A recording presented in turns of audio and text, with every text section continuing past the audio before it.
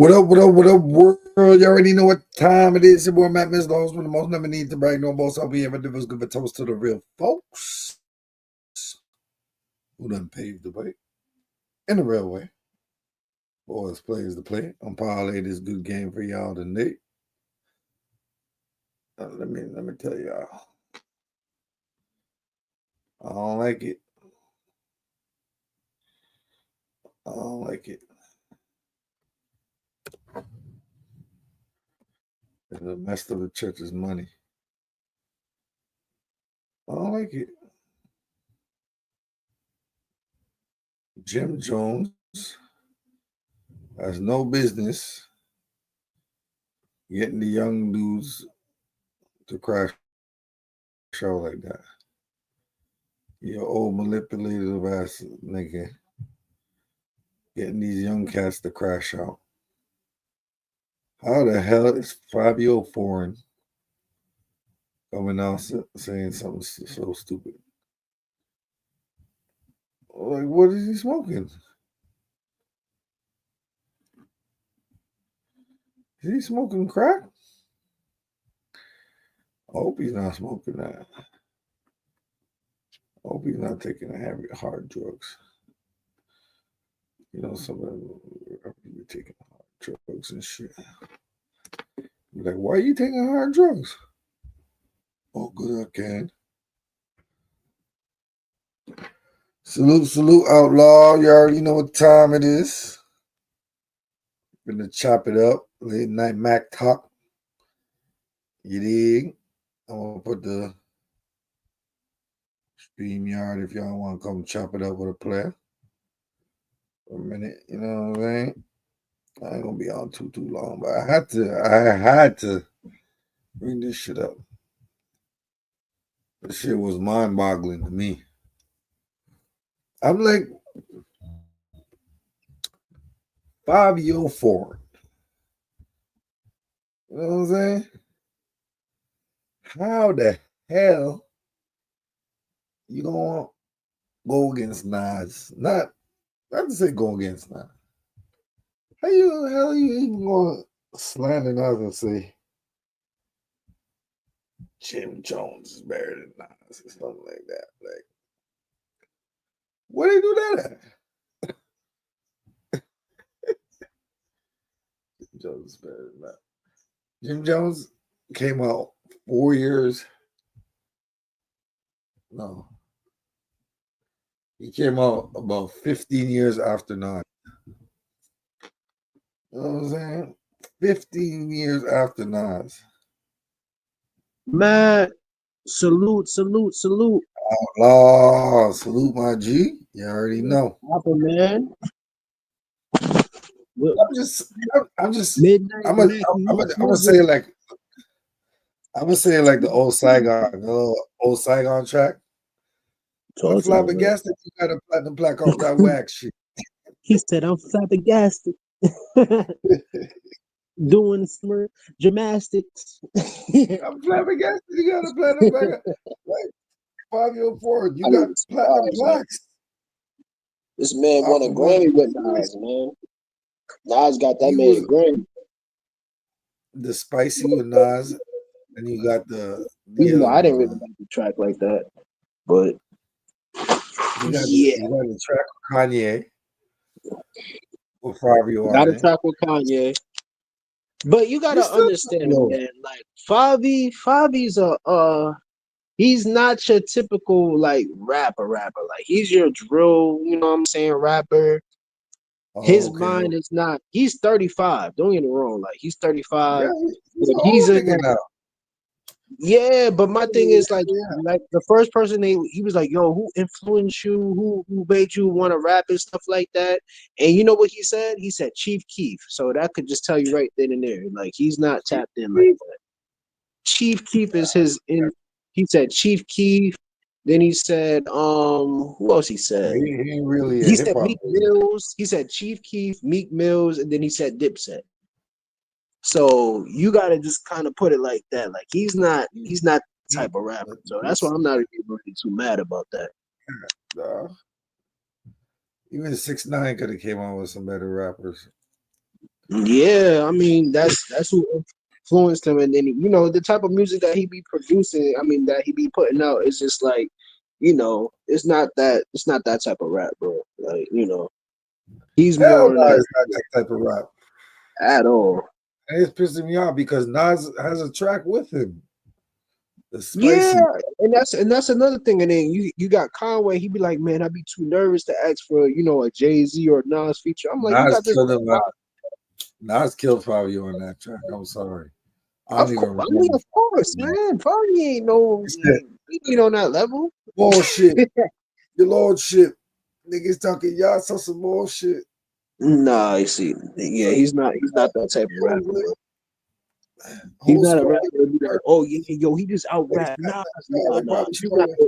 He's not no AZ. He's not no, The hell can he He's diss Nas? not no Benny the Butcher. When you looking at that record, you're like, all right, he just got Fabi because Fabi's hot right now and stuff like that. That was basically what it is. He's not gonna out rap a Nas, man. So Hell that's why. no. Well, I know what Jim That's Jones what is got doing. me Jim pissed Jones is off. trying to make a point, Jim like, yo, Jones know what he doing. yeah, I already know Don't Jim care. Jones knows what he's doing. Like Jim Jones, that's why I said like he's like Like, kind of like who using compares? Fabi Ain't to be nobody like, oh, look, you see, this is my pull Jim point. Jones to the side and be like, yo, Jimmy, they ain't a good look. The young cats, they don't listen to Nas, but yo, Nas is my era, but I made this whole genre. I'm like, you made a genre. See, that's that ego. That's that ego that's talking. You know what I'm saying? So that's You why made a a lot of it, that's why Dipset don't stay around with a long time, bro. Because you got Jim Jones thinking that he want to be the boss. Then you got Cameron. He be thinking a different way when it comes to But business. And then you got Joel. He just go whatever it goes. weren't we watching Cameron swag though? I don't remember us watching Well, Jim. Jim Jones said he's the reason why Cameron got into Pink and stuff like that. So, like I said, Cameron has swag. Fabulous has swag. absolutely. You know, I don't remember Jim Jones having like Nah, the he had some whole he had some thing. clothes. I don't like his clothes like that, but I will go more with Fabulous. But Jim He Jones, just he more always like a had a rock style. star back then than anything else. Yeah, he had the rock star look and everything. But other than that, like he's fresh to a certain extent. Not that outstanding or anything like that. You got that bummy fresh swag. Bumpy fresh. Yeah, that's what he got. Yeah, but some stuff, but it's just like he's not my type of, where I would go and be like, yo, Jim Jones got that, yo, I gotta go and get. Nah, definitely not. He ain't It's not got my that type. real Harlem swag like that. Now he got a little bit of that Bronx in him. Ain't no problem with that though. Yeah, nah, I'm cool on that. And for me, I never even brought into the pink shit. Like, I never got into the pink stuff either. That's what I'm saying. Like, he said, "Oh, I started the paint thing." Who cares, Yeah, nigga? he's basically just trying to say like, oh, Cameron stole that from him. Basically, like Cameron he's the made it one that. iconic. That's it. Yeah, he said you started it, but I iconic. You know what I'm Even saying? Mace had swag back in the day. Yeah, facts. Oh, Macy, yeah. Macy wasn't too like flashy like that though. He was, Macy wasn't too flashy like that, but it's cool. yeah. But to say that you created a whole genre and you try to like Yeah, that's bamboozle, crazy. you try to bamboozle the young generation, like you know what I'm saying? Like, So, what genre? Like, I would have asked, what genre did you start? Because if you're gonna say you started drill, stop but it, it's, bro. it's, it's his own show. Stop. He can say what he wants.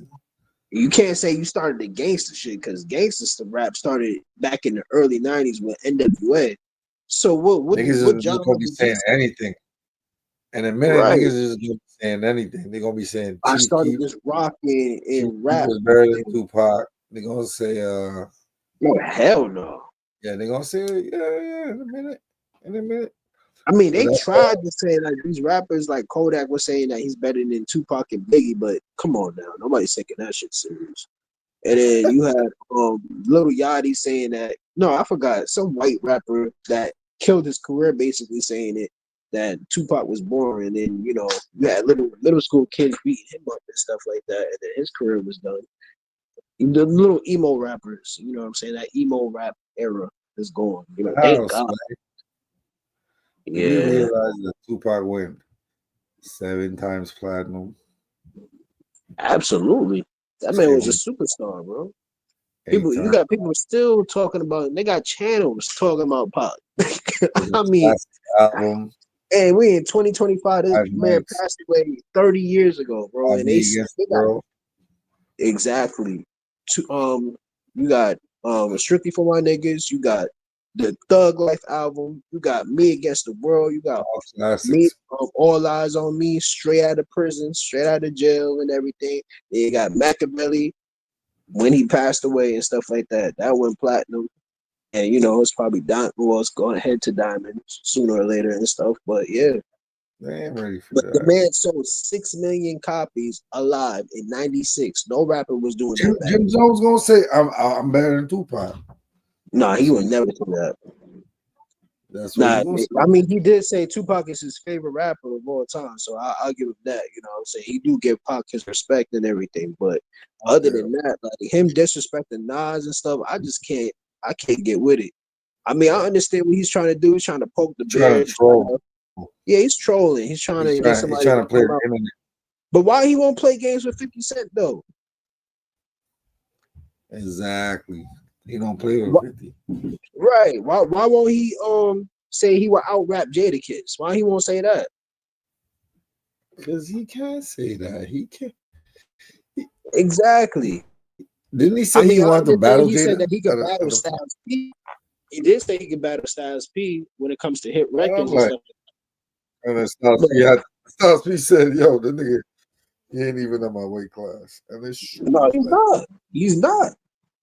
I mean, Jim Jones, he's big headed, man. Like, anything you got.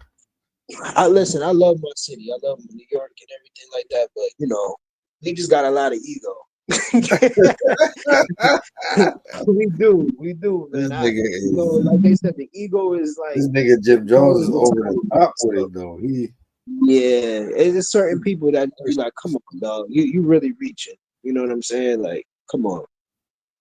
But listen, you have to feel that way. You gotta feel like you're the best rapper alive. You know what I'm saying? But when you like trying to downplay Nas and stuff like that, like try to put yourself above him, like, come on. This nigga Fivio got a Nas feature, got demolished by the nigga, and they came out on the Jim Jones podcast talking about Jimmy's better than Nas. This is crazy. This is crazy, man. Why he won't come out and say he's better than Fabulous? Why he's not even better than Fabulous. He ain't even better than Fabulous. I don't even think he better than Joel's. Yeah, I think Joel's got more bars than him. He ain't even better than Dave East. Remember they were all working out together and shit. Right. He might have Dave East. I mean, I don't know. Dave East be having some joints. Dave East got more tracks than Jimmy. I bet. I'm not gonna say he has more. Are you saying like more like hit records or something like that? Yeah. Yeah, I'll give you that. I mean, Dave East, he hasn't had that. That's Jim Jones' competition. He should be like, yo, I'm better than Dave East. Or I'm better than like I mean, no, but my thing about Dave East, like he never had be that. Like, I'm better than Lil Pump. I'm better than 6 ix 9ine. Who? Oh hell no! You said Lil Pump. I ain't gonna do Jimmy like that. You know, 6ix 9ine. I don't even know why 6ix 9ine. He's not even considered that. You see, that's what it is, man. Nas. And then my thing is, hold on. This is another thing too. Like Jim Jones don't even write his own records. I mean, it's been out there that he had writers. Like he had people like Max B. Yeah, your biggest song was done by Stax Bundle and Max B. You know what I'm saying? So it's just like you've been stealing lines from other rappers as well too. So you're not even credible. You know what I'm saying? Like you're not even on that tier to even talk about a Nas and stuff. And I'm not even the biggest Nas fan, but I got respect for Nas. You know what I'm saying? But Exactly. you're tripping, bro. Can I be a native New Yorker and not? Like he would never make an ether. Like he can't make no ether. Can't make no ether. Come on, dog. Can Right. he? Can he? Can he spit a rhyme back? A whole song backwards? Can he do that? Hell no. Nope. Can he rap about? That's called lyrical exercise. For sure. Can he That's what rap you call about great lyrical artists exercise. and everything like that, and put it paying homage to the greats and all that? Yup. Can he rap about a comedian that he met and broke bread with? Yo, Nas did it in such a way where it's like you got to study his lyrics right now. Yeah. You know what I'm saying? Yup. Absolutely. Like he did a lot of stuff that you would be like, damn, he actually did that. Even that I gave you Nostradamus power. album. Like I gave you power inspired some people. You inspired Pac to make me and my girlfriend. Even though Pac was saying like basically I could do what you do and stuff like that anytime I want to and make a hit out of it. But he inspired him to do that. They was going back and forth. You know what I'm saying? See, that's somebody Nas can go back and forth with for sure. You know what I'm saying? That's a uncompetitive, like, Nas respect Pac, or Biggie or Big L. You know what I'm saying? Like those are some things. Those are some rappers for sure. But like I said, I'm not too concerned about Fabi. Fabi, he's not that type of rapper. Yeah, so Jim Jones, that's your first interview on your show, and you trolling already. Trolling. Yo, can't be coming in the podcast space with all that trolling and capping. Because the niggas gonna be breaking that shit down, dissecting it. Yeah, we're gonna call it like it is. Call it like it is. And I don't think shit. He think all attention is good attention. I don't know. I mean, it brings attention to his podcast because I mean, it's basically clickbait. Basically, if you want to keep it honest, Exactly. that's what it is to bring attention to it. Like I mean, we actually talking about it. Like we wouldn't even be talking about it if it wasn't. We actually sitting here talking about I ain't talking about it because of Jim Jones. I'm talking about it because the treachery of Fivio Foreign. Yeah, but he knew. But Jim Jones knew what he was doing, though. You know what I'm saying? He knew what he was doing to bring that attention again. Yeah. So, I mean, it worked. I'll give it to him. It definitely worked. But Jim probably gave him a little bag, say, come on the show, let me. Yeah, because he's fresh out of jail. He just got out of jail. That's his first interview. Because he was in jail since January, and he just got out like this month and stuff like that. Yeah, so he's been in jail for a while. So. Jim's wilding out here. First interview, you want to get start this and that. Talk about you started genres. What genre? Yeah, because he said the only Nas song that he really knew. Fabi said the only song that he really knew from Nas was One Mic, and that was it. So that's why I said like you're from New York too, so that's it. That's why I said he's not really tapped in like that. He's more into the drill scene and the crash out drill rappers, bro. He's not into that lyrical rappers. And how you feel about Nas took some time off, but Nas always came through with hits. How you feel about the drill rappers? You trash? Thank you. I mean, man, from what I think is, man, and drill is probably. I'm not gonna say it's the worst thing because hip hop always elevates and stuff like that, right? But my thing is like drill is like it's basically for you to crash out. You know what I'm saying? For you to crash out, you're not in it to be the best. You know what I'm saying? You in it to like basically crash out. self snitch on yourself and everything like that. Like it's just like a crash out genre. And it's not nothing for you to make music. It's more for you to implicate yourself and put yourself in jail. So it's just Exactly. it's basically game bangers that just rap. That's how I look at it. But it's And you trash. gotta do a drill. If you're a drill artist, you gotta do a drill. Yeah, So but you're that's not supposed to put it that. on record. Like, listen, these gangsters are supposed to be Well, you gotta like, do a drill. So everywhere you go, you might have to do a drill. So fans don't want to come out to a and then shooting every and night. then You they know be what I'm saying? surprised when they be getting locked up and stuff like that. That's what I said. It's a crash out genre. But It's not about making hit in songs. It's their about defense, like, though, I grew up on Onyx and shit like that, and Mobb Deep. So yeah, but they wasn't implicating themselves. They was talking about what's going on doing around busting their the guns and neighborhood. parties everywhere. They wasn't talking about what they actually did. You know what I'm saying? Like they would talk about Nah, what they they weren't did. talking about it. It's true. Right. Lyrical, They which are did what more you on call par gangster music. with better knowledge and wisdom, you know. And you know But what yeah, they man, wanted? They wanted to be the best. They wanted to be the best group. You know what I'm saying? They always made sure their lyrics was on point. Like they wasn't just out there just making like music just to spit. You know what I'm saying? So that's how I feel. yeah. So I want to hear what Wayno got to say about this whole shit because you know Wayno sometimes he be kicking that good game, and You got the flower with the Tims in the yeah background. about this whole 5-year thing, you know, and rightfully so. For sure. This, Fair use, hey fair man, use. I don't know how you young niggas be operating nowadays, but you don't do your OGs like that. Just because Talk about another it, man. gave you a little money, you should have A just said little no dirty. comment, something like that. Fivio Forum, Brooklyn's own. B-Dot's GOAT.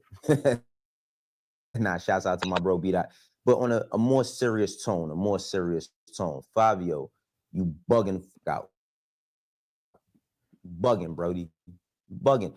And I'm going to be respectful in this opportunity to disrespect Fivio. I just want to highlight where he's bugging at, if I'm going to say it. Now, listen, Fivio has been locked up for the past 6 months, I believe. He just came home last month. And there was this running meme, you know what I'm saying? It was this running meme about how nobody cared that Fivio was locked up because no one was saying free him. I mean, listen, that within itself, that's just the internet. Fivio has been doing since he's come home.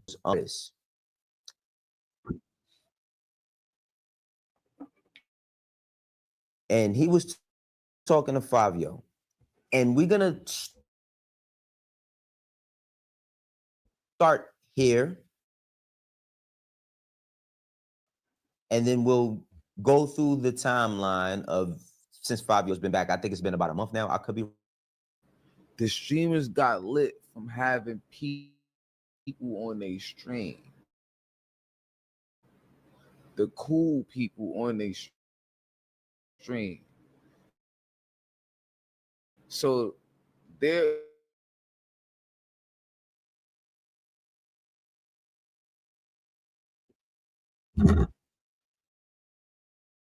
influencer tomorrow. It's like they understand. I went on the stream with Pack with Max, and I just say that he wasn't lit, but he wasn't as lit as those at that time. right. So it's not the streamer that's lit.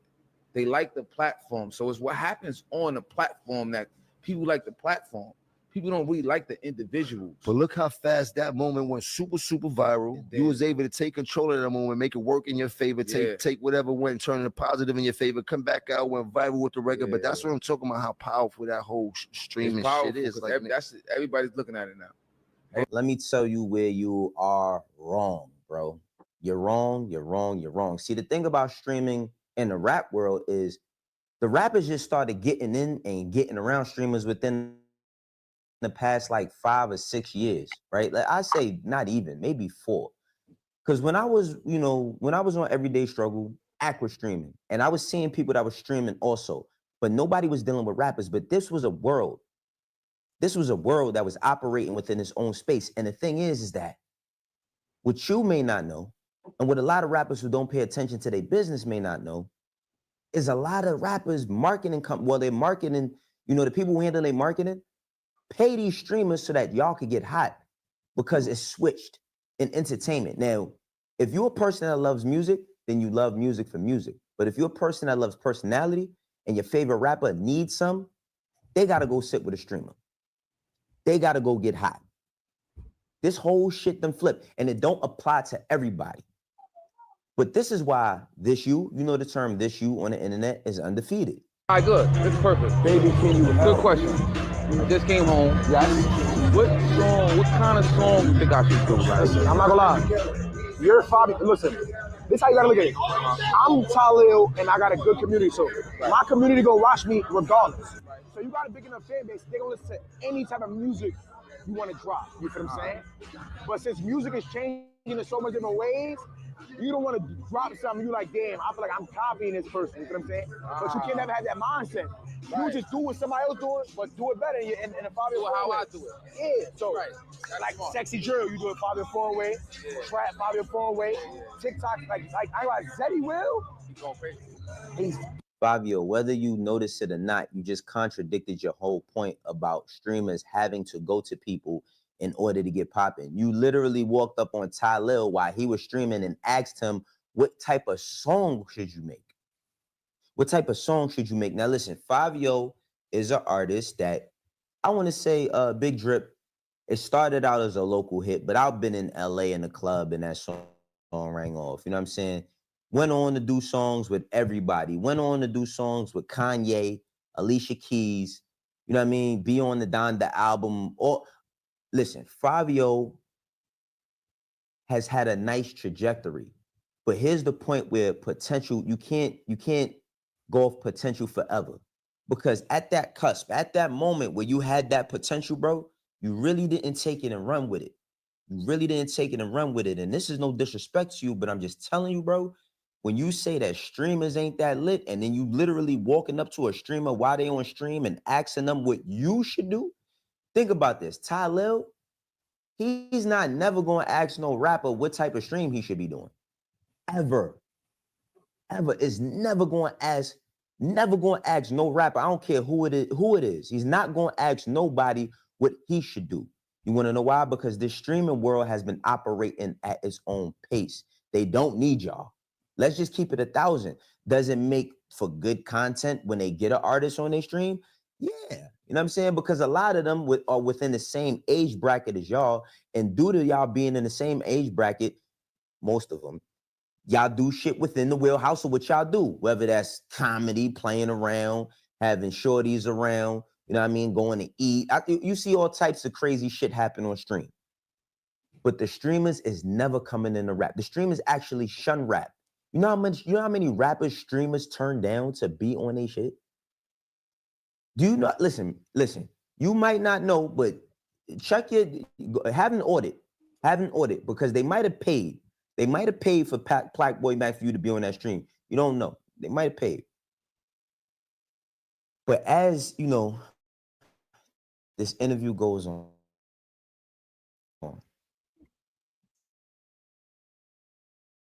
As this interview goes on.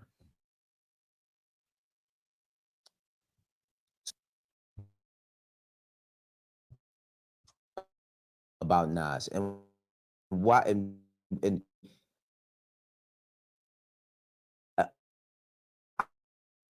I can clearly see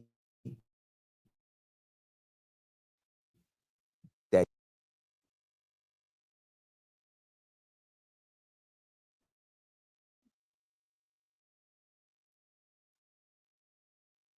Jim.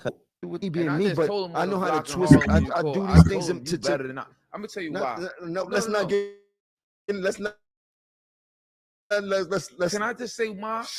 All right, let me just say one thing. What I feel. I grew up with niggas like And I'm not saying that the man is wacky. He's not a legend. He's been out for years. Look at a song with the nigga, and I got a song on the album. Album got a Grammy, but I can't sit there and say a Nas bar to you or a song. I like One Mic, or like a song that's like, Bro, Fivio Foreign, I want you to realize something. This is some of the main reasons why artists have PR. And you don't have to have PR from your label. But if you're investing in your own career and you're moving around a certain way, you have to be prepared for certain types of conversations for this moment right here.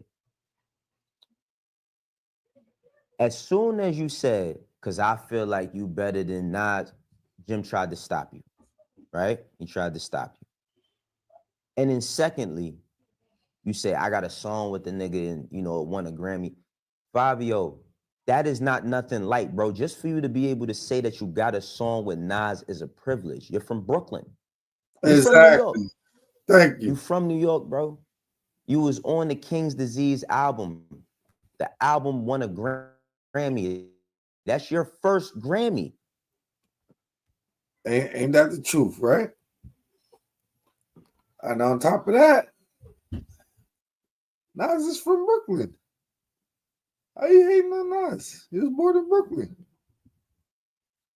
With Nas, there should be no type of conversation or dialogue about you saying anything, even if you don't like his music. You could hate his music.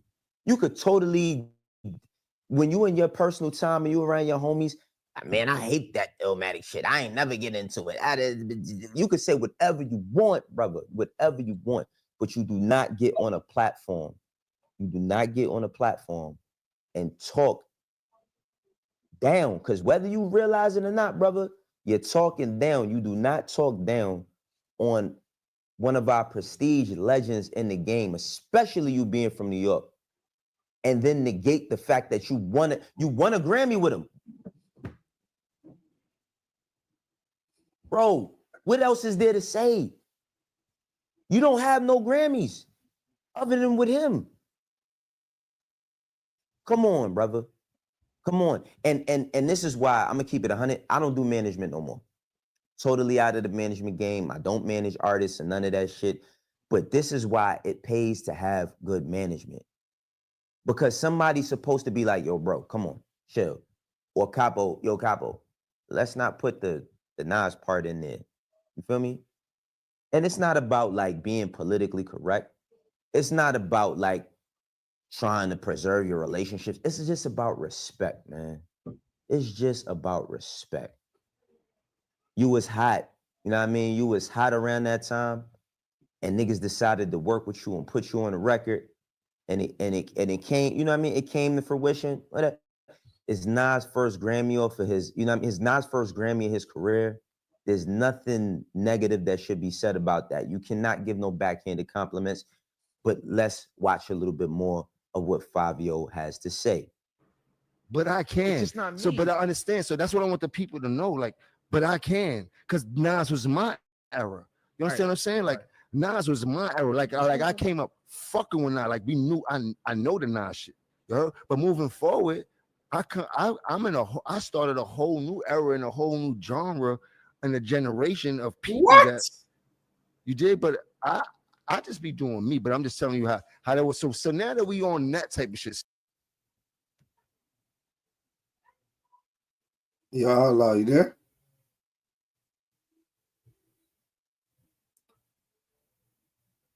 I want y'all to tell me out there, what era and what genre did Jim Jones start? I want y'all to tell me what era and what genre. And when? 2000 what? He's the capo. He's the underboss for Dipset. But what era did he start? I don't get it. So who were some of your biggest influences as rappers coming up? Like, who made you feel like you wanted to become a rapper? Who was some of the people that you wanted to dress like? Like, let me hear some of that, because that's the essence of what makes a nigga become a basketball player. What makes a nigga become like? Who was that for you? I'm gonna keep it real. I was infatuated with Chief Keef in Chicago. The shit was so. It was just like, it was crazy. I liked the Meek Mills. Pain was crazy. I loved Dipset.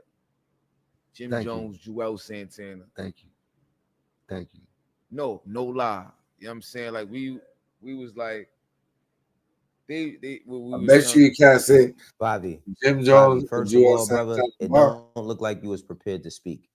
That's a whole nother conversation. It don't look like you was prepared to speak. Secondly, of course you're going to say Dipset. You know what I'm saying? Of course. You up there with Jim. Of course you're going to say Dipset. Now, the thing that the internet is giving him backlash on is Chief Keef. Now, listen, Chief Keef and them, they influence Black America, Black youth everywhere. But Fivio is, what is he? He's about 35 years old. When Chief Keef started popping, he was 16. Fivio was around 21. Brother, again, I don't know why your advisors ain't forewarn you, man. I don't know why, man. Now, I'm going to salute Jim, because Jim is trying to put himself in a new space, taking himself out his comfort zone. I've known Jim for a very long time. And even I'm seeing like him, even when he's talking, you know what I'm saying? Like he's excited to do this, because one thing I'll say about Jim is that Jim has always advocated for young and up and coming artists. There's no way you could get around that. But Fivio Forum, brother, let's just focus on you for a second. Let's just focus on you. What you should have done when you came home is got low immediately. You know what I'm saying? Got low. Came up with a strategy, came up with a schedule, and came up with a plan. Not rush to be back in front of the cameras, bro. Not rush to be in front of the cameras asking Tylil, yo, what you think I should do? And salute to Tylil, because I like that young brother. I ain't gonna lie, man. I'm advocating for all my young brothers and sisters coming out of the New York scene, whether you a streamer, artist, as long as your shit dope. If your shit trash, fuck out of here. But you can't be on like this, not even the interview, but just your answers is all over the place, bro. You can't be on one hand saying that streamers ain't lit and that they gotta find artists to be with. Bro, Casanat had John Cena pull up to his stream. You think he give a damn about a rapper?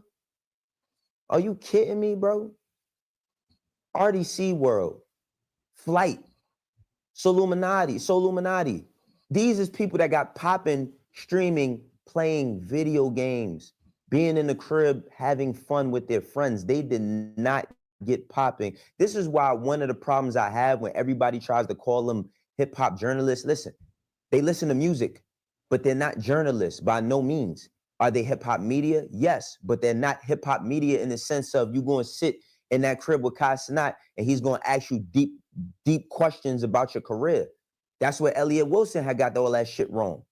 Thinking that Kai Cenat is trying to take his spot. No, Kai Cenat and all these streamers, AMP, RDC World, all of these different guys, they made their own lane years ago when streaming was not the most sexy shit out there, when streaming was just for kids who sat in the crib on PS4s, playing 2K in the park. You know what I'm saying? I only know about a lot of them because my son was watching all of this shit. Fivio, you should have got low, brother. You should have got low and should have got in the studio and worked on your music and worked on your brand. Thought about how you want to present yourself when you come back outside. You know what I'm saying? Thought about what outfit you wanted to wear. Thought about how you wanted to speak, how you wanted to be seen, perceived, and received. You know what I'm saying? Like how you wanted the world to accept you once you started dropping new music, dropping new content, videos, merch, whatever. Not sitting up there winging it, bro. Not sitting up there talking about some, yeah, I got a Grammy with Nas, but so what? Like, come on, brother. Come on, man. We got to do better, bro. We got to do better. We got to do better. We got to do better. I'm not gonna call you friend or foe, because I know you's a friend. You ain't a foe. But at the same time, bro, these is faux activities. You know what I'm saying? Like you gotta reel it back, man, and you gotta. We need to feel how serious you is about your career. That's what's happening. We need to see how serious you is about your career. You had a spark when you started. You know what I mean? You had some potential. But you gotta get your shit together, bro. You gotta come back looking strong, bro. You gotta come back looking strong. You can't come back words kind of slurring, you know what I mean? And like I said, I'm saying all this with respect because I got respect for you, but come on, my nigga. Gotta do better. This is how I do it myself. For the ones that rock with me, you know how we doing. For the ones that don't, eventually will. Y'all see that? That's what it is, man. Yeah, that's a fact. That's a fact. You playing But games with it. that's what I'm saying. Like, you know, it's Fivio. You know what I'm saying? Like, I just don't. Fivio foreign don't got no type of handlers. You can tell him, hey man, you said that. Or you shouldn't say something. It's a drill. Man, Wayno's right. He should have worried about more about his image, man. Because now people are just gonna look at him like a laughing stock. Yep, that's basically what it is. That's why I said I don't even take that serious. And I know Fivio. Fivio? I thought he was all right, but not. You said personality wise, all right, or you talking about rapper wise? I can't hear you, man. Like when he first came out, I thought he had some tracks. Yeah.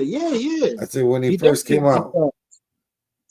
Yeah, he definitely has some tracks. He's still nice for what he does and stuff like that, but you know, like it's just he's not that type of rapper. You know what I'm saying? Like he's more of a how can I say, like, you know, he's a drill typical rapper, but you know, he can make some hits. I was actually seeing some growth, you know, even with the Kanye West song, you know what I'm saying? Like it was showing some more growth, like, you know, he was showing that he could actually do the more than what drill rap does, you know what I'm saying? Like he was actually showing a little bit. That's what Pop Smoke was gonna transition to do too. He wasn't about to just sit there and just keep talking about, you know, this drill, that drill, but he was actually about to transition to do other things to, you know, make his songs actually more popular, you know what I'm saying, and try to, you know, make some hits. Because you want to, the ultimate goal to be in a rap game is to make as much money as possible, especially when you're hot. Because when you get cold, you get cold. You know what I'm saying? It's a hot and cold situation. You gotta make that hit. That if you make a good hit, it can last for a long time, you know? Exactly, but again, the attention span for nowadays is very low, man. It's like you're hot right now, and then you'll be cold that next 2 years. You see Sexy Red? She was hot as fire last 2 years ago, and then what happened? The Drake and Kendrick beef came, and that all went away. And now she's cold. Same as Ice Spice. She was Sexy hot Red? 2 years ago. Sexy Red? Sexy she ain't Red. A rapper though. She's a gimmick. She's a whole gimmick. Yeah, but we already know what that was. But I'm just saying, like, she was hot. Like everybody was checking for her and everything like that, and everybody was on the topics was about her and everything. And then also about Glorilla. Gorilla's also getting a little cold too. Gorilla's getting a little cold as well too. Yeah, because what happened was female rap was getting big, and then it started getting cold right after the Kendrick and Drake beef. Once the Kendrick and Drake beef popped off, that's when all that female rap stopped because they had to wait for 2 years. So as soon as that happened, it made the whole rap game for the females sleep. You know what I'm saying? So that's what happens, bro. That's why I say you got to make as much money as possible. The females ain't making no noise. You see that Cardi B track?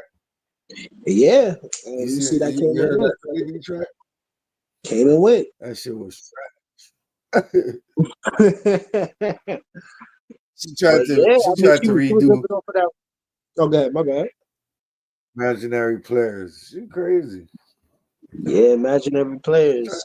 But yeah, I mean, listen, Jay-Z, I don't know, he approved the record, you know what I'm saying? So that's on him, you know. But his song charted again because she remixed it, so he gets another bag from that. I guess he gets a bag from it. That's why Exactly. Yeah, but he'll you approve it know, if he's getting some. You know? he just doesn't let anybody But like. I think he's making I money don't off know. artists too. Uh, Yeah. some people might like the song. Who am I to I judge? You mean, know? I heard it once. I heard it 2 times. I heard it 2 times, and it's just like I'm not gonna go back and listen to it. You know what I'm saying? Like it's not that type of record for me. You know, it's not for me. Yeah, it's She not. didn't It's not, and it's like it's forced, and it's like Cardi B. You only have one album out. Like Yeah, she was living off of after that for one like album for 4 or a long like time. 5 years, then you come out with this garbage. It's like It was 5 years. okay, That was 2020. I thought it her was last earlier. album, I think it was like 2019 or something like that. it was like 6, 7 years ago.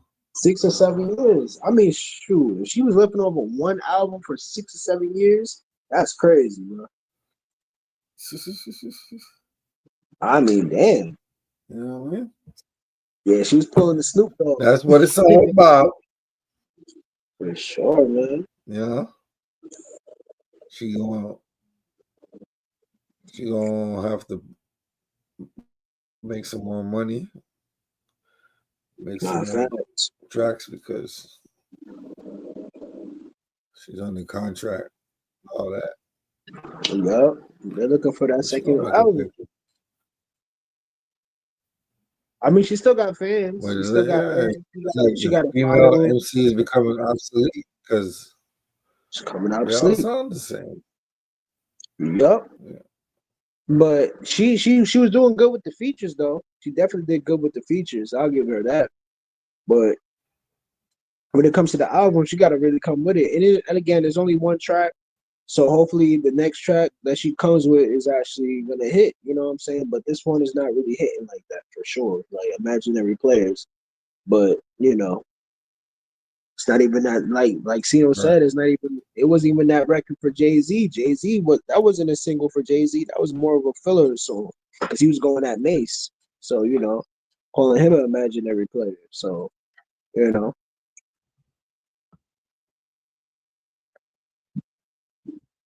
The Jigga Man. Oh, Yeah. But yeah, man, I just feel like, you know, just going back on topic, Fabi well, ain't that type of rapper. Like, I don't take that I man guess serious, especially when it comes to Nas. Nas is forever submitted. not I'm just surprised that people are actually talking about a rapper that's still around because usually rappers that do this, they end up talking about them when they're gone or something like that. So obviously, you know, Nas actually has the option to either go at these cats or he could just ignore it and be like, you know, my legacy just stands. You know what I'm saying? But if I'm Nas, I'm just like, bro, that's Jim Jones. Like, like he said back in the days, back in like 2002, like oh, no, not 2002. I'm tripping. Probably like 2007 or 2006 or something like that. But he was like, this is Jim Jones we're talking about. Like, you know what I'm saying? Like, I have fear of like Biggie or Jay-Z, or no, he said Biggie or Tupac or something like that.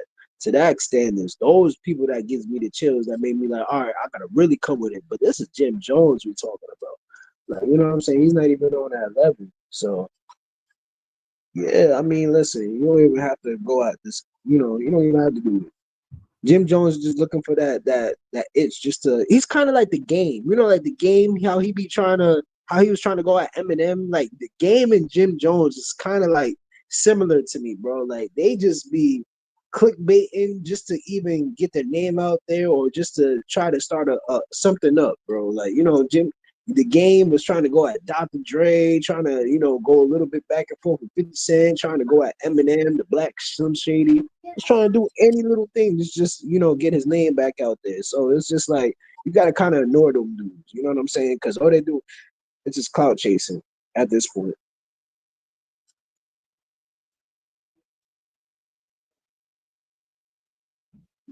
For real. It's all clout chasing. For real. It is. Now, don't get me wrong. Now, what is Nas supposed to say to that though?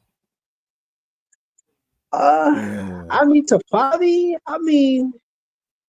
Favi's not even, like, he's not even that type of, what can you say to Favi? Like, Favi's not his friend, you know what I'm saying? That's just somebody that you just featured one time with, won a Grammy, he got a Grammy off. He won a Grammy.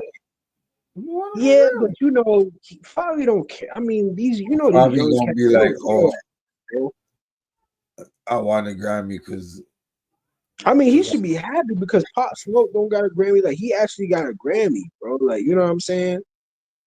yeah. But like I said, man, like, if I'm Nas, I don't even take that serious, bro. Like, you gonna forever be a legend. You know what I'm saying? Nobody could take that from you. They over here trying to clout. Do you see Nas going to interviews talking about other rappers? No, you don't see that. You know what I'm saying? Nas is cooling, about to drop an album with Premiere and stuff like that.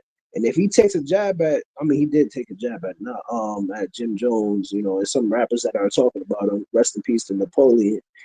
Napoleon. Rest in peace to Young Noble. My bad, not Napoleon. Young Noble. I guess he was taking a jab at both of them and stuff like that. But it's all good. You know what I'm saying? You don't have to say their name. You could just tap them up if you want to just hit them with a jab and stuff. But to go on an all-out beef, hell no. Not with no Jim Jones or even Favi. Favi's not even that type of rapper. Like, he always like ends the bar with look, I'm back in the game. Look, like, he's not even that type of rapper. Like,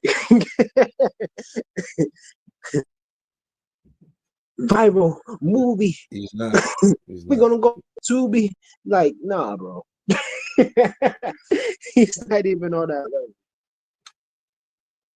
So it's just like, you don't even go at the dudes. Like, if he wants to, and I'm surprised why Jungle not saying nothing, because usually Jungle is the one that be out there and saying all types of stuff, whatever the case is. I'm just surprised Jungle is not saying nothing, because he had a lot to say about Death Row East and Death Row this and stuff like that.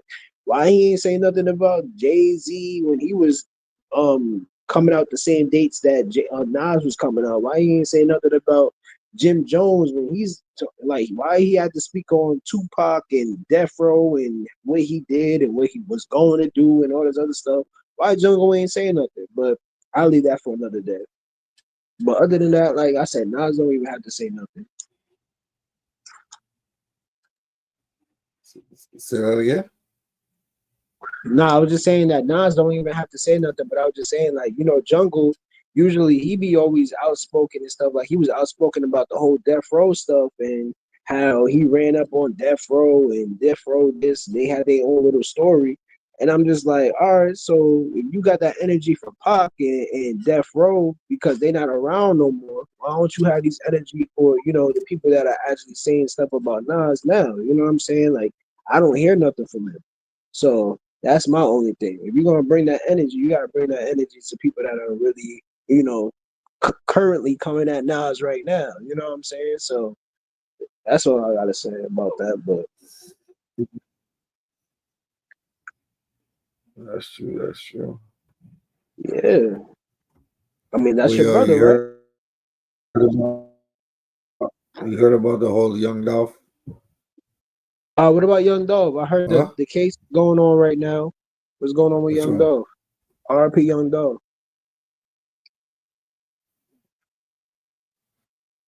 Yeah, the shooter. They said that did the whole thing. He said some other dude paid him to do it. He was the mastermind, which is Hernandez Govan or something like that. Since we're live, like, I don't want to assume nothing. Like, who did he say that he was gonna pay? That paid him to do the hit.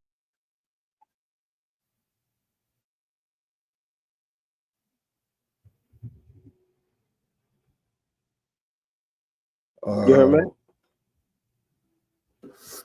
He said he got paid To do the hit. Gotti and then. Oh, okay. All right, so I'm gonna just say this, like, not it's allegedly, because I don't know what's going on with the case, but they were saying that allegedly, like, You can't really trace Gotti to it. yeah, they were saying that Young Gotti's brother that passed away from gun violence and stuff like that had put money on Dolph's head, and they end up collecting it, and they never got paid for the hit and stuff like that. So that's what I heard, but I'm not sure how true it is. These were the closing arguments for the murder trial.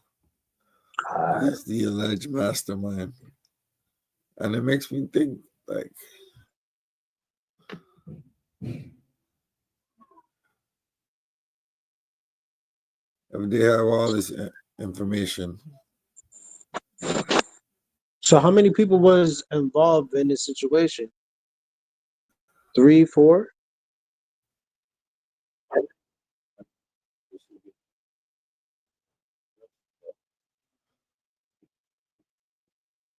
And I'm pretty sure somebody. I think the shooter is anybody telling in this situation? I think the shooter. Yeah, the shooter. Oh, the shooter's telling? Oh, okay. $1 each. You know what I'm saying? Something dope here. You already know the cookie crumbles sometimes.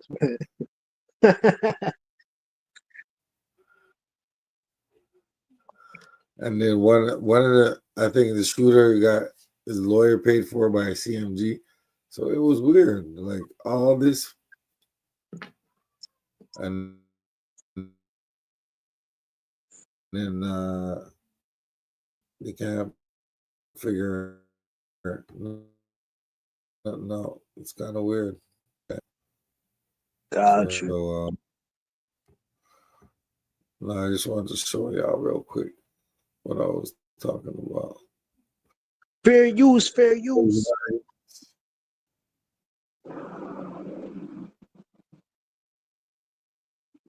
Take a look.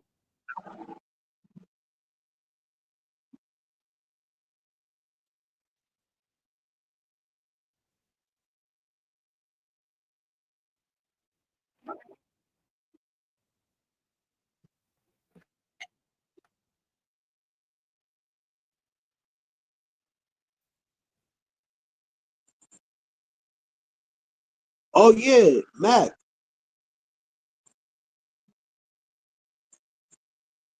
You there, Mac? Oh yeah, you're frozen. I don't know in what world the prosecution is My living Jets is versus your Eagles. because unless they were watching something in the universe where other witnesses were saying perfect things. You hear me?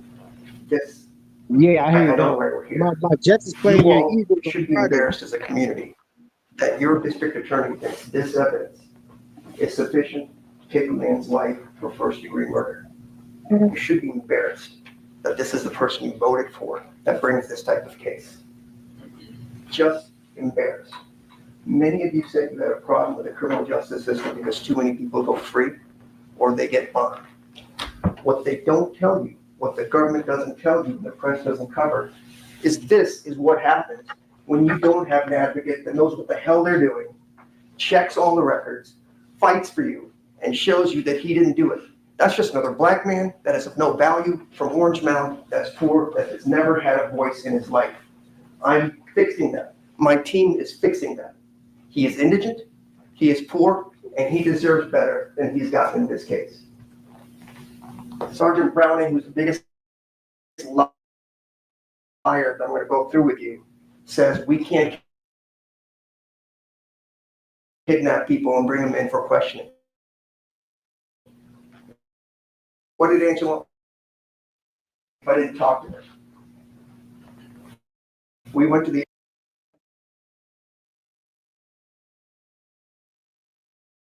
airport and we figured he was going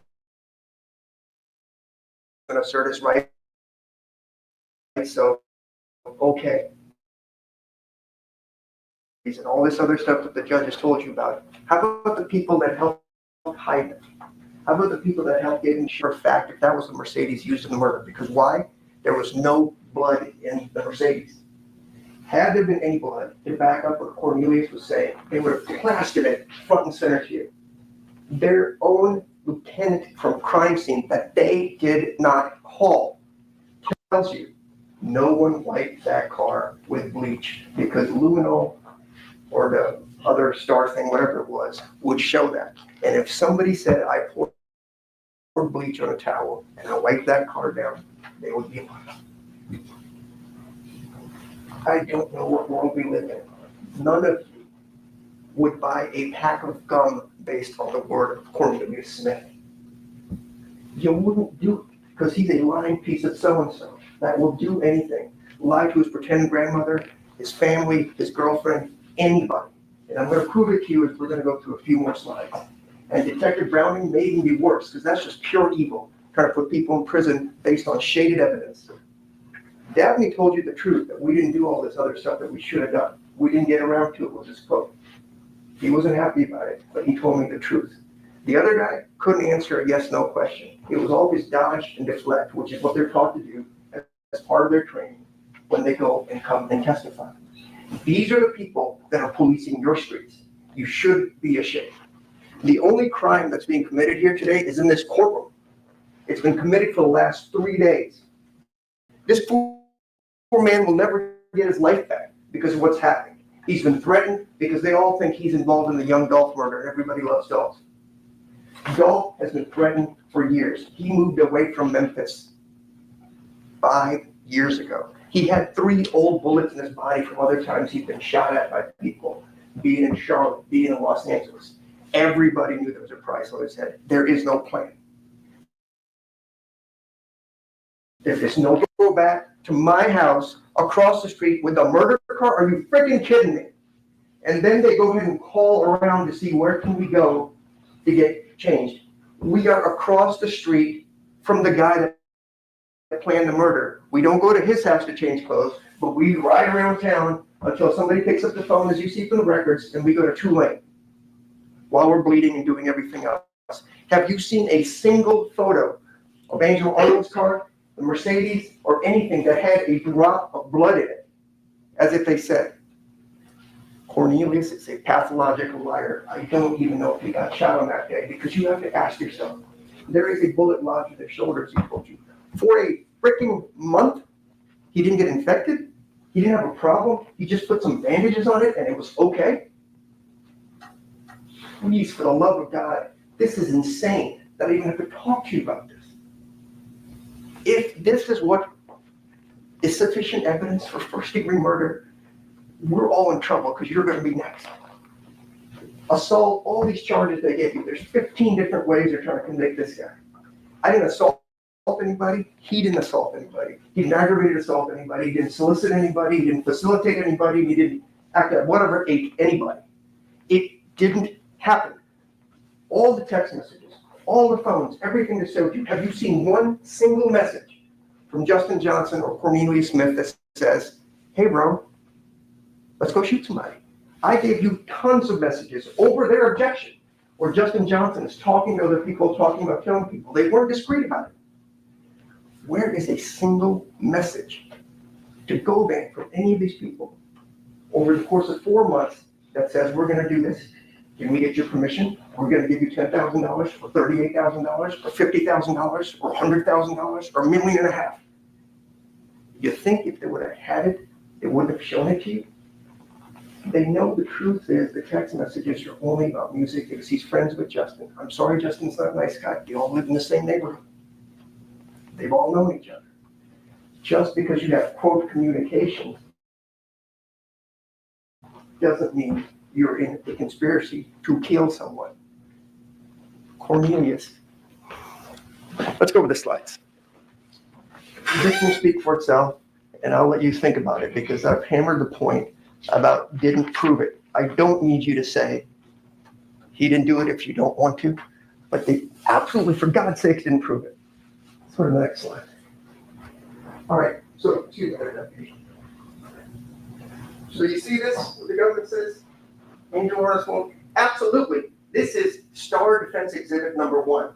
This C bruh, assuming C is Cornelius. Send me bruh number so I can get my phone, right? He needs to get his phone. Next slide. Quez's number. Guess what he told you is the one honest thing he said. His brother's freaking name is Marquez Smith. They call him Quez. His brother is the one that got the phone at best. You know why? Because they had TBI Garner up here. They asked him to do location data analysis on the phone, right? You guys remember all that? And they did it solely for Cornelius' phone, and they did it for Justin's phone. But yet, they didn't show you any location analysis. All they have to do is say, it's in that general area, this is where the tower's being, because calls are being made. Where was this call from? Where was his brother Quest? They just BS you constantly, and here I am fighting for this man's life. He is your peer. You need to be here protecting him from this. This is the crime. Next. So I'll just go over a few things on Cornelius Smith. I think that was pretty obvious from his statement. Go ahead, Robert. I think all this is obvious. You got a sociopath on your hands that's out there on his daughter's birthday. Is he intoxicated? Is he not intoxicated? Just ask the prosecutor to tell you straight answer, honestly. Do you even think a prosecution would take advice from Cornelius Smith on anything? But it's good enough for this poor man's life.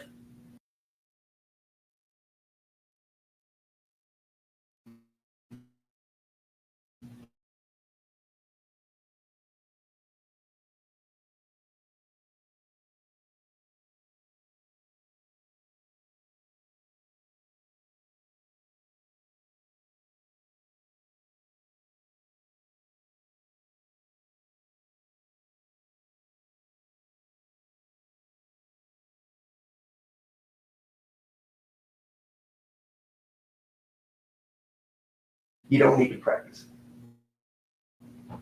While we're meeting with prosecutors and lawyers now report, I don't want a deal. I'm just here out of the goodness of my heart. I'm going to get a mandatory life sentence. Insane. Next.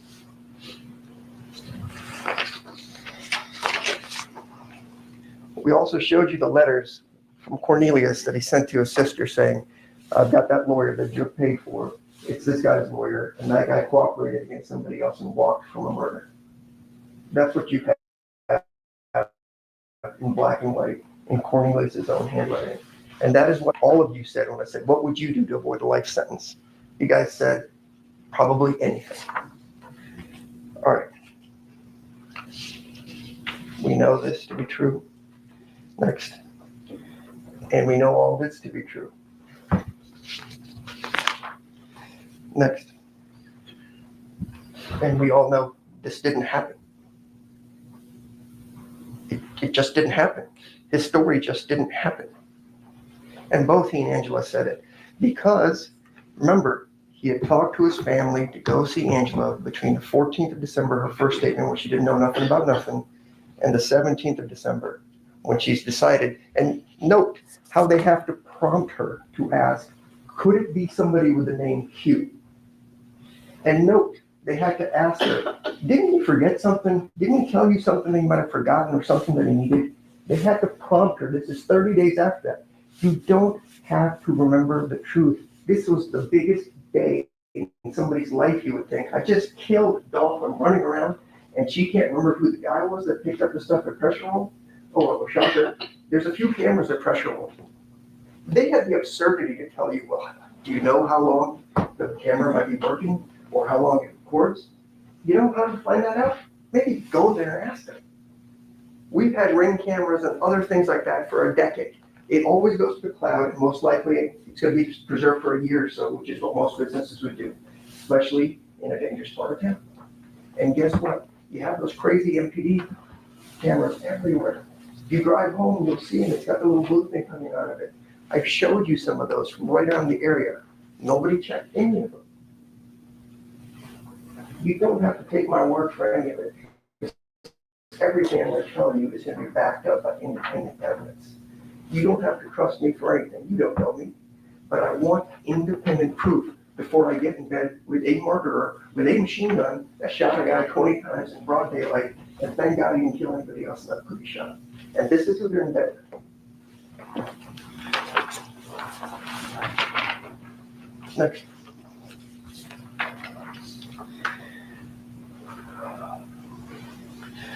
All right. Sorry, I just have to calm myself down. The other things with the shenanigans, as they try to tell you, is when the officer accidentally said, I don't even know if it was Justin something, I think he said that, but he said, AKA Dolf, I'm sorry, not Dolf, Brock, in that. And Mr. Cornelius says, yeah, I met him to a miscellaneous in a moment of weakness. And you know, when I asked about it, you smiled. You have murdered somebody, and we're up here chuckling. The government's chuckling with him, and he's laughing at me, making smirky faces, and says, I saw you on TV. That's the behavior you want from a guy that took a machine gun and murdered people. In fact, his definition is, I didn't shoot that many people because sometimes we didn't get the shots off or the gun yet. And you're going to make a deal, not a single text message anywhere. Take my word for it. And oh, by the way, I think he's a federal snitch, but I don't know if I believe that or not because he's never snitched on me. All right, next. And then he also tells Uncle Ron, maybe we should have gone and talked to him, whoever Uncle Ron is, but I'm not a policeman, and I'm not trying to put anybody in prison. That there was a bug on him, that he's a snitch, and so you're going to have to plan a big old murder. Next slide. So we know he paid for his lawyer, and we know that was a team issue, and you know the absurdity of the prosecutor in the last statement. They're going to get to go up again and call me every kind of name in the book, which is fine. I can handle it. I will take those arrows for this man that I've grown to care about over the last year and a half because he didn't do it. They had the audacity to tell you we can't indict somebody that's dead. Shook died 2.5 years after all this happened.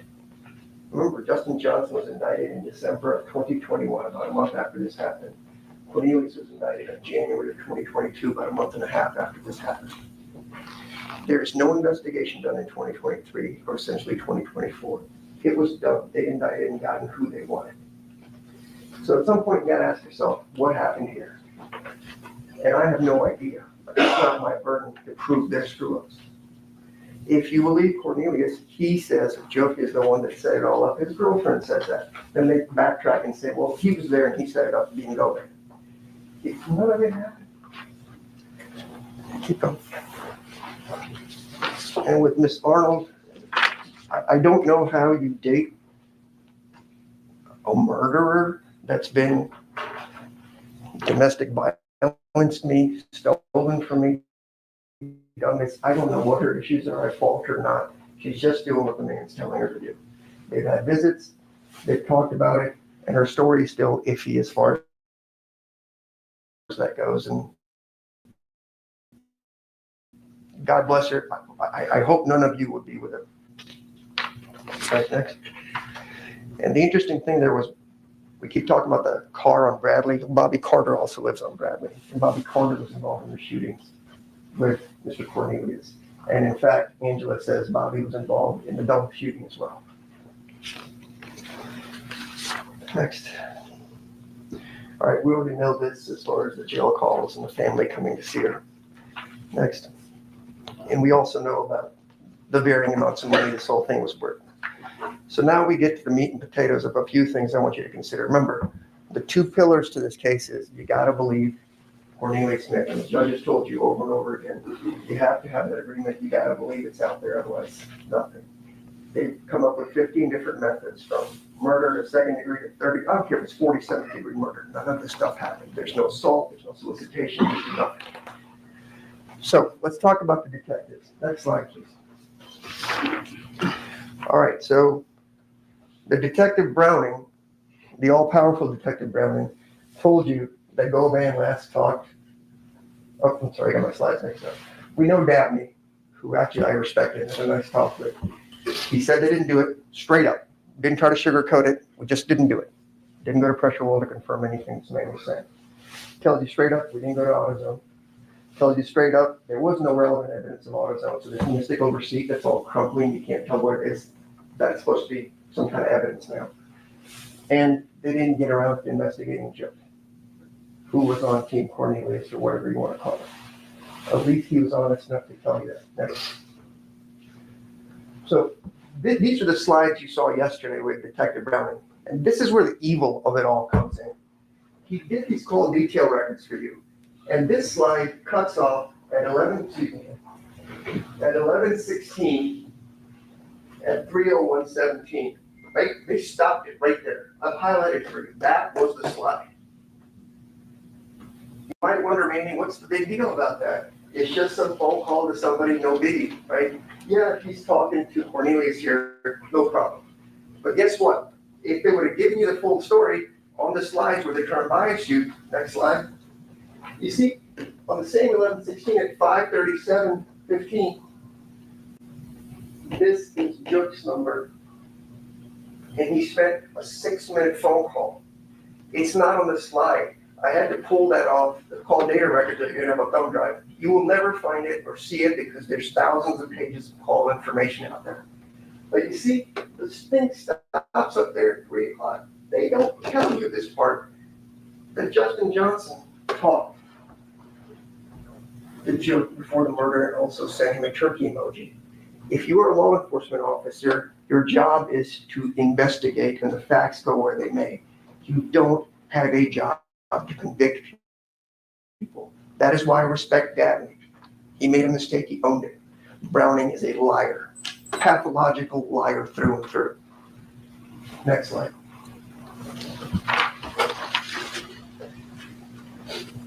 So I take this where Browning also told you that they last talked to Govan on November 5th. You remember an opening statement that told you Justin Johnson had not talked to Govan for at least 2 weeks prior to the murder.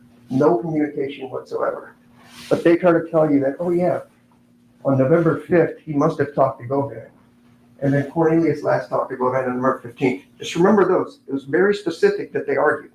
So let's go to the next slide. So what you'll see is on November 5th of 2021, this is Govan's number. Her name is Govan. He's getting a call from Justin Johnson. You see this? This is the communication they had on November 5th. How many seconds is that phone call? Let me break it down to you. Zeros. It never went through. There was no phone call for at least 2 weeks. No text messages. Nothing. And this is the guy I'm supposed to be planning a murder with the most famous person in Memphis. Are you kidding me right now? All right, next slide. So there's an old movie that said the tail wagging the dog. You've got Cornelius telling him what they want to say as he tells you he likes to do. And everything they're trying to do is back up what Cornelius says. There is no explanation why they didn't go talk to Joe or bring him down for questioning. There's none. There's none. All right, next slide. So just go through here. That's 10, 12 phones out there. Go through all of them. Find me a text message where a single human being tells Hernandez Govan, we need to do something. That's evil, that's violent, that's criminal. Browning told you he just came up with these slides just a day or two before all this happened. Because this is 4 years after the fact. And I'm seeing the slides for the first time. And the slides are complete BS because they keep misleading you about stuff. And so if the incriminating text existed, they would have showed them to you. They've cut off records in half, so you can't see the rest of the story. Go to the next slide. We know he agreed with me that these text messages, there's thousands of them with Justin Johnson. It's about music because Justin was in videos and all that stuff, and Govan was there. He was a colleague, a friend, whatever you want to call it. That doesn't make you a murder criminal. And we know he talked to Cornelius about pills. 14 communications is what they call it. What they don't tell you is how many of those 14 actually went through. What were the phone call codes? Remember, 11 is important because that goes to voicemail, or it could be two-way, or the call goes through properly. Is it a text message? I don't know. Last night I'm talking to my daughter just about her boyfriend. Between okay, yeah, no problem, I had 16 communications with my daughter in a span of like 3.5 minutes. It doesn't mean anything, and you can't presume you know what the communications are about if, in fact, for the love of God, they even went through. I've already shown you one bald-faced lie about the government right there. There was no call on November 5th. Keep going. So we have an emoji, we have a 6-minute phone call, and you know this secretive plan, PRE, as his bodyguard told you, this is social media. They do this every year. This is what they do. Remember, he's a man of the community. They put it out there. Everybody knows they're doing turkey emojis every year. Most of you probably know about this. Next. All right, skip this. Let's go to the next one. And then we have this. It's not anything I could get voluntarily out of that man. We had to press and press and press to show that Justin Johnson already knew Joey. Didn't need our guy to do any of it. That is why you will never see a single text message of any incriminating nature. Because I can promise you, had it said anything, a comma out of place, they would have it plastered up here on our board and saying, see, we got him, we got him. Next. All right, so Garner, he said, MPD asked me to do what? Location analysis on a couple of phones, Justin's and Cornelius's. All you have to do is plug in a number on a computer. We could have done it. Hey, it's called email pressure level. Maybe more believable. Even if you choose not to go there, you could just ping it. You don't need the actual phone if you've gotten rid of it, because you can just order the CDRs from the phone companies, he told you. He did cell phone tower analysis for a very short amount of time, and then it just stops. Is this kind of investigation in Memphis we call sufficient to put somebody in prison for life? And none of the other phones were done. Where was Chuck? Hell, where was anybody else in this case? Right? All right, we've got this, so covered that. Go next. We covered the AutoZone thing. I just respectfully ask, if the audacity to put a crumply receipt in front of you that you can't read and just say, Detective Brown, I just know this now. It is not mentioned in any police report anywhere. As I asked him, he couldn't answer the question. But now suddenly it shows up in the phone. We know Dabney knew this was garbage because they talked about the auto part from earlier. You can't put a date, time, place on it. It's all what they call red herrings to mislead you. Think there's something nefarious out there and just use your imagination to convict people. You would never let this happen if it was somebody you cared about when you saw this. Some of you might be supervisors. If this half-assed work is what they brought to your desk, you would fire that person immediately. And don't say you wouldn't, because you would, because it makes you look bad. This whole county is a freaking embarrassment with regards to this trial, and the whole world is watching, and this is what we got. All right, next.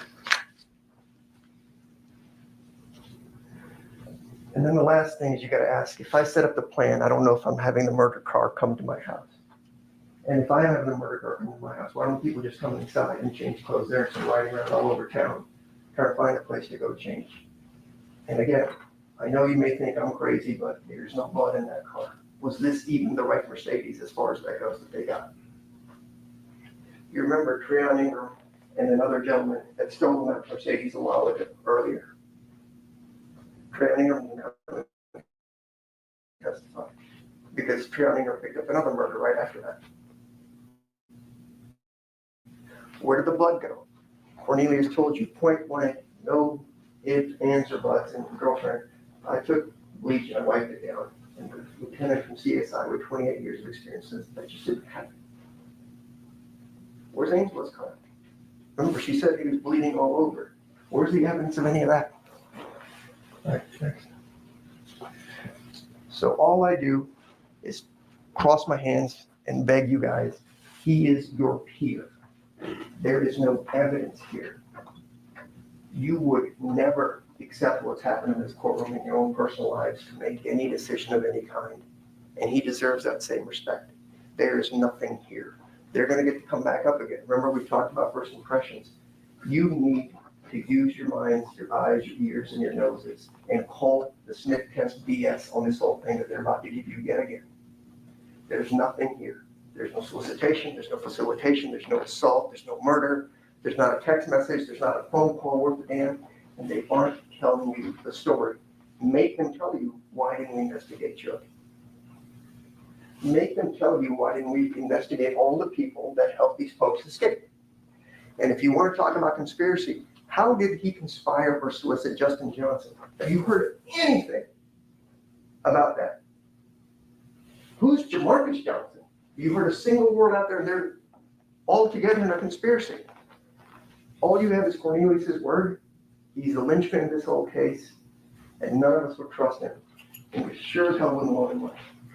And then we have phone records that actually exculpate him.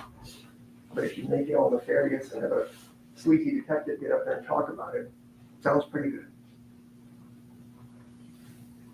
He didn't do it, but you don't have to take my word for it. He didn't prove it. If this case gets a conviction, then I just need to stop being a lawyer because the system is shot to hell. Thank you.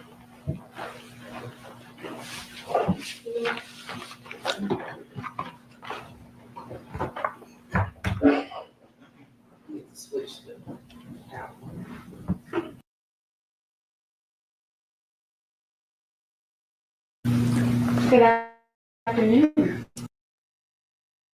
Good afternoon. So earlier this week, you heard me talk about choices.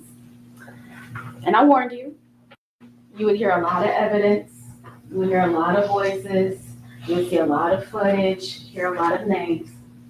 But I also told you, if you'll remember, that the name that you needed to focus on and the name that you needed to remember is Hernandez Govan.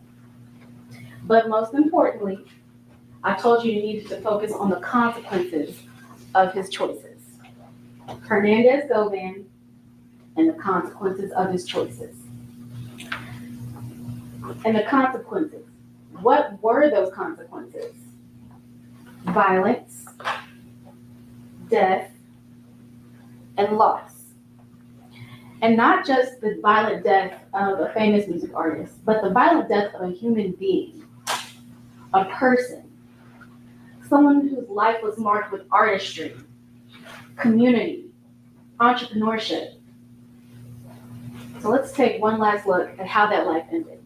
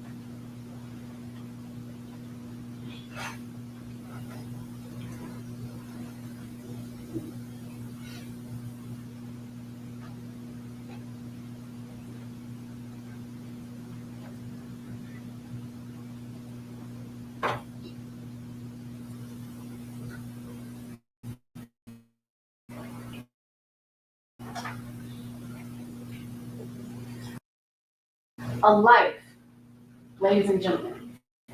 But before I get into how much we've heard this week and what about what the judge instructed you.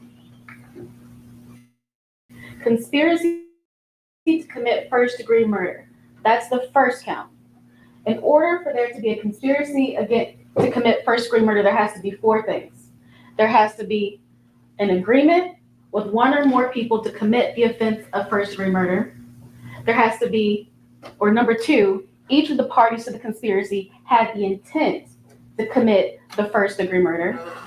3, each party acting for the purpose of promoting or facilitating the commission of the offense of the first-degree murder agreed that one or more of them would engage in the conduct which constitutes the first-degree murder. And 4, one of the parties to the conspiracy committed an overt act in furtherance of the conspiracy. The two important things about this charge is an agreement and an overt act. And in the jury instructions, you heard that an overt act is done by one or more of the parties in order to carry out the intent of the conspiracy. And it must be a step toward the execution of the conspiracy. In first-degree murder cases, often enough, the overt act is the murder. Count number 2, first-degree murder. A definition of first-degree murder is the premeditated killing of another. Number 1, someone unlawfully killed the victim. 2, they acted intentionally. And 3, the killing was premeditated. You heard in the jury instruction that in order for there to be intent, there has to be a conscious objective or a desire. You also heard about criminal responsibility. Criminal responsibility, that basically means that you don't have to be the person that pulls the trigger in order to be responsible for the first-degree murder. The jury instructions say that criminal responsibility is when someone acts with the intent to promote or assist the commission of the offense or to benefit from the proceeds or results of the offense. The defendant acts, solicits, directs, aids, or attempts to aid another person to commit the offense. Further, they don't have to be present when the offense is taking place. Encouragement of the offense is enough. So let's talk about what we heard this week. We heard first from Erica Thornton. She told you that she is the victim's sister. They were close. And the last time that she saw him was on FaceTime. The next thing she hears that her brother was taken from her. She told you about the person that she knew, the brother that she had, and the life that was lost. A life, ladies and gentlemen. We also heard from Raul Hopkins. He told you that he had been employed with Mr. Thornton for years as his security. He explained to you the tension between PRE and CMG. And he explained to you that CMG wanted Thornton to sign with them, but he didn't. And because of that, there's been tension. He talked about diss tracks. He talked about various acts of violence committed on Thornton. And he told you about CMG and their connections. Well, as you've heard from the testimony this week, Hernandez Govan is affiliated with CMG. He has connections within CMG. CMG was in direct conflict with Thornton and the life and the legacy that he built. Govan had an in with CMG. Govan had a direct conflict with the life and the legacy that Thornton built.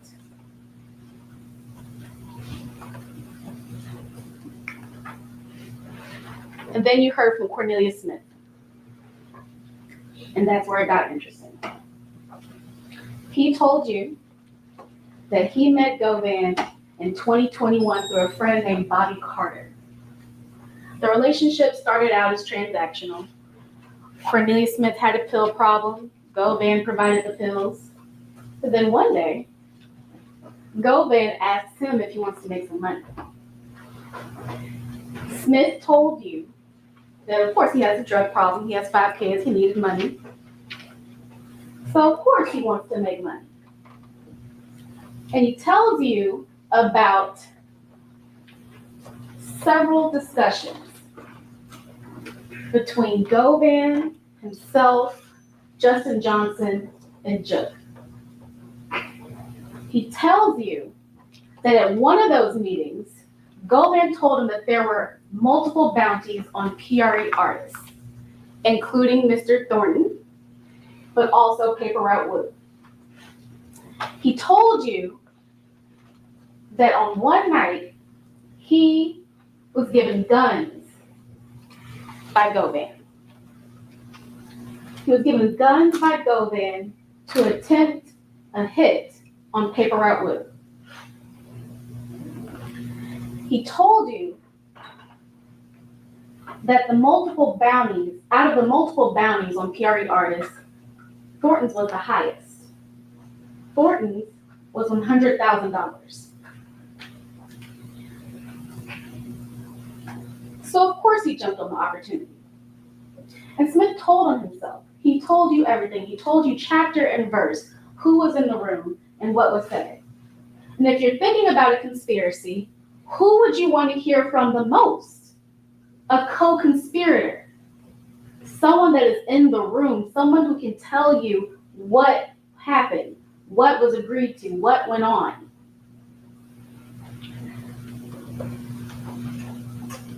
So after he found out about what this bounty was, he talked about November. He talked about how him and Justin knew about a turkey drive that PRE hosts every November. He told you that there were a few days where they went hunting. They knew that there was going to be multiple days where the turkey drives were happening.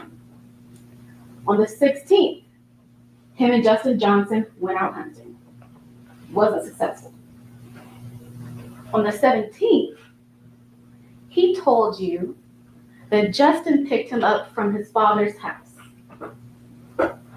He told you that when he picked him up from his father's house, Smith and Johnson went hunting again. So when they were at the intersection of Lamar and Airways, they saw Dolph's car drive past. Earlier this week, I told you that most Memphians know Adolph Thornton's car when they see it. And Cornelius Smith told you the same thing. They knew who it was when he drove past. So they followed the car.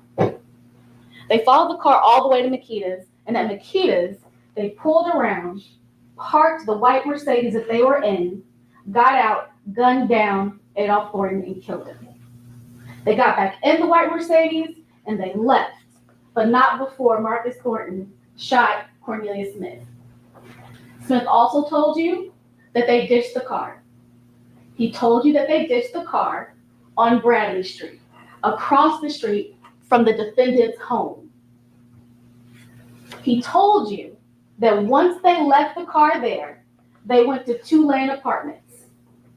At 2-Lane Apartments, that's where they switched clothes. That's where they had their wound kits. And that's where Cornelius realized that he left his phone. He left his phone and he needed a ride. So he used his co-conspirator's phone, Justin Johnson, to contact his girlfriend to pick him up. And you heard that from Angela Arnold too. She told you that she got some communication from a phone number that she did not recognize. A phone number that was not her boyfriend's. It was not Cornelius's. He told her to pick her up, and she did.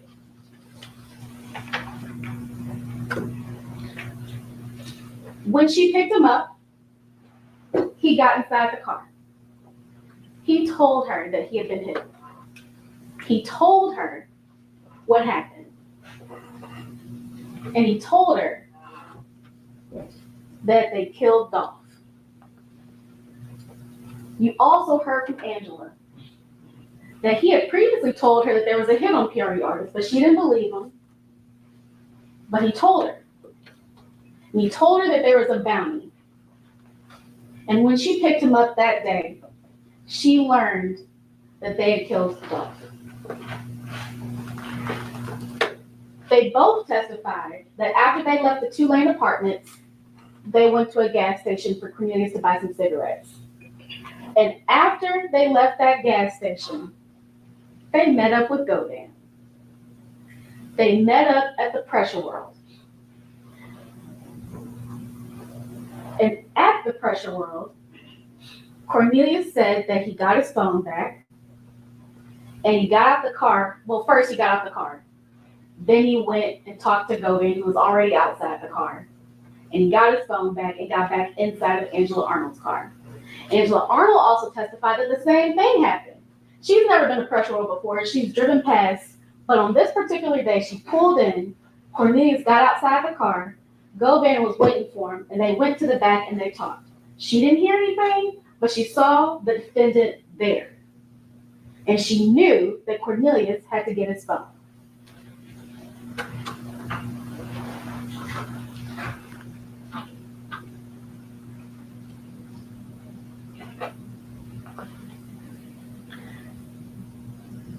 But then, Angela tells us, and she confirms what Cornelius already told you, that they had to get a car cover. She didn't know who the order came from, but she knew that they had to get she knew that they had to get a car cover. And Cornelius testified that he got the cash from Govan to get a car cover. So that's where they went. They got the car cover. But if you remember, Angela Arnold told us that there was some point where she dropped Cornelius off on Bradley Street for him to wipe down the car. She made a loop, she came back and she picked him up. Cornelius told you the same thing. He told you that he wiped down the car. One piece of information given by 2 different people saying the same thing.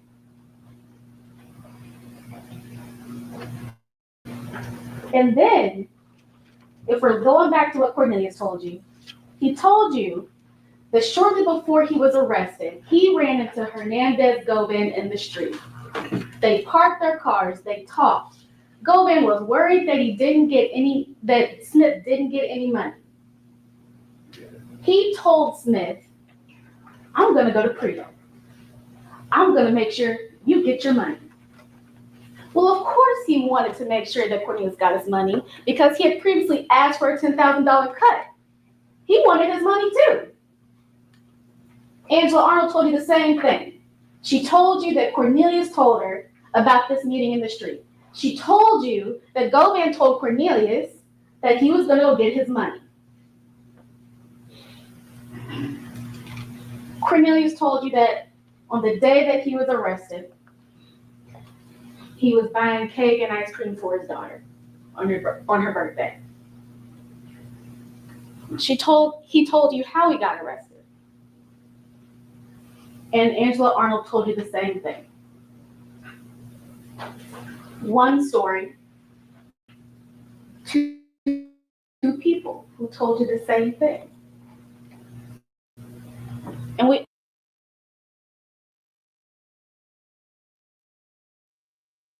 also heard he testified that he and other officers found the white Mercedes in the back of 1174 Bradley, directly across the street from the defendant's home.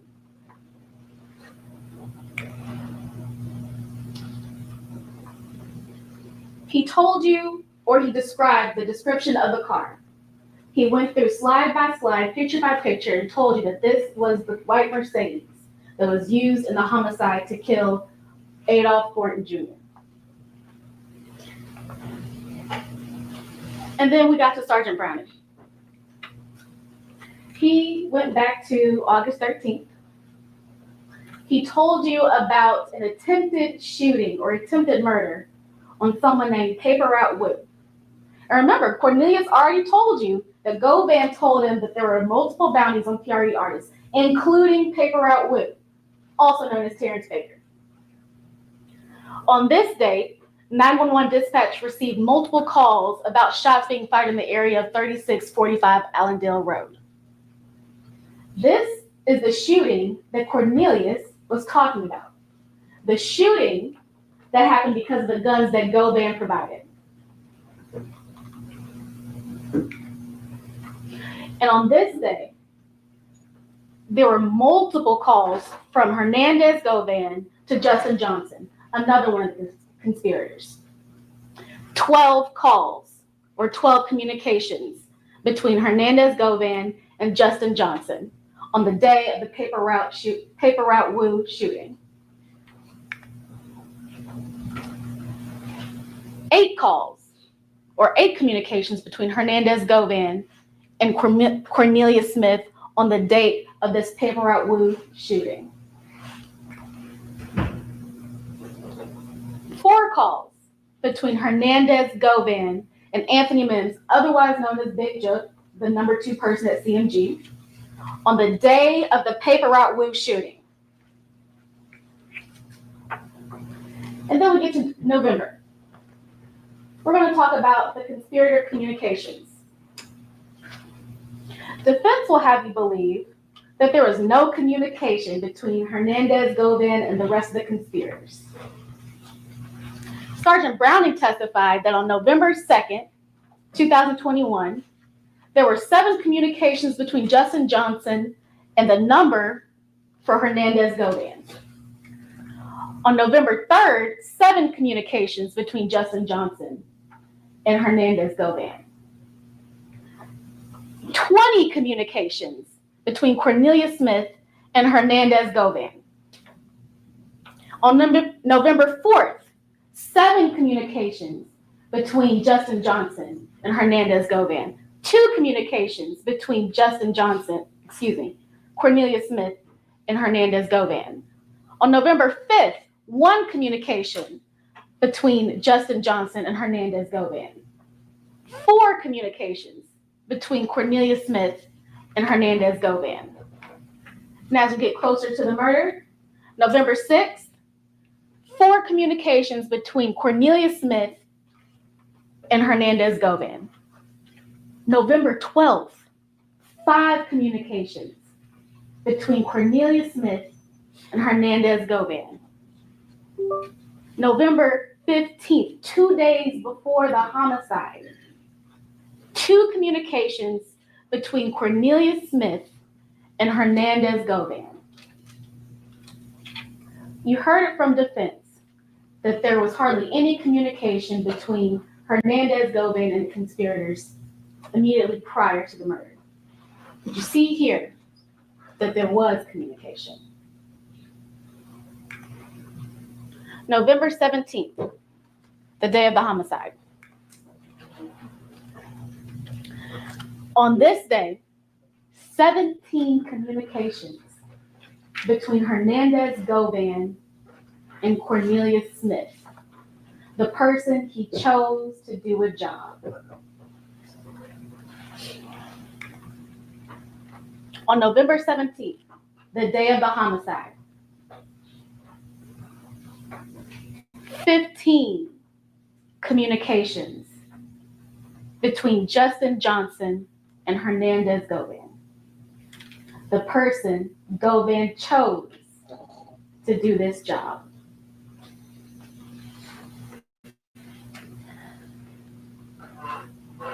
And 3 communications from another number of Hernandez Govan, ending in 1460.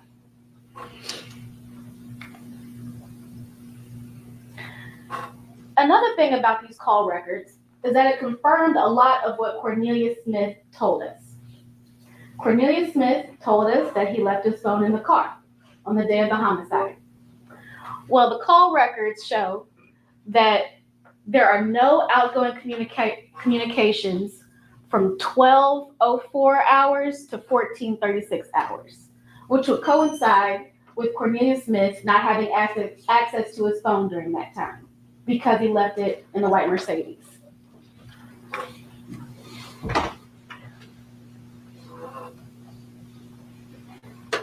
These are surveillance footage that we previously seen. Cornelius Smith told you chapter and verse that it was him and Justin Johnson that did this. He told you they entered into an agreement. He told you that the reason they entered into the agreement was because of the $100,000 bounty.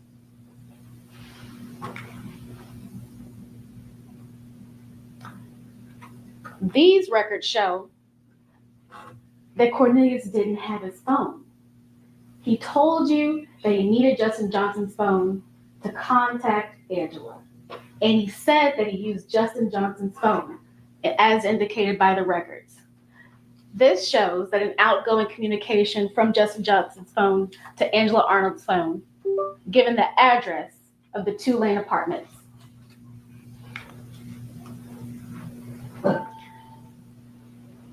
And then he told you that he needed to get his phone back. Well, whose phone did he use? There's an outgoing communication from Angela Arnold's phone saying, "This Zebra, send me bruh number so I can get my phone," to Justin Johnson.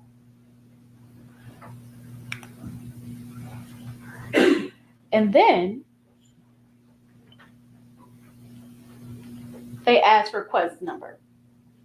And shortly after these text messages were sent, Angela Arnold and Cornelius Smith met Govan at the Pressure World.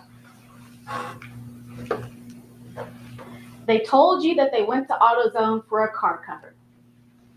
Well, the phone extractions say the same thing.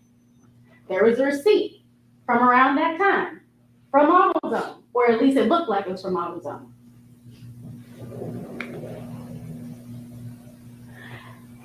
Further, Cornelius told you that he wanted his money. He needed his money.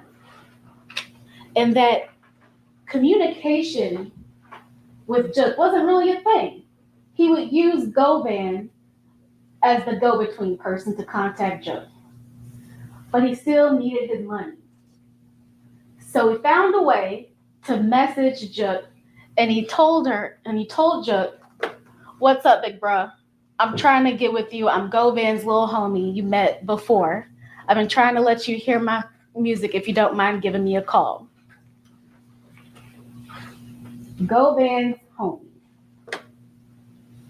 Govan's chosen person for the job. Ladies and gentlemen, we went from this person, this life, to this. You heard from Dr. Samuelberry. 20 gunshot entrance wounds to Adolf Horton's body. We went slide by slide, picture by picture, documenting the injuries that Adolf Thornton received on the day of the homicide. She told you about the manner of death, the cause of death. She went through his injuries, the remote bullets. She told you about the wound on his face. We went from this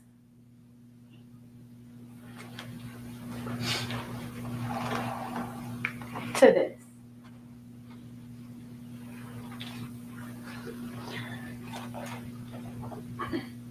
The defense will try to tell you that the police officers didn't do a good job, that the investigation wasn't complete, but yet they put on an officer as their witness. It seems as if the investigation isn't good if it doesn't cater to Hernandez Govan. It seems as if the investigation isn't complete when it doesn't benefit the defense. You heard from Sergeant Browning that this was a 2-part investigation, and that he started to get involved when Angela Arnold talked to officers about Hernandez Govan's involvement. Her interview was December 17, 2021, a month after the murder. It was a month in before they even realized that Hernandez Govan was involved.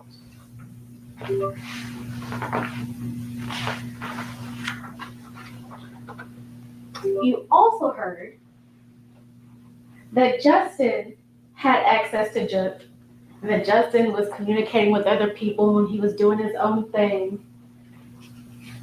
But that doesn't take away from this conspiracy. That doesn't mean that this didn't happen. That doesn't mean that Govan is not involved. Govan already had Chip's contact information. He already had Justin Johnson's contact information. He already had Cornelius Smith's contact information. And if you look at the text messages that the defense entered into evidence, you see that there is communication with people that Hernandez Govan also communicates with, like Joshua Taylor.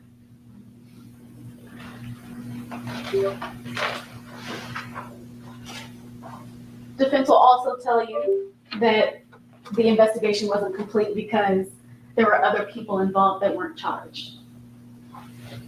Well, we heard from Sergeant Browning that this investigation is ongoing. By definition, a conspiracy is an ongoing crime that is continuous in nature. And sometimes you just don't have all you need to charge people. Sometimes people die.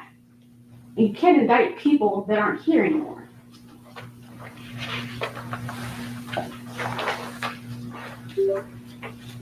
And if all that isn't enough, you heard from someone that was in the room when it happened. You heard Cornelius Smith. You saw the videos. You heard the testimony of Angela Arnold and Sergeant Browning that support what he's telling you.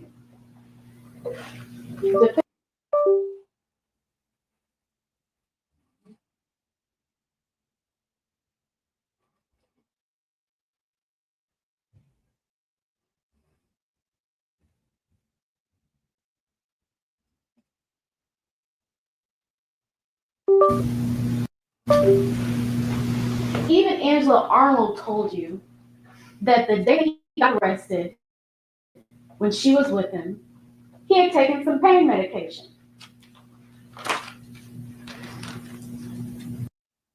And ladies and gentlemen, remember the call records. These communications don't lie. They coincided with dates of importance. The week of the turkey drive, August 13th, the shooting on Paper Route Woo. They don't lie, ladies and gentlemen.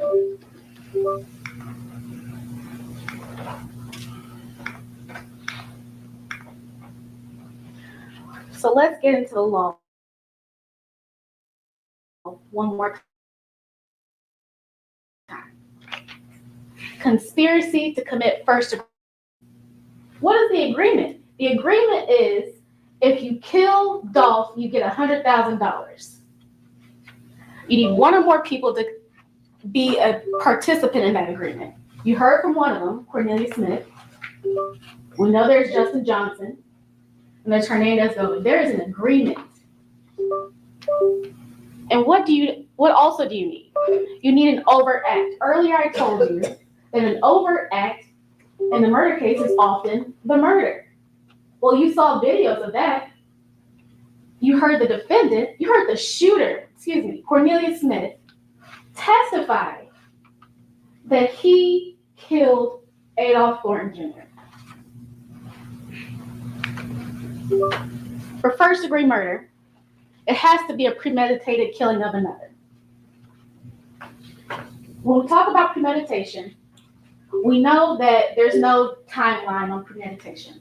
It could be months, it could be weeks, it could be days, it could be a few minutes. All you have to do is have time to reflect. All you have to do is have time to think about what you're doing. Well, they had plenty of time. Cornelius said that they talked about this well before this murder. And we saw that the hit on Paper Route Woo was on August 13th. There was plenty of time to think and reflect about this murder. And as you saw from the video, it happened. For criminal responsibility, all you have to do is you have to have an act with the intent to promote or assist the commission of the offense or to benefit in the proceeds or the results of the offense. Smith told you Govan wanted his cut. He wanted $10,000 from Justin Johnson's cut and from Cornelia Smith's cut. That sounds like proceeds. Further, you don't have to be there when the trigger is pulled. You saw the video, you know that Hernandez Govan wasn't there, but that doesn't mean that he is not responsible for ending this life. Ladies and gentlemen, the state's burden is reasonable doubt. You heard in the jury instructions that reasonable doubt means moral certainty. You have to be certain for every element of the offense. That's my job.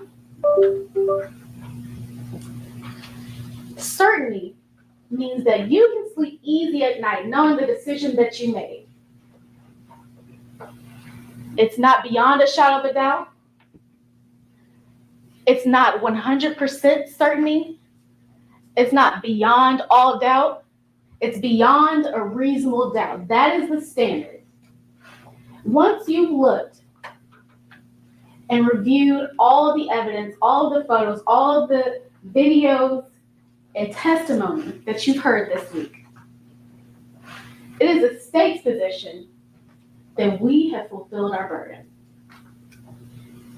We ask that you, the jury, make a choice. We ask that you make a choice to hold the defendant, Hernandez Govan, responsible for his actions. We ask that you find him guilty of first-degree murder and conspiracy to commit first-degree murder. Thank you. Can we take a break here, Honor? Just a second.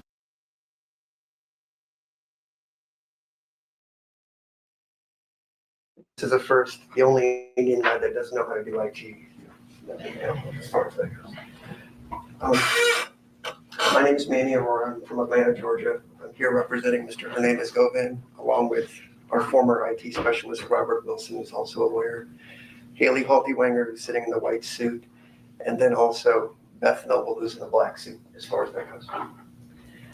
Last week, I talked to you guys a lot about first impressions. And the reason I mentioned that is sometimes the first impression can be wrong. I listened to a very beautiful, eloquent speech from the prosecutor in this case, and it sounds really, really good. But that's the false first impression, because you promised that as a peer of Mr. Govan, you would listen to everything. So let me share to you the rest of the story. This entire case is going to come down to the guy with the machine gun that shot off Adolf Ford. The whole case is going to come down to him and then possibly his girlfriend backing up his story. Remember, Cornelia Smith has made at least 5 different statements to law enforcement over the course of a year where everything changes. He's then met with the prosecution at least 5 or 6 times to go over his testimony prior to testifying here today. So you should ask yourself the question when the judge instructed you, does somebody have a reason to lie? Do they have an interest in the outcome? You are caught red-handed on video, and you're about to see it in a second, taking an AK-47 and lighting it up at a cookie store in broad daylight. He's facing a mandatory life sentence, as I'm going to question him about. And I ask each and every one of you, what would you do if you were facing a mandatory life sentence to get out of it? Why would you need to make so many different statements if you were telling the truth? Because remember, the truth is the truth. You don't need to practice it. You don't need to remember it. It's the truth. So let's see who the government has gotten in bed with to try to prove their case against Hernandez Govan. Robert?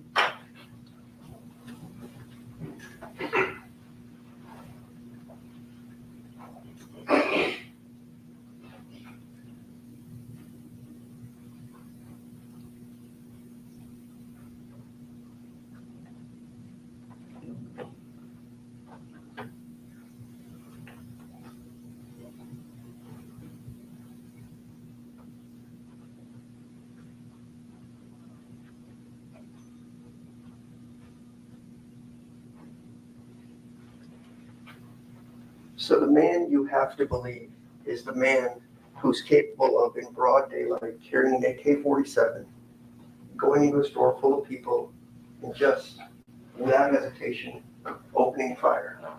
And he's the one that's going to tell you that Mr. Govan did this, this, and this. Nothing that he says can be validated.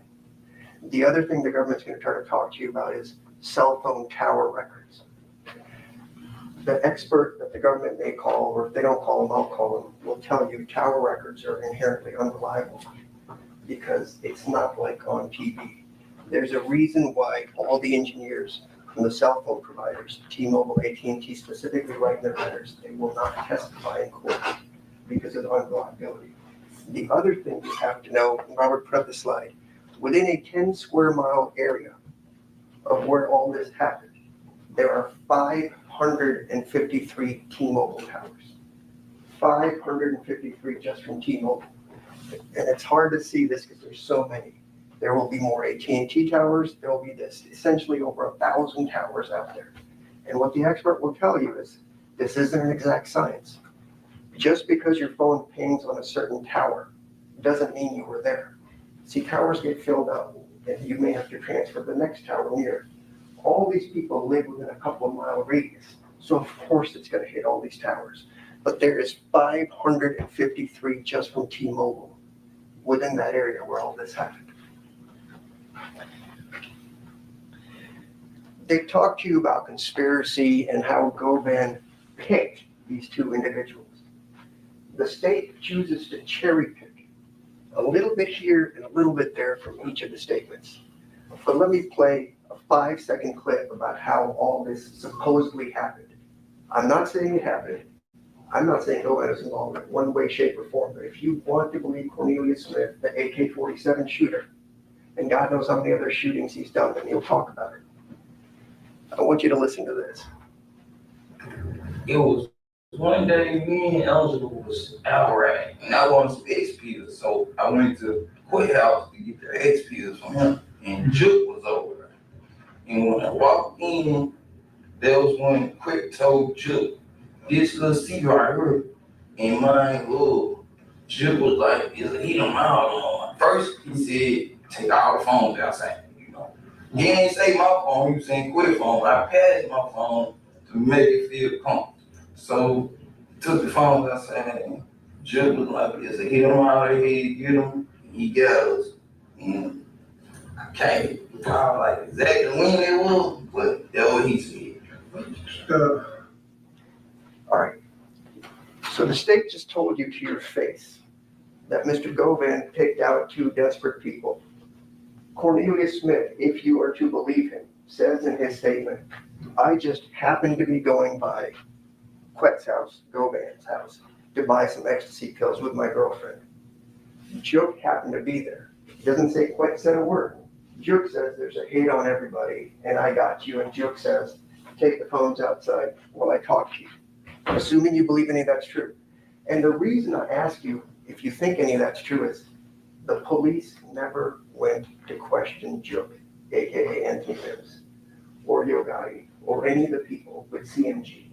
Never once even tried to do an interview. So this is as plain as day. Juke said do it. Quet didn't say anything. Quet lives in the poorest part of Memphis in Orange Mound, sells a few ecstasy pills to make a living, and hustles with some sports gambling. He's a nobody, and that's why I asked you about the peers. He's a throwaway that they can blame. Why did they not talk to Juke or anybody else with CMG? Ever. Now, Juke ended up getting killed in 2024, 2.5 years after the fact.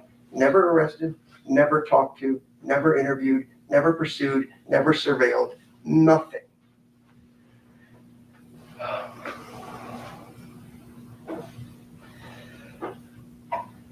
The judge also told you when you assess credibility, you need to look at how well you remember this thing. Cornelius Smith cannot even tell you when he was propositioned to go kill somebody. The shooting happened in November 17, 2021. And the best the police can say is that this meeting where just randomly happened as Cornelius himself has said, was sometime between August and September, 3 months prior to the shooting taking place. 3 months. He will tell you there's no plan. All he was told by Jerk was there's a price on their heads. And that's kind of funny because when the cops, if they testify honestly, will tell you there have been multiple attempts on Mr. Dolph's life. Twice in Charlotte by other folks and once in Los Angeles. Everybody in Memphis knew there was a price on their head because there was a war between PRE and CMG. They were shooting. Gotti's car was shot up here. The song 100 Shots came up after one of these things. There's a rivalry going on and people have been shooting. The police went through this. They know this. They also pulled YouTube videos where people are openly threatening to kill Dolf. It's in their slideshow. You know what they call their investigation? Operation Cookie Monster. That's how tasteful this whole thing has gotten with these folks. I'm sorry, my arms are shaking because I'm so furious that we're here as far as the trial goes.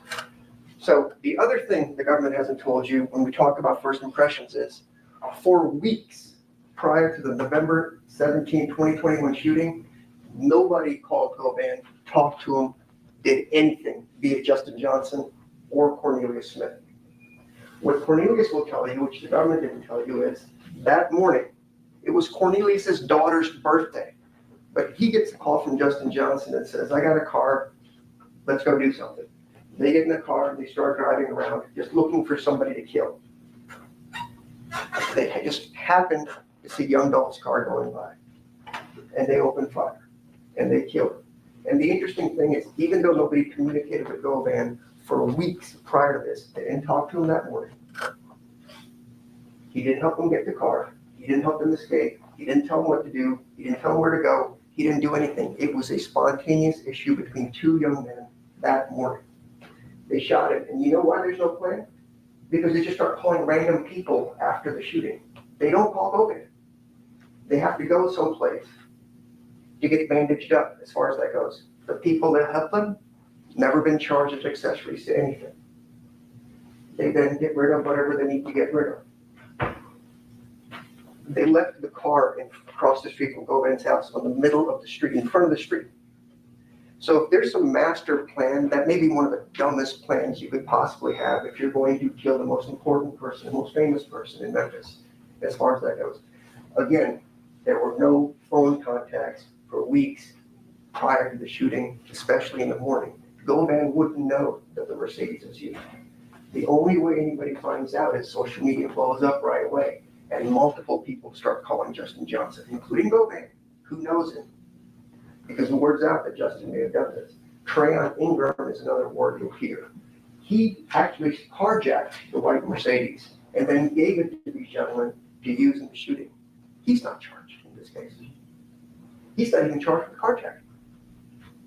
But he happened to pick up another murder right after this happened, and so now he's in custody for the other murder that he committed. Perhaps when making first impressions, you would have wanted to know that.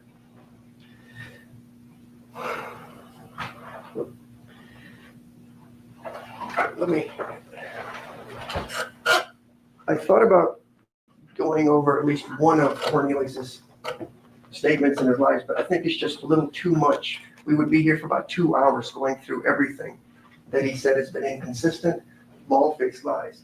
In fact, you know how somebody's lying?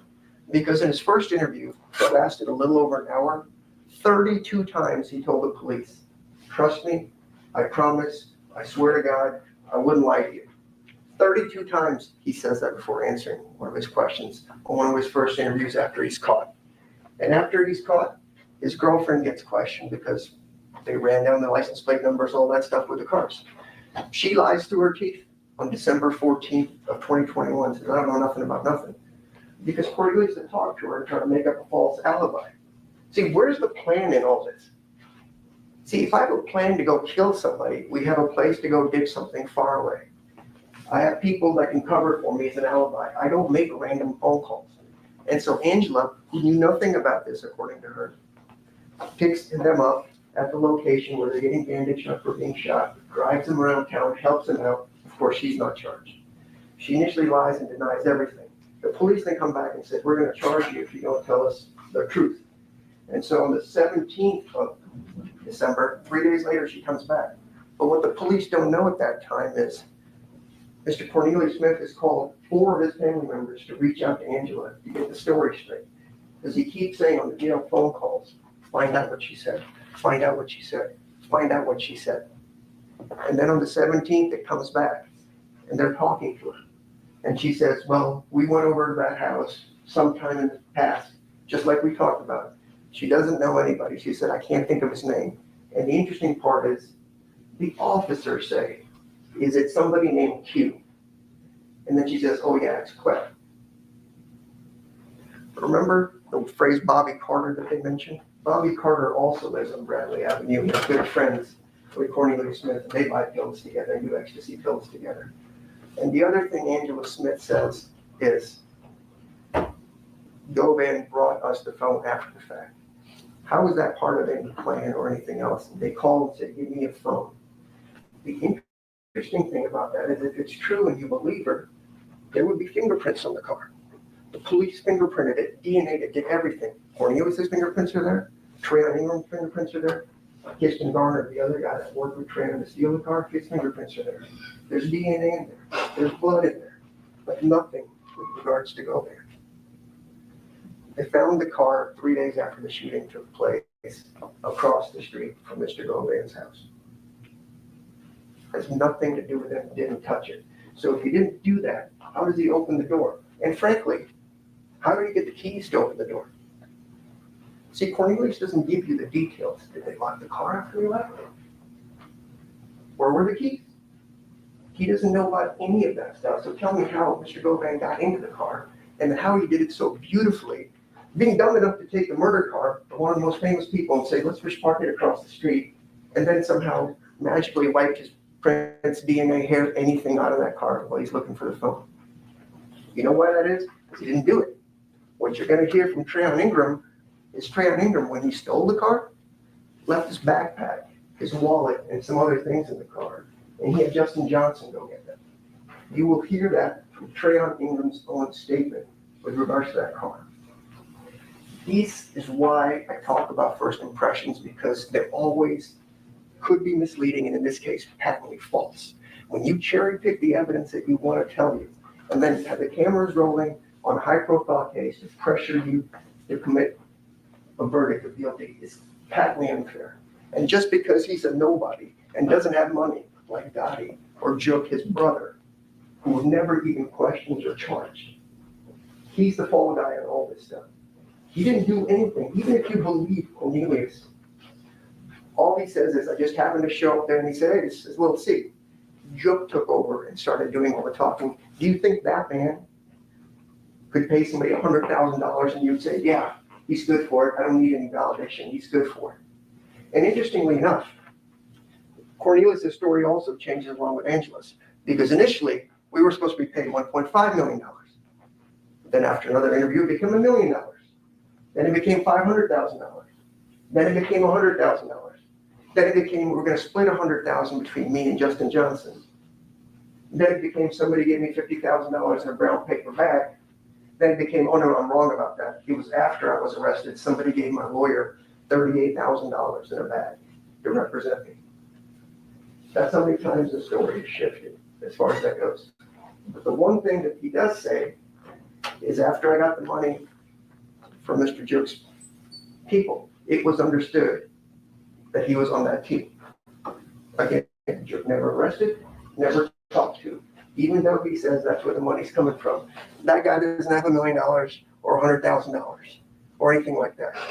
I may walk around wearing fancy ties, but he's indifferent. Jook has found that. I'm here to help him, because people that are labeled as nobodies, I will not tolerate it. He needs to be fought for. He is your peer. We need to do this right. Mr. Govan, stand up. Hold your head up high. Mr. Govan matters. You can't do this to people just for political gain, because you got to solve a crime because somebody famous died. It's just wrong. But you can sit down. We can't have a society like this where you base convictions on assault rifle people opening up fire on somebody. And you remember when I told you he couldn't even remember when that meeting was, that random meeting? The best thing he could do is remember that the meeting was sometime between when he tried to shoot Wu or somebody else. That's the best he could do as far as that goes. And so you have to believe if this meeting happened, for 3 months nothing goes on, and then one day it just happens. Remember I asked you about pork chops and chicken and all that kind of stuff? If you're gonna do something, even if you have a plan and it changes. If you believe any of that, he didn't have any plan. If you have a plan, you have a place to go. You have a place to hide out. You have an alibi built in. None of that happens. None of that happens. And Mr. Cornelius Smith is gonna get up here and tell you, I wanna bare my soul, I wanna come clean, I wanna do all this other stuff. You know, I call BS on that heart because when he tells you that, he will, because he's testified to it before that he wants to bare his soul. He wants to make amends. And ask yourself, why for 4 years didn't he just take a guilty plea and take his life sentence and start making amends? He still hasn't pledged anything. His lawyers in negotiations with the government. There's quote, no deal, but you know, we do good things out of our heart when we're caught dead, red-handed murdering somebody because we don't want any benefit by coming on the stage and telling you whatever you guys want to hear. 6 times with interviews, 6 potentially more times with the government, more interviews. The truth doesn't change. You don't have to remember it. You don't have to practice it. You don't have to rehearse it. It is what it is. And this is not the truth.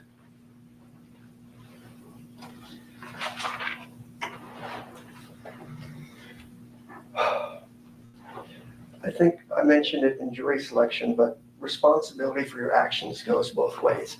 There's going to be a lot lacking in this case. For example, you'll hear about a lot of cell phone records and who may have called who, but the full-on analysis was never, well, I'll just leave that for the expert. It's all coming down to Cornelius and possibly where somebody's phone might have been. You don't know what they said, if they even talked, or if as a friend you're calling somebody after a shooting because everybody starts calling everybody within minutes after this, because social media blew up after this happened. You all know it. You all heard it. Everybody knew about it. Gobin is your peer. He deserves better. We shouldn't be here. High profile TV cameras or not. Sympathy for a young man who's a musician, whatever he was. Nobody deserves to die. But you don't compound the problem by blaming innocent people for it. And even if you don't want to believe he's innocent, you want to believe Cornelius, they sure as heck didn't prove the case beyond reasonable doubt. I talked to you guys about that, like the British system. It's either guilty or they didn't prove it. So I'm asking you to at least at a minimum say he didn't prove it in about 3 or 4 days from now. Thank you.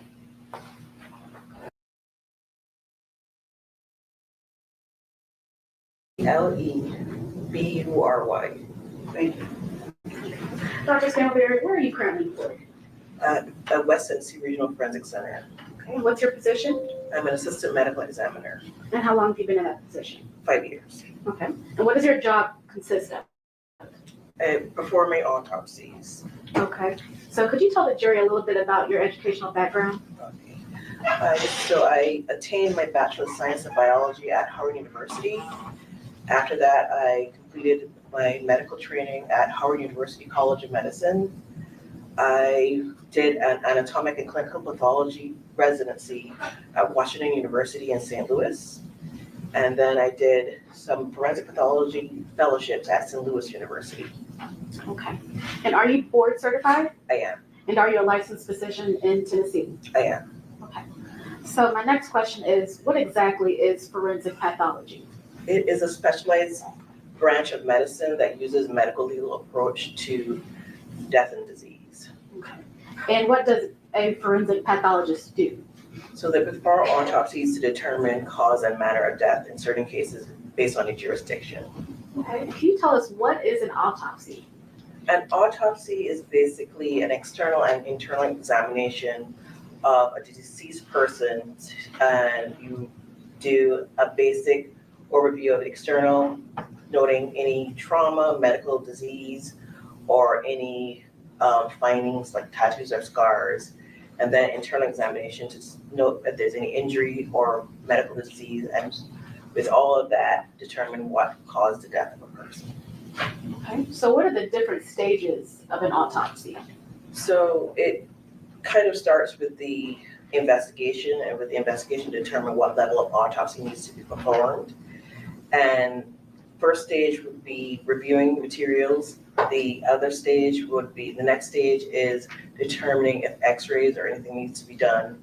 And then external examination, once the body is undressed and photographed, the doctor will take external view of the body, noting any demographic information like hair color, eye color, if their teeth, their tattoos, scars, then note any medical intervention, if they were having IVs, and also any medical disease, if they had any changes on their bodies, and then trauma is assessed externally. Okay. Have you ever performed an autopsy? I have. About how many would you say? Over 2,000. So could you explain to the jury exactly what does cause of death mean? So cause of death is the immediate reason that led to a person no longer living. So it's more what occurred in the body that led to death. So if you were shot, it may lead to exsanguination, you losing blood, and that would lead to your death. So it's basically what started the chain of events that led to someone dying. Is that different from manner of death? It is. How is it different? So the manner of death informs what happens to the cause of death. So manner of death is circumstances around those causes. So if it's something that happened naturally,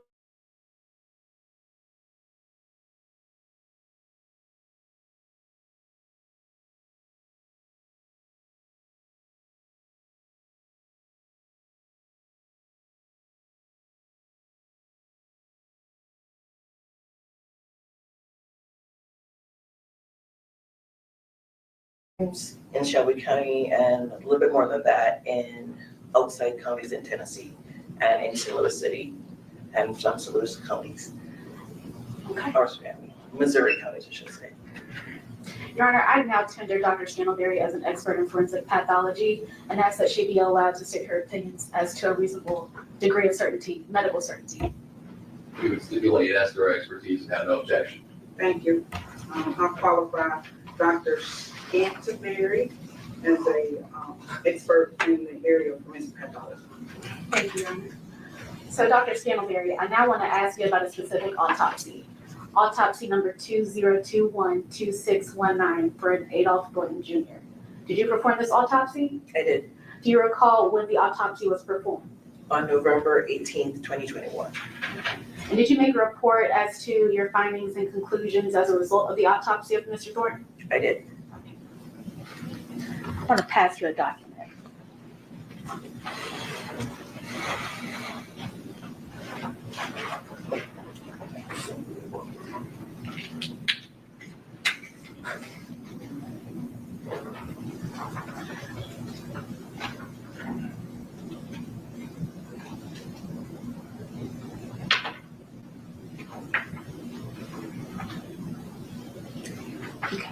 So do you recognize that document I just handed to you? I do. And what is it?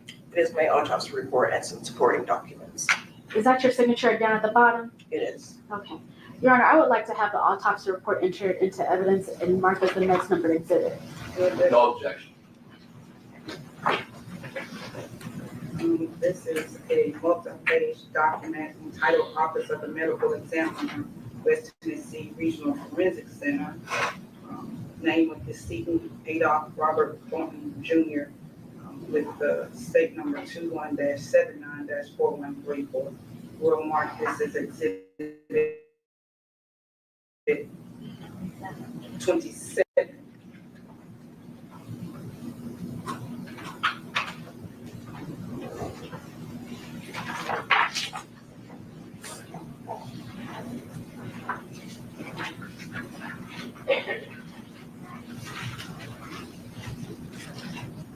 So now I just want to go over the autopsy report a little bit. First, I want to ask you, how did your autopsy proceed? Where did you start? So I started with being notified of the death, and then I reviewed the investigative material that the medical legal death investigator performed or produced. And then I had requested what I needed done for the case. So it will start with me getting x-rays, and then the autopsy technician would be weighing the decedent. They would be taking measurements, and then they would undress them after taking pictures and documenting what they found on the body. And then after pictures are taken of the overall body and certain findings of the body, then more specific photos are taken of the injuries that were found on the body. And then I would start my external examination with everything, all the findings, and then measurements of all the injuries that were on the body. And after that, I performed the autopsy with the assistance of the autopsy technician with their eviscerated body, and I would note what was injured and what was found in each body cavity, and also going to the head. So during the course of the autopsy, you said pictures were taken? Yes. Did you take pictures? Yes. Okay.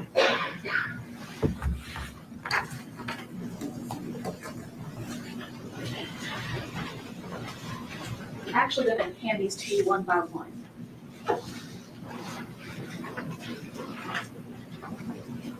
Can you tell me what you see in that picture? So this is the right side of the head and neck, showing a large wound on the right jaw. You can place that one down. So because these have been previously marked, I need to know which one you're sending. Your Honor, this is actually going to be exhibit number 16, previously marked. And now as to the exhibit number 17 that was previously marked, Dr. Scantlebury, can you tell us what you see in that picture? Yes. This is the back side of the body, mostly highlighting the right back with several wounds, and some wounds are noted on the left side of the back as well. And you can see the wound on the right jaw. You can place that one down as well. As to exhibit number 18, could you tell me what you see in that picture? So this is the front side of the body, highlighting the left side, and it shows some gunshot wounds here. Okay, you can place that one down. And as to exhibit number 19, what do you see in that picture? So this shows the right wrist and hand and a little bit of the forearm, and it shows some gunshot wounds. This one mostly highlights a wound at the right wrist. Okay. And this is exhibit number 20. Could you tell us what you see in that picture? So this is a wound of the left forearm right here, and it shows a gunshot wound of the left forearm.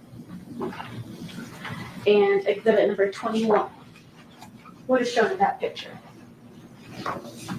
This is an overall picture of some of the clothing that was removed from Mr. Thornton. Okay, you can place that one down. And exhibit number 22, is this also some of the clothing? Yes. This is a shirt. It has some markers that indicate where some defects in the clothing were found. Is that the front or the back of the shirt? I'm not certain, but it looks like the back. Okay. And you can place that one down as well. And exhibit number 23, what do you see in that picture? So this is the front of a shirt, and it also has some markers indicating where some hole defects were found. Okay, you can place that one down. And exhibit 24. This is an undershirt with markers showing where defects were found. Okay, you can place that down. And exhibit 25. This is overall of some property that was found on Mr. Thornton. It has money, some jewelry, some cards, and a condom. Okay, place that one down. And exhibit 26. What is shown in that one? This is an overall view of bullet fragments from the right jaw that were recovered. Okay, you can place that one down. Your Honor, we are asking that those photos that have been previously marked be entered into evidence. Well, marked exhibits will enter into evidence exhibits 16 through 26 that have been previously marked and identified by this witness into evidence. Have you not done it already? If I could have those pictures back. Your Honor, may I have permission to publish to the jury? Judge, may we be briefly approach? You may.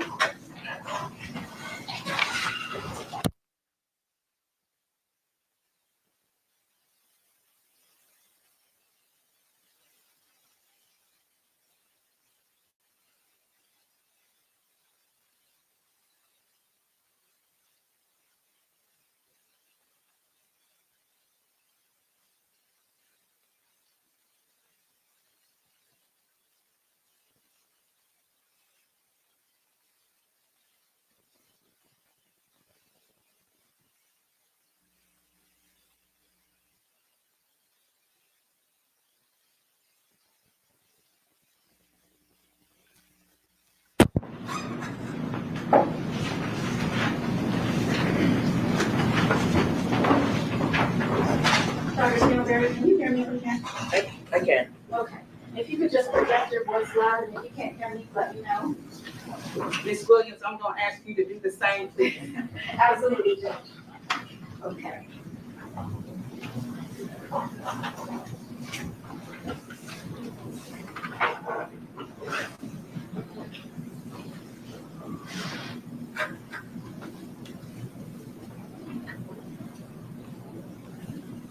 Dr. Scanberry, I believe this photo might be a little bit blurry, but could you tell the jury what is actually shown in this photo? Okay, so this is showing his, do you have a pointer by any chance? You want to.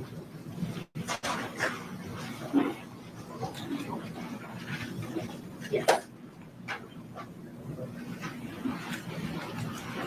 Just press and hold that first button at the top. Thank you.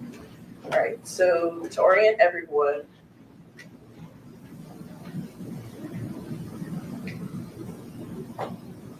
okay, so this is the top of his head. This will be his torso here. This is the right side of the body, his ear, and this large defect here is a gunshot wound on the right jaw. And this is well, I can't really see it that well. But this is the placard with the scale and case number indicating which case it belongs to. So for this wound, did the bullet or bullets hit anything as it passed through the body? It did. Okay, what exactly did it hit? It struck the skeletal muscle and caused a lot of fractures to the mandible, the lower jaw, and it caused fracturing around the gums where the teeth are located in the lower jaw. In your medical opinion, would this wound be catastrophic or fatal? Potentially. Okay, move on to the next one. And just for the record, Your Honor, I am going in order of the exhibits. Thank you.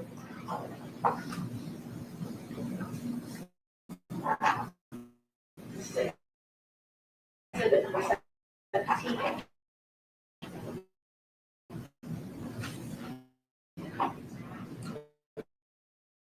Dr. Stimmelberry, can you tell us what we're looking at right here? We're looking at the back of the body. The head is here. The head is here, and his feet would be down here. This is these grades. Entrance wounds. Yes. So for the torso or this area, how many entrance wounds did you calculate? For the torso, 8. Okay. Were there any exit wounds? Yes. Okay. How many exit wounds were there? 4. Was that near the back of the torso or the front of the torso? Front of the torso. Okay. And did any of these bullets hit any vital organs as they passed through the body? They did. And what did it hit? It hit the right lung, liver, the thoracic aorta, which is a major blood vessel that supplies blood to the whole body, small intestine, several ribs, and some vertebrae. And could those wounds be potentially fatal in this instance? Yes. And if I could ask about the trajectory of the bullets as it passed through the torso, what directions were they coming from? So for these wounds of the torso, they had a very mixed pattern, but most of them, the general track is forward. Okay. So it came through The back to the front. Yes. Okay. Moving on to the next one. This is exhibit 18.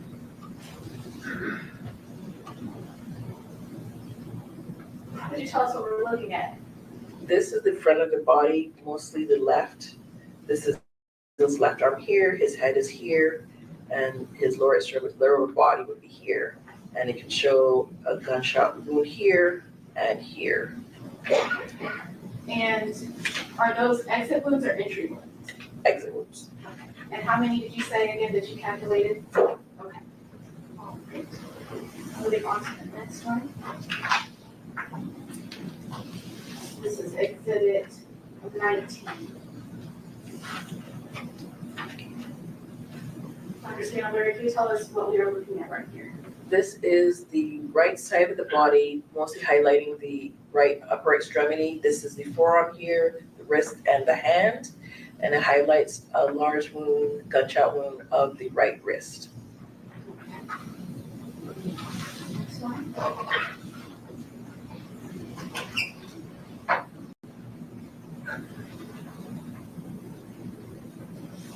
This is exhibit number 20. Does this also show upper extremities? Yes. Okay. So how many wounds are in this exact picture? One. Okay. All right, moving on to the next exhibit, which is exhibit 21. Now, are these the victim's clothing? They are. Okay. So exactly what did he come to, what was he wearing when he came to you? These clothes. Okay. So we have two shirts, pair of jeans, boxers, shoes, and socks. Correct. Okay. Was there any property found within his clothing? They were. Okay.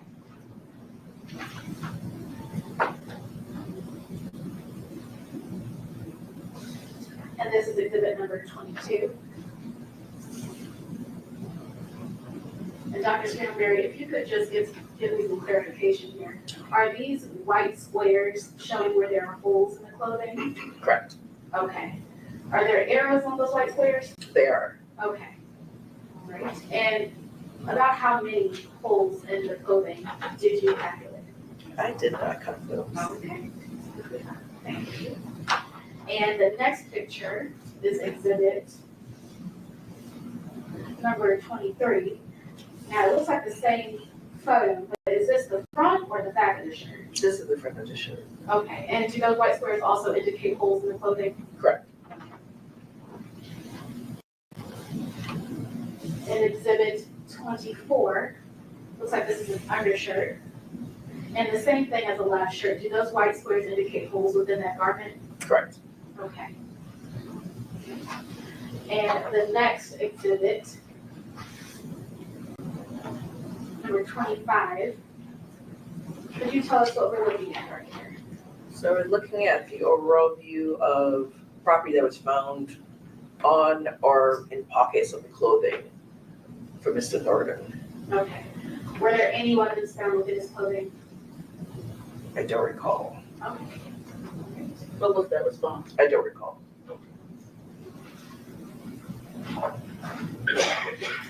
And on to the final exhibit, number 26.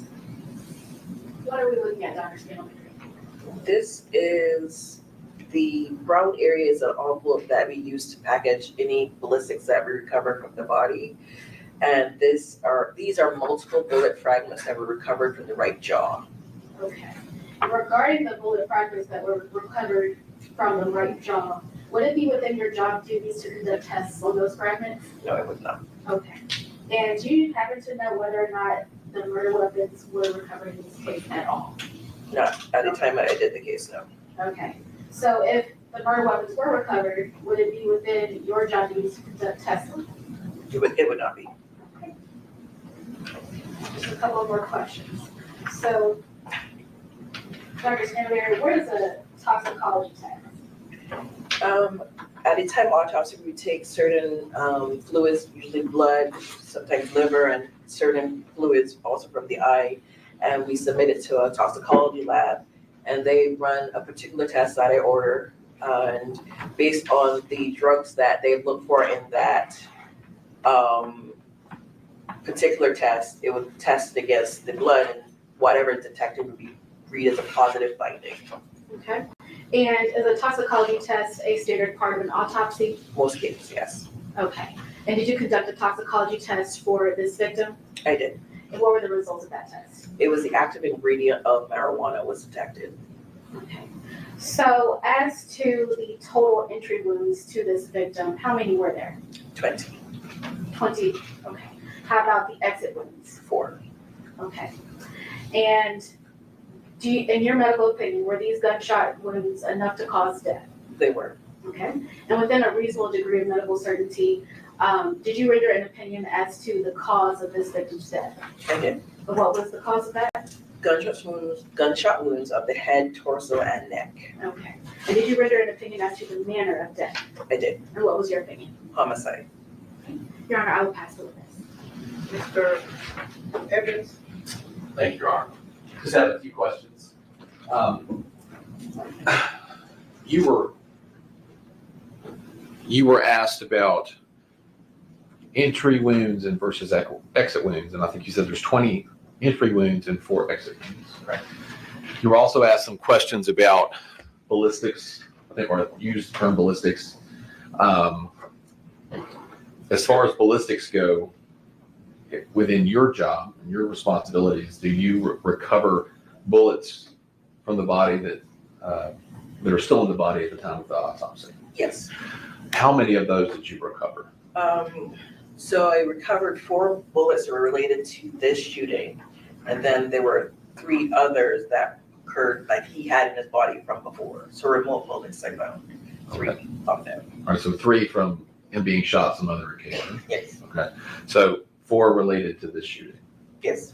And then, does that include fragments, or is that a different category? So in this case specifically, he had several fragments, and some, due to evidentiary value, they're very small. I didn't recover all of them, but I recovered the larger ones, yes. Okay, and is that inclusive in the number that you just gave me of the bullets recovered? Yes. Okay, were some of those intact? Most weren't. Most weren't? Yeah. But to your recollection, were any intact? One was intact.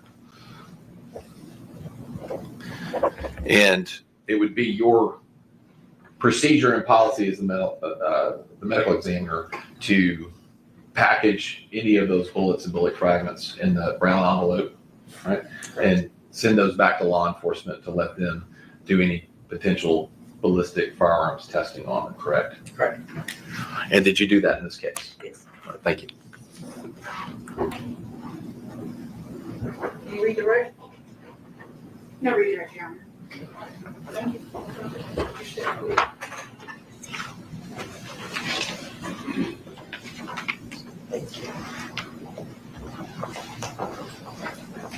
All right, ladies and gentlemen,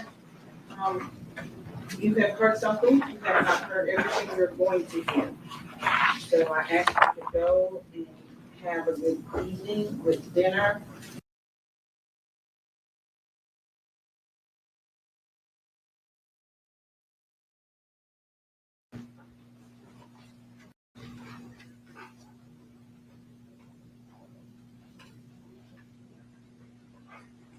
Good morning.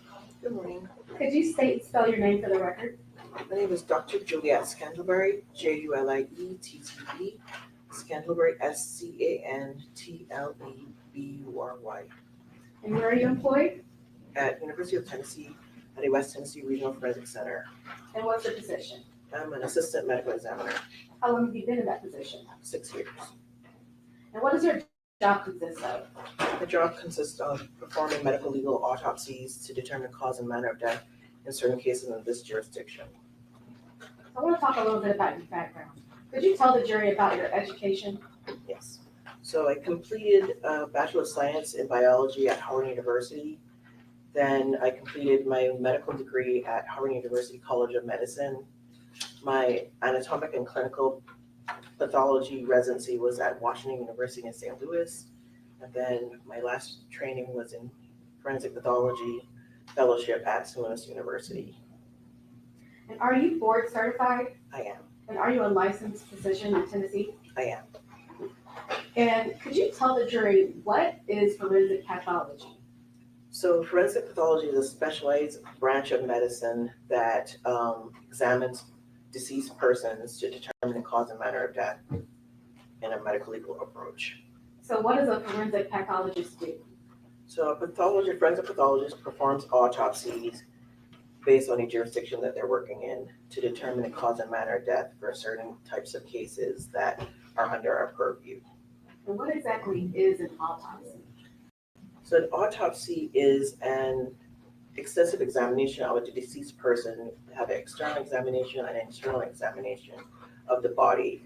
So you look at everything from hair color, eye color, their body habitus, see if they have any scars, tattoos, that's external examination. And then the internal examination, depending on the level of autopsy, we'll look at all body cavities, we'll weigh all organs, we'll see if there's any fluid or any evidence of disease in any organs.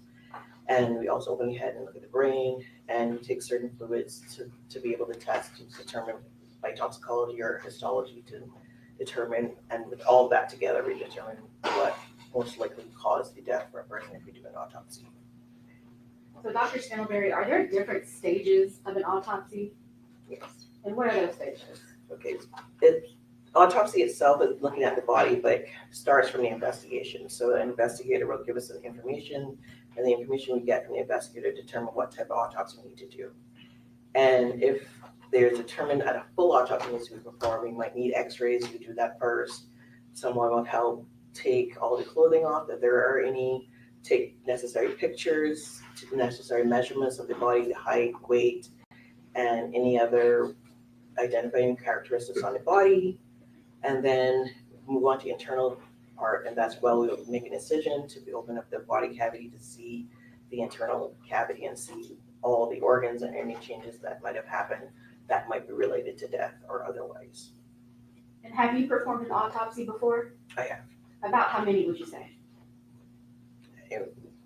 Over 2,000, I stopped counting after that. So could you explain to the jury, what does cause of death mean? So cause of death is the immediate reason that led to a person's death. So it may have different ways of saying, so if it's natural, it would be what medical disease led to the person's death, or if there's any kind of injury that caused the person to no longer be alive. And is that different from manner of death? Yes. How is it different? So manner of death is the classification of that type of death it was. So it will be how you would want to classify the death. So there are 5 manners of death in this jurisdiction. It may vary in places, but here is natural, accident, suicide, homicide, and undetermined. And have you ever testified about your findings from an autopsy you did? Yes. And have you ever been qualified as an expert witness in the area of forensic pathology? I have. And have you been qualified in the courts of this county and other counties? I have. Where have you been qualified before? Illinois, Missouri, and Tennessee. Your Honor, I tendered Dr. Scantleberry as an expert in forensic pathology and asked that she be allowed to state her opinions as to a reasonable degree of certainty, medical certainty. No objection. The court will find that Dr. Scantleberry is an expert in the area of forensic pathology, therefore she can testify as to how many of the her opinions as to that matter. Thank you. Dr. Scantleberry, I want to ask you about a specific autopsy. Did you perform an autopsy for an Adolf Thornton Jr.? I did. Okay. And do you recall when this autopsy was performed? Yes. When was it performed? November 18th, 2021. Okay. And during the course of conducting this autopsy, did you also take pictures of Mr. Thornton's body? Pictures were taken.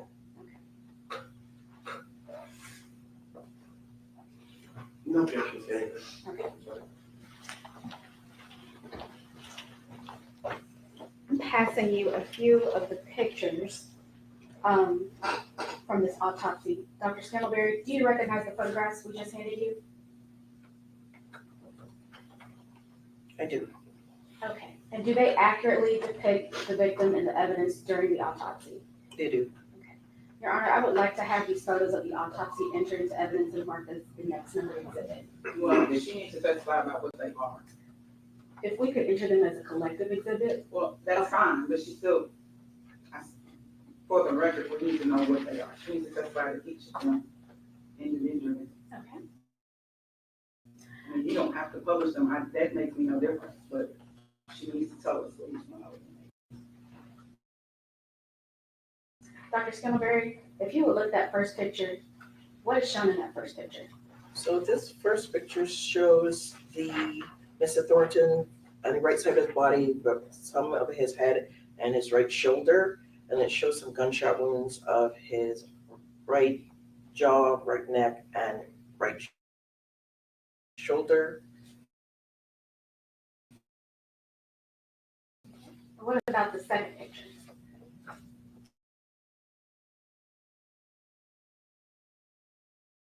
This is a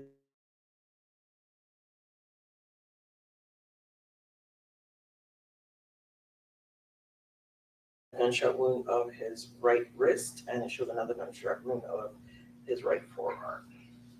And as to the fourth picture? This shows some other gunshot wounds of his left upper extremity. And the fifth picture? So this picture shows the back of Mr. Thornton's body, and you can see both arms and his back, and you can see the majority of the gunshot wounds of the back, and you can also see some gunshot wounds of his upper extremities. And the sixth picture? This is another picture showing the same thing, but it was taken from the left side of the body, showing gunshot wounds of the back and upper extremities.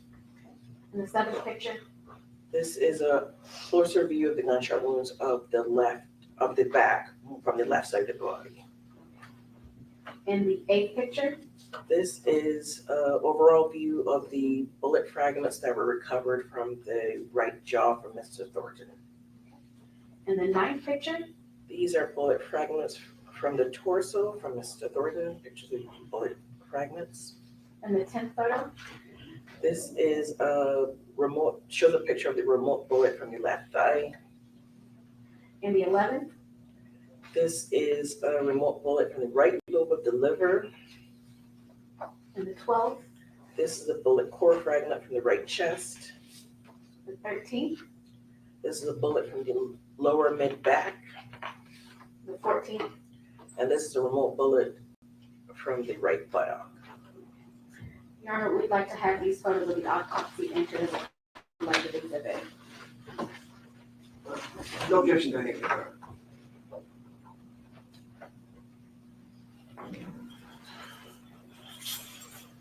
We're gonna make this a collective exhibit.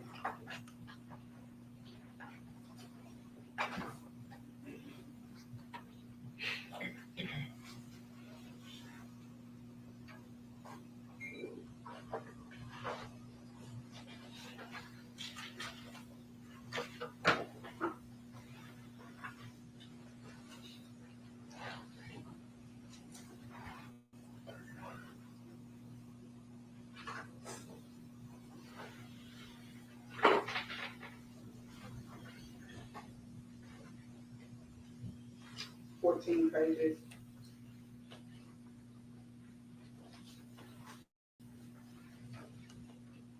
The first 7 pages are multiple pictures of Mr. Thornton's body with multiple gunshot wounds. The next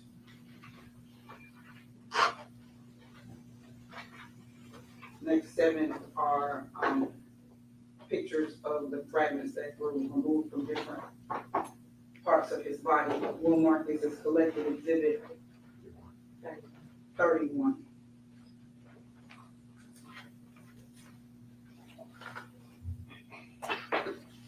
Thank you. May we have permission to publish? Yes. Dr. Skimelberry, we're going to start with the first photo that you viewed. Could you tell us what is seen in this photo? So in this photo, you see the right side of Mr. Thornton's body.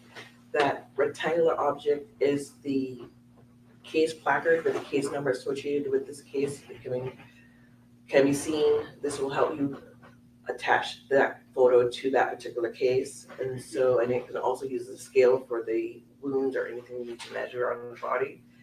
So on the right side of the body, you see those defects in his right jaw and right neck. Those are gunshot wounds of his right neck and right jaw. And then there's some gunshot-related injuries of the right shoulder. Did you have any specific findings as to this injury? Yes. What were those findings? So the injuries of the right jaw and the right neck cause injury to the tongue and skeletal muscle and the right mandible, which is the lower part of your jaw. Those were injured. Moving on to the second photo that you viewed. What is shown in this photo? This is the photo of his right arm. So to the right of the image, that is his right arm. And most of what you can see is right forearm. And this is the front side of it, the anterior portion. You can see those two large defects are gunshot wounds. Okay. Were there exit wounds on this part of his body? Not that one. Those are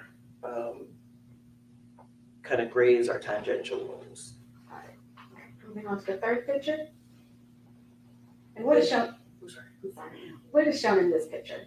This is a photo of the right side of the body, and you can see a gunshot wound in the right wrist.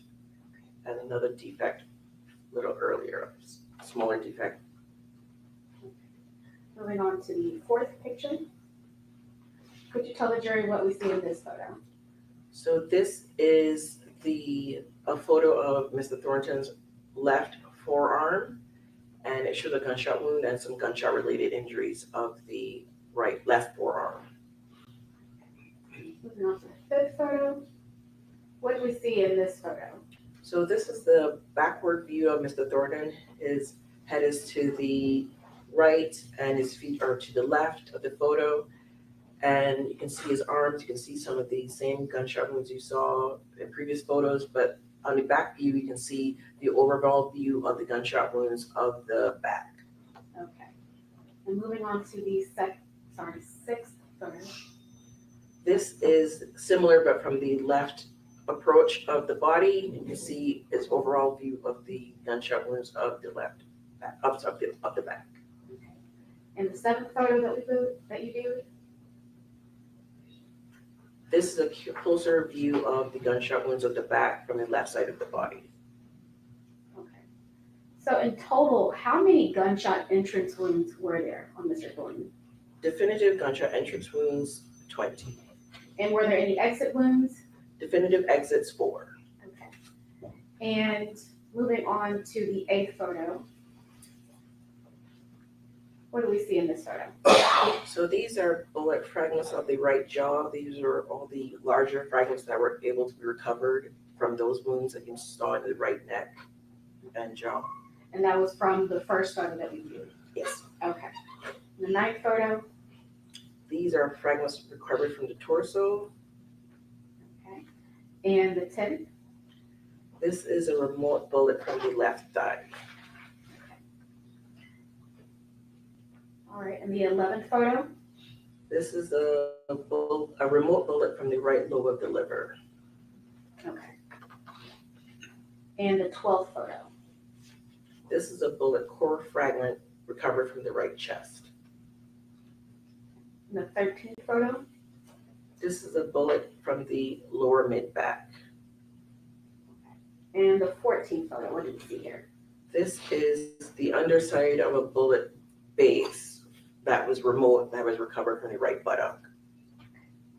Can you describe to the jury, what is a remote bullet? So remote is people use different words. You can say remote or old, but I choose to use remote. Remote means it's a bullet that is related to a previous injury or previous shooting, not the shooting that led to their death in this case. It's happened before. Okay. And how many, or do you recall how many remote bullets you might have found? There were 3. Okay. So, Dr. Scantlebury, within a reasonable degree of medical certainty, did you render an opinion as to Mr. Thornton's cause of death? I did. And what was that opinion? Gunshot wounds of the head, neck, and torso. And did you render an opinion as to the manner of death? I did. And what was that opinion? Homicide. Your Honor, I will pass the witness. No question, Your Honor. Thank you, Dr. Stanford. Thank you, Dr.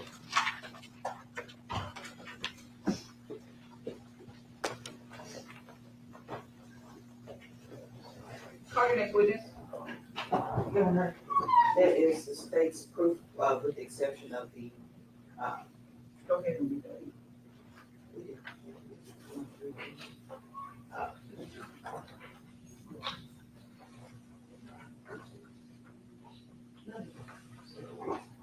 is it something that you wanted us to read into evidence? This was just a stipulation. Oh, that wasn't a stipulation. No, it was. Your Honor, I'll stipulate to the phone records, no problem. Did we already put it in evidence? No, We no. talked about it. We have put it in evidence. So ladies and gentlemen, when you go back to deliberation, you will have everything that's been entered as an exhibit. There are at least two documents or two exhibits that you haven't necessarily heard specific proof about. They are called, what you might have heard is CDRs, called detail records. The law will allow certain records to be entered into evidence without testimony about them. And so that's what Ms. Taylor is getting ready to enter into evidence now. It's been redefined by the state, and there was one that was entered yesterday also. So you'll have a few things that you can review, but you haven't necessarily heard testimony about. Attached with the self-authenticating document and the flash.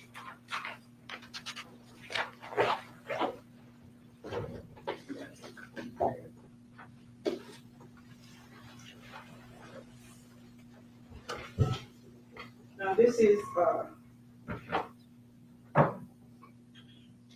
self-authenticating document for phone number 901-283-3878.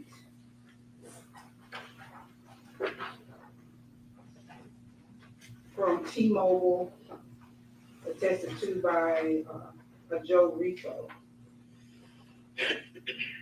Also I have here is a zip drive, a blue zip drive that has Joshua Taylor's name on the outside of the envelope, and it has CDR. So these are the call detail records for one Joshua Taylor. Let's enter this as collective exhibit 32.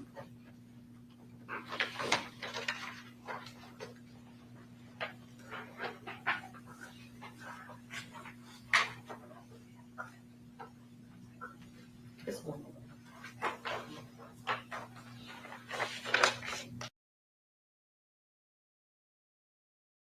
Communications from another number of Hernandez Govan, ending in 1460.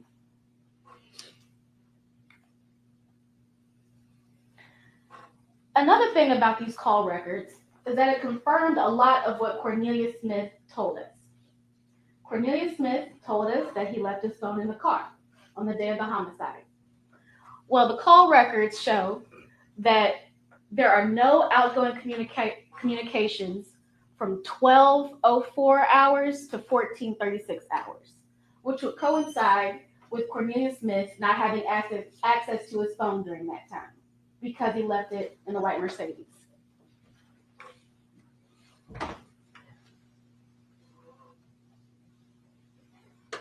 These are surveillance footage that we've previously seen. Cornelius Smith told you chapter and verse that it was him and Justin Johnson that did this. He told you they entered into an agreement. He told you that the reason they entered into the agreement was because of the $100,000 bounty.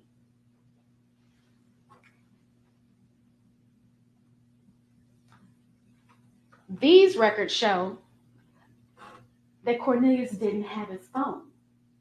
He told you that he needed Justin Johnson's phone to contact Angela. And he said that he used Justin Johnson's phone, as indicated by the records.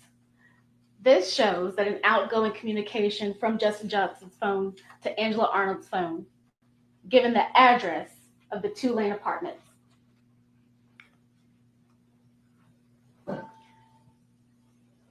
And then he told you that he needed to get his phone back. Well, whose phone did he use? There's an outgoing communication from Angela Arnold's phone saying, "This Zebra, send me bruh number so I can get my phone," to Justin Johnson.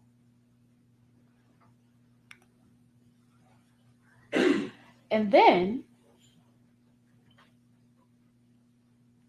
they asked for Quez's number. And shortly after these text messages were sent, Angela Arnold and Cornelia Smith met Govan at the Pressure World. They told you that they went to AutoZone for a car cover.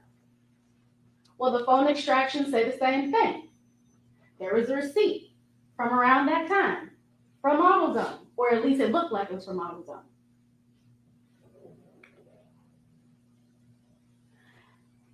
Further, Cornelius told you that he wanted his money. He needed his money. And that communication with Judd wasn't really a thing. He would use Govan as the go-between person to contact Judd. But he still needed his money. So he found a way to message Judd, and he told Judd, "What's up, big bro? I'm trying to get with you. I'm Govan's little homie you met before. I've been trying to let you hear my music if you don't mind giving me a call." Govan's homie. Govan's chosen person for the job. Ladies and gentlemen, we went from this person, this life, to this. You heard from Dr. Stanleyberry. 20 gunshot entrance wounds to Adolph Gordon's body. We went slide by slide, picture by picture, documenting the injuries that Adolph Gordon received on the day of the homicide. She told you about the manner of death, the cause of death. She went through his injuries, the remote bullets. She told you about the wound on his face.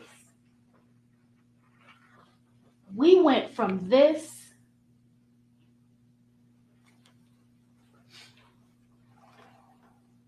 to this.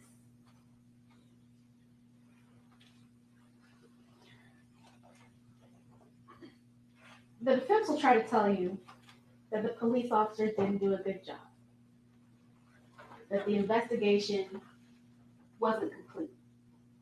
But yet, they put on an officer as their witness. It seems as if the investigation isn't good if it doesn't cater to Hernandez Govan. It seems as if the investigation isn't complete when it doesn't benefit the defense. You heard from Sergeant Browning that this was a 2-part investigation, and that he came and he started to get involved when Angela Arnold talked to officers about Hernandez Govan's involvement. Her interview was December 17, 2021, a month after the murder.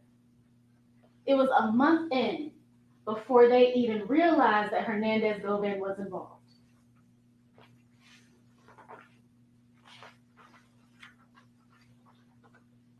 You also heard that Justin had access to Judd, and that Justin was communicating with other people and he was doing his own thing.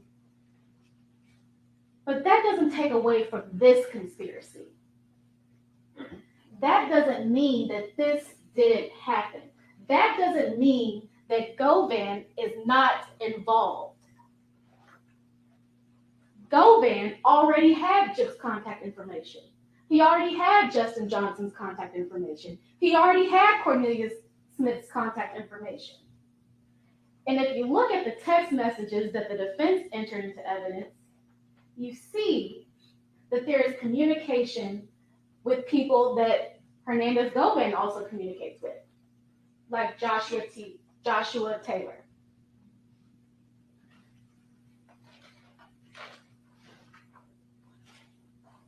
Defense will also tell you that the investigation wasn't complete because there were other people involved that weren't charged.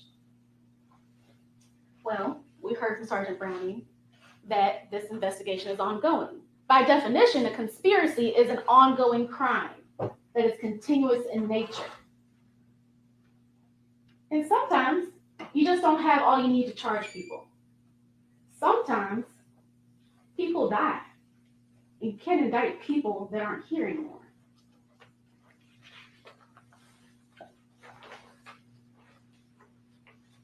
And if all that isn't enough, you heard from someone that was in the room when it happened. You heard Cornelius Smith. You saw the videos. You heard the testimony of Angela Arnold and Sergeant Browning that support what he's telling you. Defense introduced a video of Cornelius Smith on December 9th, 2021, the day that he got arrested. He told you himself he was a pillhead. He was high. And you saw that in the video. Even Angela Arnold told you that the day that he got arrested, when she was with him, he had taken some pain medication. And ladies and gentlemen, remember the call records. These communications don't lie. They coincided with dates of importance. The week of the turkey drive, August 13th, the shooting on Paper Route Woo. They don't lie, ladies and gentlemen.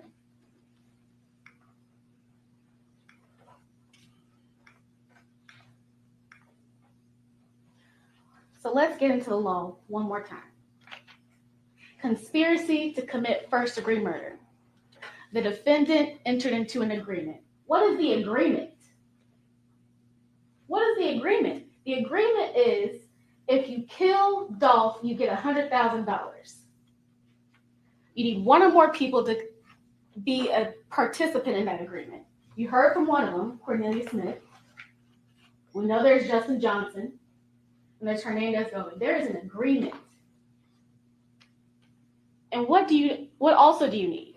You need an overt act. Earlier I told you that an overt act in the murder case is often the murder.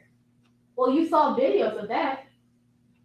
You heard the defendant, you heard the shooter, Cornelius Smith, testify that he killed Adolph Thornton Jr. For first-degree murder, it has to be a premeditated killing of another. When we talk about premeditation, we know that there's no timeline on premeditation. It could be months, it could be weeks, it could be days, it could be a few minutes. All you have to do is have time to reflect. All you have to do is have time to think about what you're doing. Well, they had plenty of time. Cornelius said that they talked about this well before this murder. And we saw that the hit on Paper Route Woo was on August 13th. There was plenty of time to think and reflect about this murder. And as you saw from the video, it happened. For criminal responsibility, all you have to do is you have to have an act with the intent to promote or assist the commission of the offense or to benefit in the proceeds or the results of the offense. Smith told you Govan wanted his cut. He wanted $10,000 from Justin Johnson's cut and from Cornelius Smith's cut. That sounds like proceeds.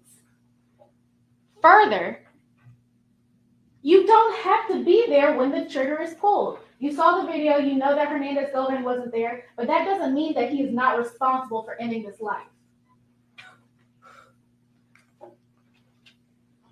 Ladies and gentlemen, the state's burden is reasonable doubt. You heard in the jury instructions that reasonable doubt means moral certainty. You have to be certain for every element of the offense. That's my job.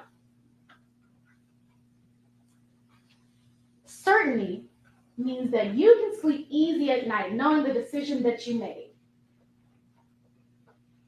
It's not beyond a shadow of a doubt. It's not 100% certainty. It's not beyond all doubt. It's beyond a reasonable doubt. That is the standard.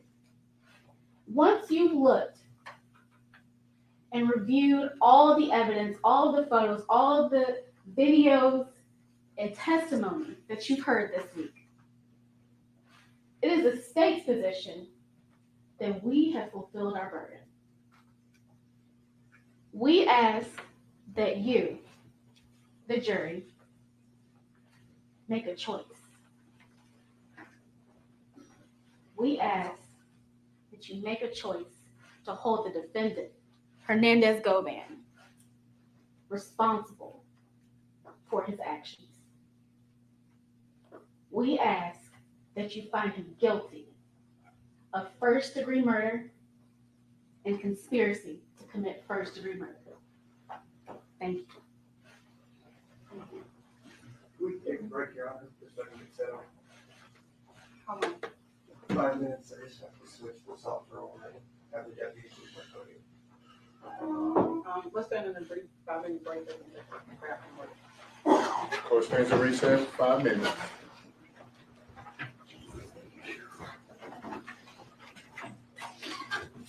No, we need more.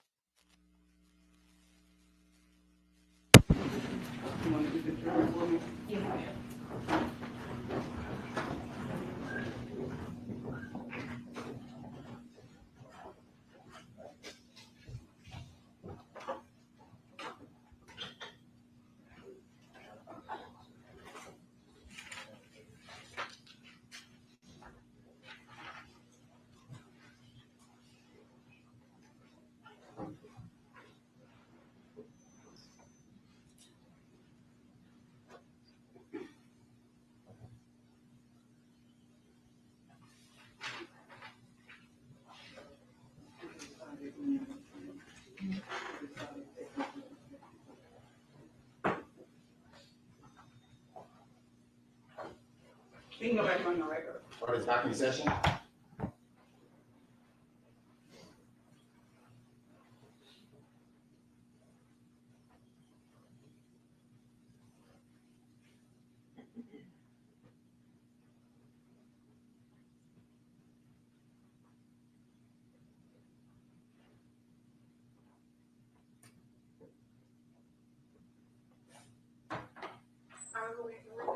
Yes.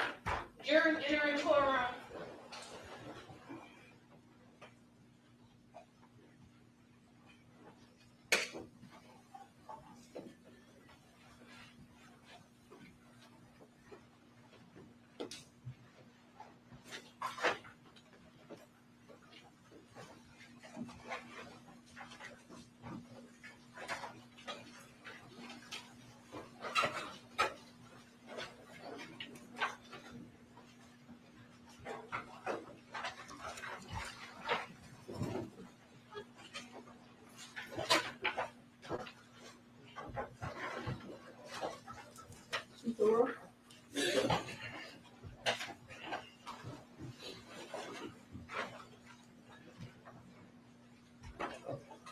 Ladies and gentlemen, I want to thank you for your time this past week.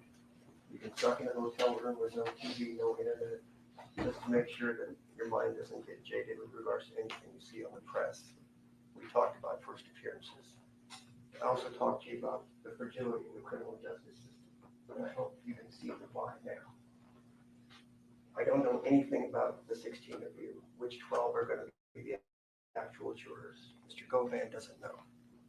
I don't know if you have kids, if you're rich, if you're poor, if you live in Orange Mountain, if you live in a nice part of Nashville, Memphis, you see that I'm from Atlanta. But all I have is trust in you because you said you are peers to Mr. Govan. Mr. Govan, stand up. Come more while I talk.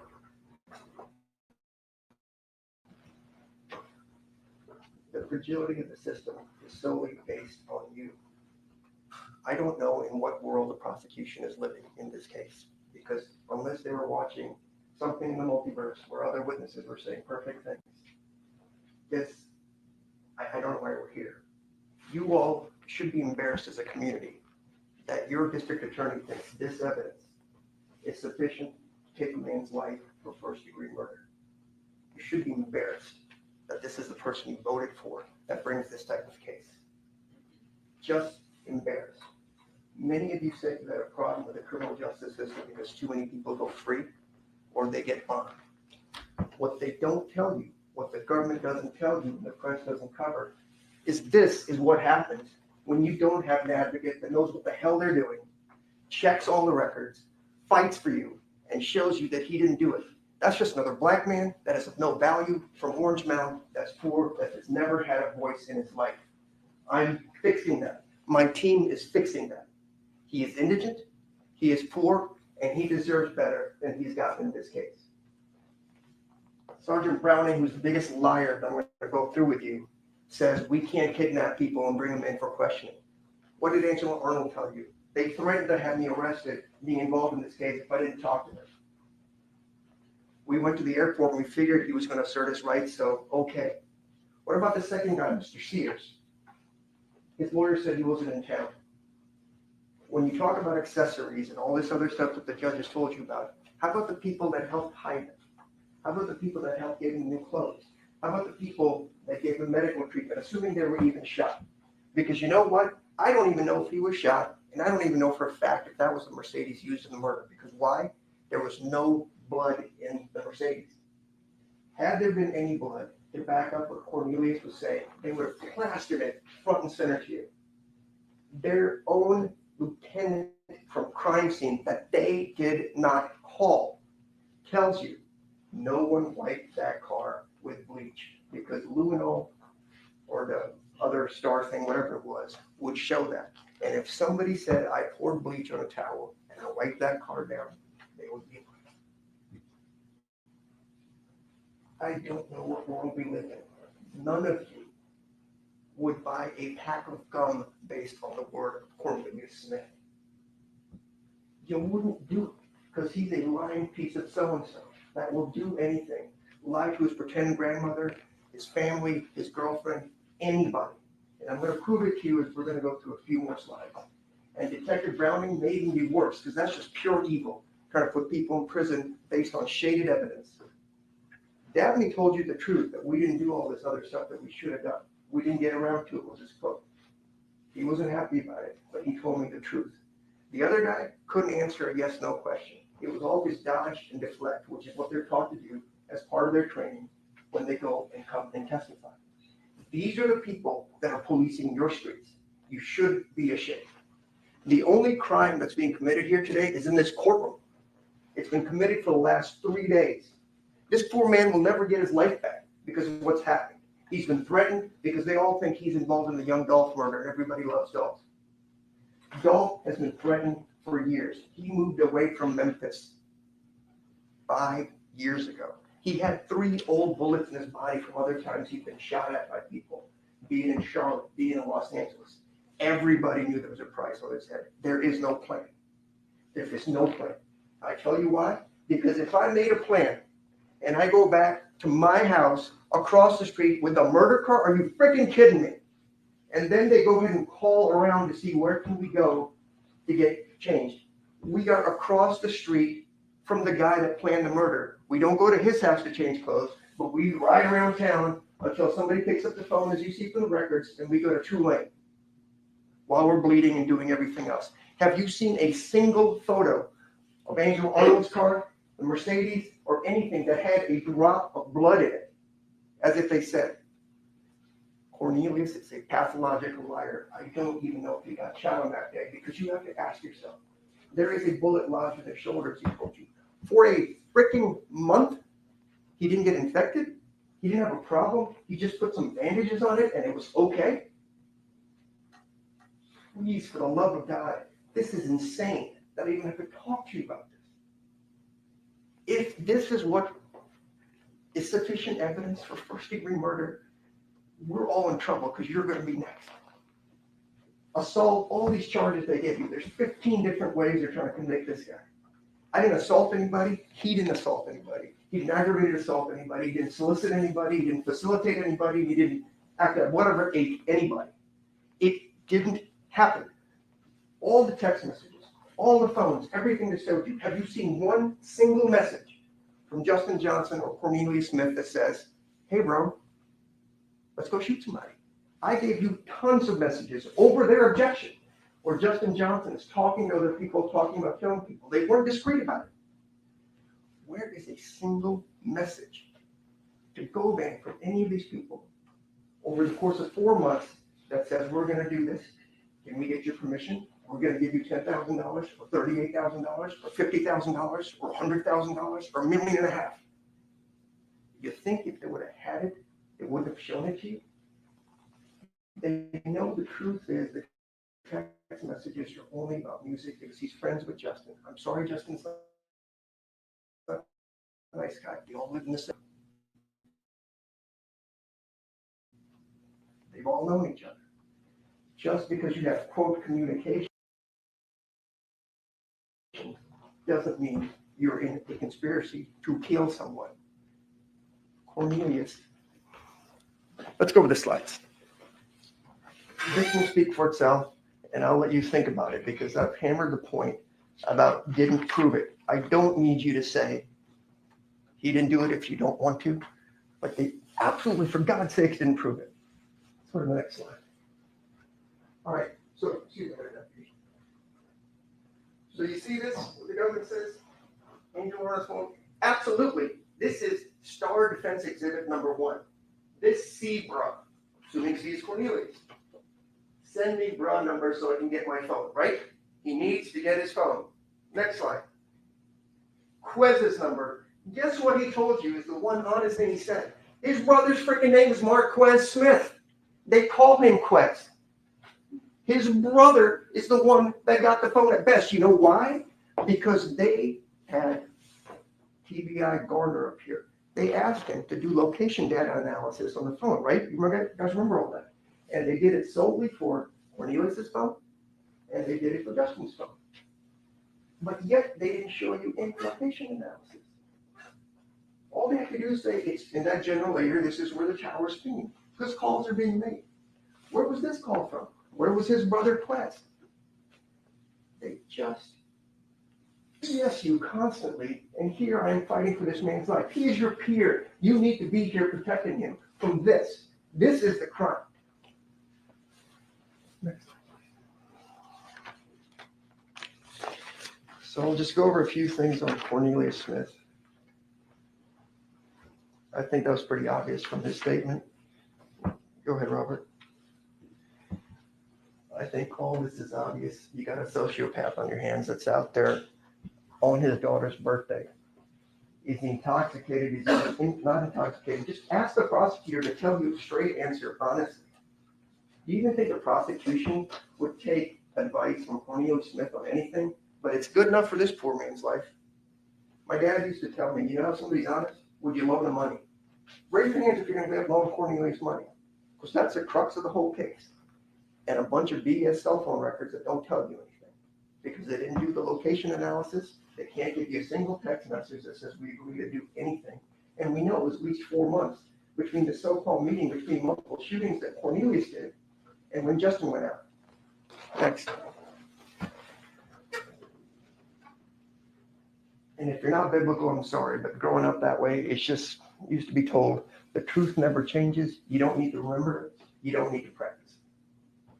Why were we meeting with prosecutors and lawyers now report? I don't want a deal. I'm just here out of the goodness of my heart. I'm going to get a mandatory life sentence. Insane. Next.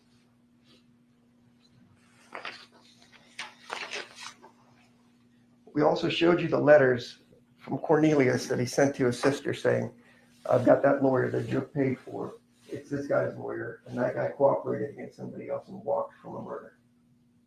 That's what you have in black and white in Cornelius' own handwriting. And that is what all of you said when I said, what would you do to avoid a life sentence? You guys said, probably anything. All right. We know this to be true. Next. And we know all this to be true. Next. And we all know this didn't happen. It just didn't happen. His story just didn't happen. And both he and Angela said it. Because, remember, he had talked to his family to go see Angela between the 14th of December, her first statement, where she didn't know nothing about nothing, and the 17th of December, when she's decided. And note how they have to prompt her to ask, could it be somebody with the name Q? And note, they have to ask her, didn't he forget something? Didn't he tell you something that he might have forgotten or something that he needed?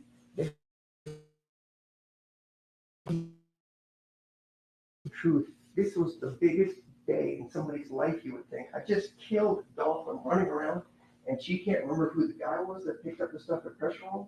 Oh, Shaka, there's a few cameras at pressure room.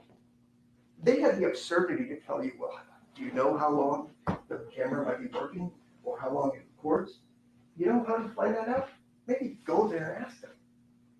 We've had Ring cameras and other things like that for a decade.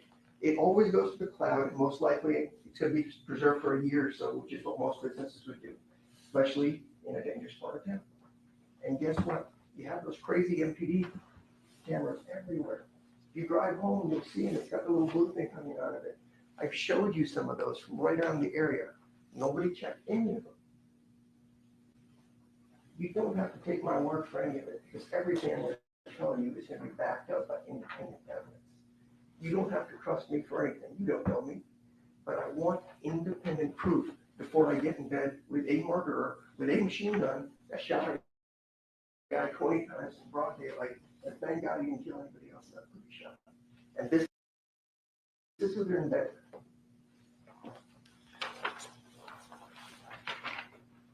Next.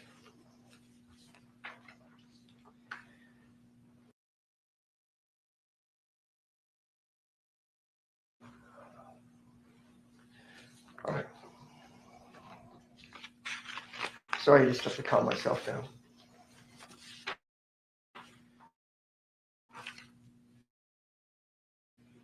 Accidentally said I don't even know if it was Justin something, I think he said that, but he said AKA Dolf, I'm sorry, not Dolf, Grubb, in that.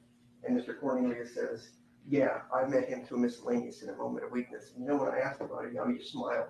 You have murdered somebody, and we're up here chuckling. The government's chuckling with him, and he's laughing at me, making smirky faces, and says, I saw you on TV. That's the behavior you want from a guy that took a machine gun and murdered people. In fact, his definition is, I didn't shoot that many people because sometimes we didn't get the shots off or the gun yet. And you're going to make a deal, not a single text message anywhere. Take my word for it. And oh, by the way, I think he's a federal snitch, but I don't know if I believe that or not because he's never snitched on me. All right, next. And then he also tells Uncle Ron, maybe we should have gone and talked to him, whoever Uncle Ron is, but I'm not a policeman, and I'm not trying to put anybody in prison. That there was a bug on him, that he's a snitch, and so you're going to have to plan a big old murder. Next slide. So we know he paid for his lawyer, and we know that was a team issue, and you know the absurdity of the prosecutor in their last statement. They're going to get to go up again and call me every kind of name in the book, which is fine. I can handle it. I will take those arrows for this man that I've grown to care about over the last year and a half because he didn't do it. They had the audacity to tell you we can't indict somebody that's dead. Joe died 2.5 years after all this happened. Remember, Justin Johnson was indicted in December of 2021, about a month after this happened. Cornelius was indicted in January of 2022, about a month and a half after this happened. There is no investigation done in 2023 or essentially 2024. It was done. They indicted and gotten who they wanted. So at some point, you got to ask yourself, what happened here? And I have no idea. It's not my burden to prove their screw-ups. If you believe Cornelius, he says Joe is the one that set it all up. His girlfriend says that. Then they backtrack and say, well, he was there and he set it up. He didn't go there. None of it happened. Keep going. And with Miss Arnold, I don't know how you date a murderer that's been domestic violence me, stolen from me, done this. I don't know what her issues are. I fault her not. She's just doing what the man's telling her to do. They've had visits, they've talked about it, and her story is still iffy as far as that goes. And God bless her. I hope none of you would be with a essentially soon to be convicted murderer for 4 years after all this happened. Next. And the interesting thing there was, we keep talking about the car on Bradley. Bobby Carter also lives on Bradley. And Bobby Carter was involved in the shooting with Mr. Cornelius. And in fact, Angela says Bobby was involved in the Dolf shooting as well. Next. All right, we already know this as far as the jail calls and the family coming to see her. Next. And we also know about the varying amounts of money this whole thing was worth. So now we get to the meat and potatoes of a few things I want you to consider. Remember, the two pillars to this case is you got to believe Cornelius Smith. And the judges told you over and over again, you have to have that agreement. You got to believe it's out there, otherwise nothing. They've come up with 15 different methods from murder to second degree to 30. I don't care if it's 47th degree murder. None of this stuff happened. There's no assault. There's no solicitation. There's nothing. So let's talk about the detectives. Next slide, please. All right, so the Detective Browning, the all-powerful Detective Browning, told you that Govan last talked. Oh, I'm sorry, I got my slides mixed up. We know Dabney, who actually I respect and had a nice talk with. He said they didn't do it straight up. Didn't try to sugarcoat it. We just didn't do it. Didn't go to pressure wall to confirm anything this man was saying. Tells you straight up, we didn't go to AutoZone. Tells you straight up, there was no relevant evidence of AutoZone. So this mystical receipt that's all crumbling, you can't tell what it is. That's supposed to be some kind of evidence now. And they didn't get around to investigating Joe, who was on Team Cornelius or whatever you want to call it. At least he was honest enough to tell you that. So these are the slides you saw yesterday with Detective Browning. And this is where the evil of it all comes in. He did these call detail records for you.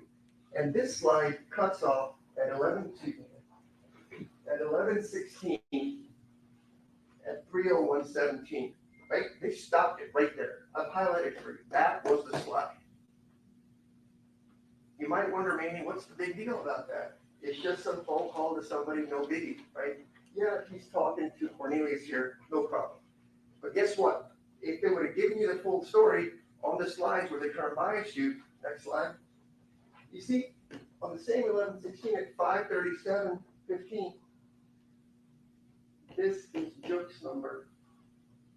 And he spent a 6-minute phone call. It's not on the slide. I had to pull that off the call data record that you have a thumb drive.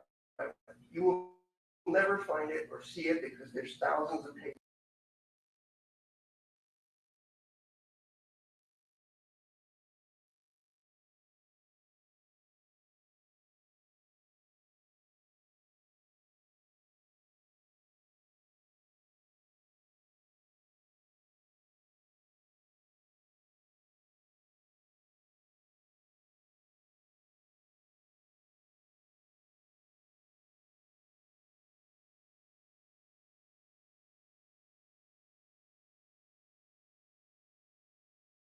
He made a mistake, he owned it.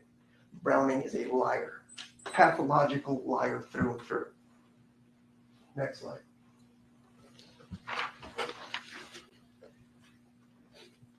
So I take this where Browning also told you that they last talked to Govan on November 5th. You remember an opening statement that told you Justin Johnson had not talked to Govan for at least 2 weeks prior to the murder. No communication whatsoever. But they try to tell you that, oh yeah, on November 5th, he must have talked to Govan. And then Cornelius last talked to Govan on November 15th. Just remember those. It was very specific that they argued. So let's go to the next slide. So what you'll see is on November 5th of 2021, this is Govan's number. Her name is Govan. He's getting a call from Justin Johnson. You see this? This is the communication they had on November 5th. How many seconds is that phone call?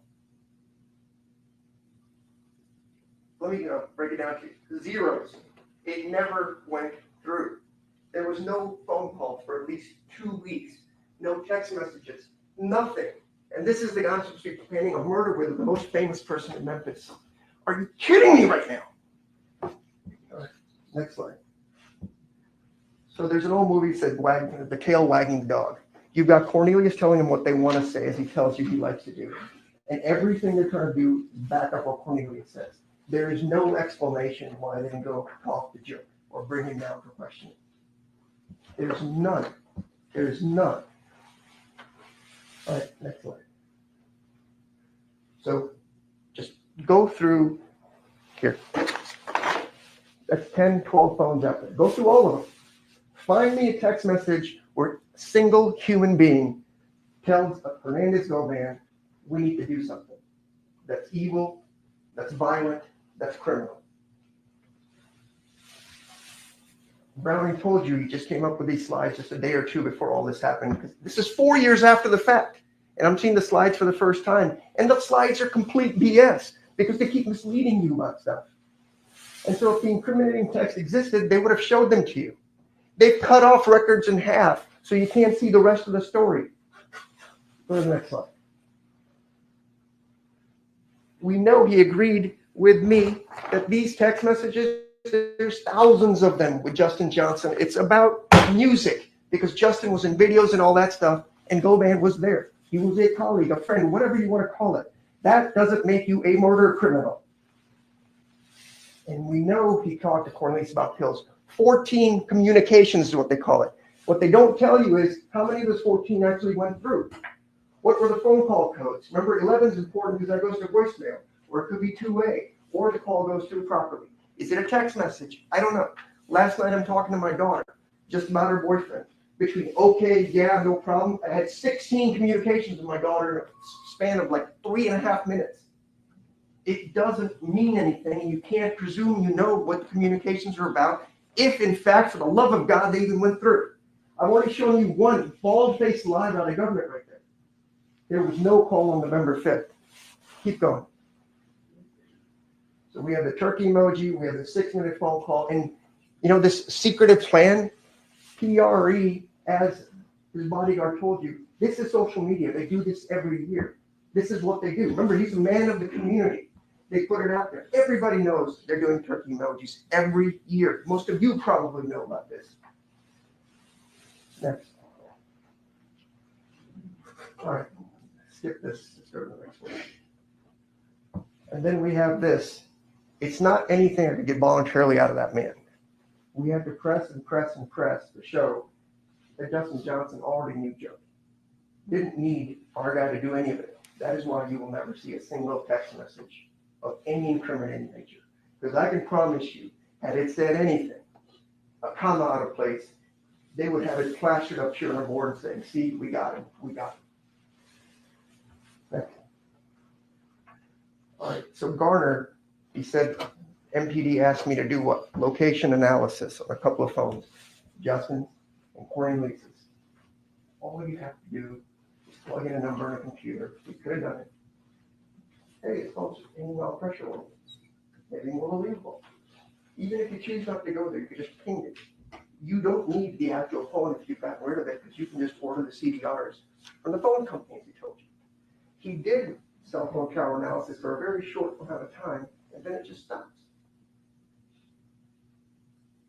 Is this kind of investigation in Memphis we call sufficient to put somebody in prison for life? And none of the other phones were done. Where was Chuck? Hell, where was anybody else in this case? Next. All right, we've got this, so covered that. Go next. We covered the AutoZone thing. I just respectfully ask, if the audacity to put a crumpled receipt in front of you that you can't read and just say,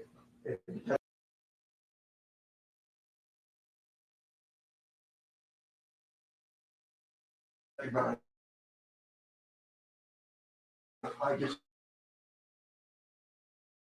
know this now. It is not mentioned in any police report anywhere. As I asked him, he couldn't answer the question apart from earlier. You can't put a date, time, place on it. It's all what they call red herrings to mislead you. Think there's something nefarious out there and just use your imagination to convict people. You would never let this happen if it was somebody you cared about when you saw this. Some of you might be supervisors. If this half-assed work is what they brought to your desk, you would fire that person immediately. And don't say you wouldn't, because you would, because it makes you look bad. This whole county is a freaking embarrassment with regards to this trial, and the whole world is watching, and this is what we've got. All right, next. And then the last thing is you got to ask, if I set up the plan, I don't know if I'm having the murder car come to my house. And if I am having a murder car come to my house, why don't people just come inside and change clothes there instead of riding around all over town trying to find a place to go change? And again, I know you may think I'm crazy, but there's no blood in that car. Was this even the right Mercedes as far as that goes that they got? You remember Treon Ingram and another gentleman had stolen that Mercedes a while earlier. Treon Ingram didn't come and testify because Treon Ingram picked up another murder right after that. Where did the blood go? Cornelius told you point blank, no ifs, ands, or buts, and girlfriend. I took bleach and I wiped it down. And the lieutenant from CSI with 28 years of experience says that just didn't happen. Where's Angela's car? Remember, she said he was bleeding all over. Where's the evidence of any of that? All right, next. So all I do is cross my hands and beg you guys, he is your peer. There is no evidence here. You would never accept what's happened in this courtroom in your own personal lives to make any decision of any kind. And he deserves that same respect. There's nothing here. They're going to get to come back up again. Remember, we talked about first impressions. You need to use your minds, your eyes, your ears, and your noses and call the sniff test BS on this whole thing that they're about to give you yet again. There's nothing here. There's no solicitation, there's no facilitation, there's no assault, there's no murder, there's not a text message, there's not a phone call worth a damn, and they aren't telling you the story. Make them tell you, why didn't we investigate Joe? Make them tell you, why didn't we investigate all the people that helped these folks escape? And if you want to talk about conspiracy, how did he conspire or solicit Justin Johnson? Have you heard anything about that? Who's Jamarcus Johnson? You've heard a single word out there. They're all together in a conspiracy. All you have is Cornelius's word. He's a linchpin in this whole case, and none of us would trust him. And we sure as hell wouldn't want him much. And then we have phone records that actually exculpate. But if you make it all nefarious and have a sleepy detective get up there and talk about it, sounds pretty good. He didn't do it, but you don't have to take my word for it. He didn't prove it. If this case gets a conviction, then I just need to stop being a lawyer because the system is shot to hell. Thank you.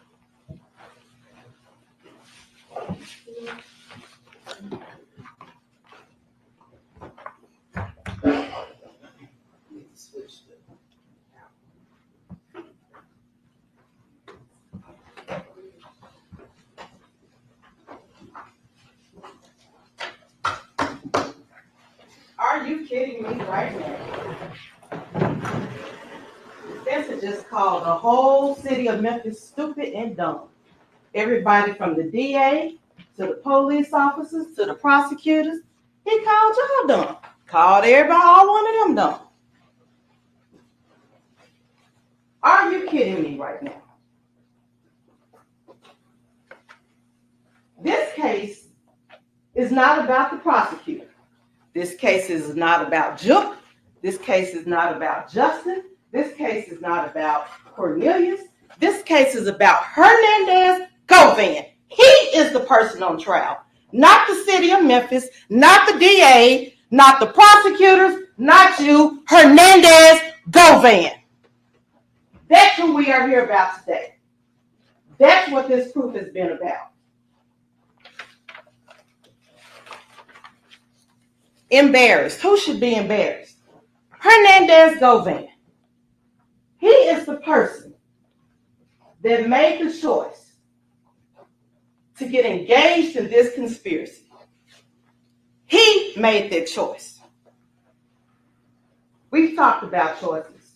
There are a few things in life that we can control, and our choices are one of them. What choices did Hernandez Govan make? You've heard that over the last few days of the choices that he's made. His choices led us here today. All right, police, they say they didn't do a good job. Convenient story. Something, novel. Because they didn't arrest everybody has to be arrested for them to do a good job. There was a twofold investigation. Sergeant Browning and Sergeant Dabney both told you that. It's very convenient that that part was left out of the defense's argument. There's a twofold investigation. Homicide and MGU. Those are two different entities within the Memphis Police Department. There was an ongoing investigation. And as Ms. Williams mentioned in her closing statements, this is a conspiracy. It's ongoing. To let you know that they were still investigating. Look at the call records. Look at when those call records were received. Now, defense will have you believe that, there are thousands and thousands and thousands of pages of call records. There are. But guess what? You'll have access to all of that, and they're on a flash drive. You can search. You can put in the numbers that were given to you. When things happen. What happened with those calls? They're there for you. There's no hiding. There's no putting them aside. They're there for you to look at. So I wanted to clear up that misstatement. The focus at the time of the incident, November 17, 2021, was on a homicide. It was not on who went to AutoZone or who went to Pressure World. The focus was on a homicide. A person was dead. The defense never mentioned that we are talking about a dead person. Dead. It's everybody's issue and fault but Hernandez Govan. The police didn't kill Adolph Thornton, Cornelius, and Justin killed Adolph Thornton. But who put them together? Hernandez Govan. Look at the PowerPoint presentation that Sergeant Browning provided. It has communications that contact log was put in there for Juk and Justin on the same day, about July 27th, around that time. They looked like they exchanged numbers. And if they knew each other before then, they wouldn't have had to exchange numbers. They would have already had each other's numbers. Look at that. Look at the call detail records of Cornelius Smith. You'll see about the first time he had contact in his phone anyway with Hernandez Govan was about July 25th, 2021, around that time. All you have to do is plug the numbers in. It's not rocket science, as he'd have you believe. Hernandez Govan put these individuals together.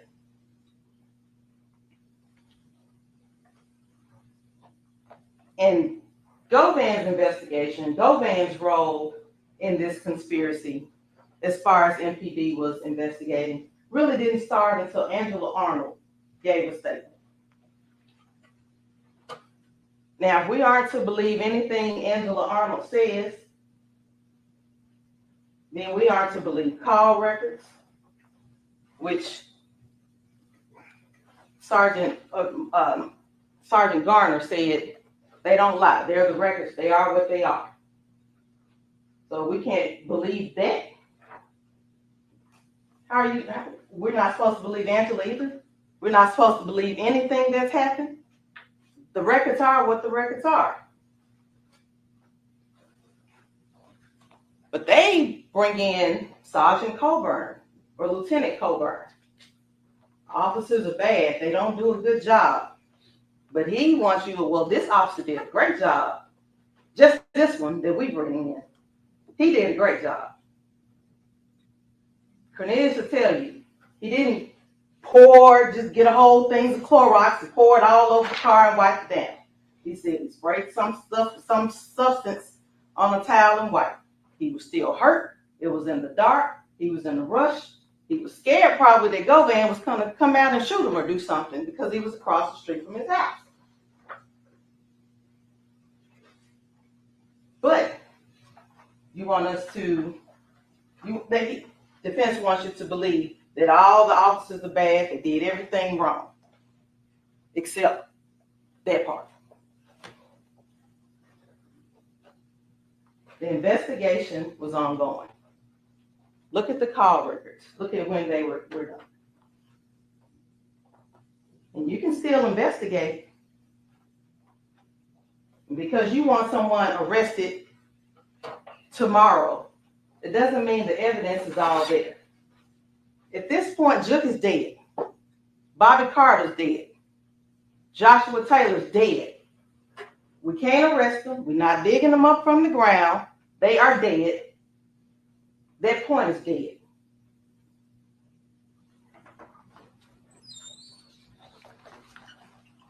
Browning just analyzed the numbers that were there. Garner said the records are what they are. They come from the phone.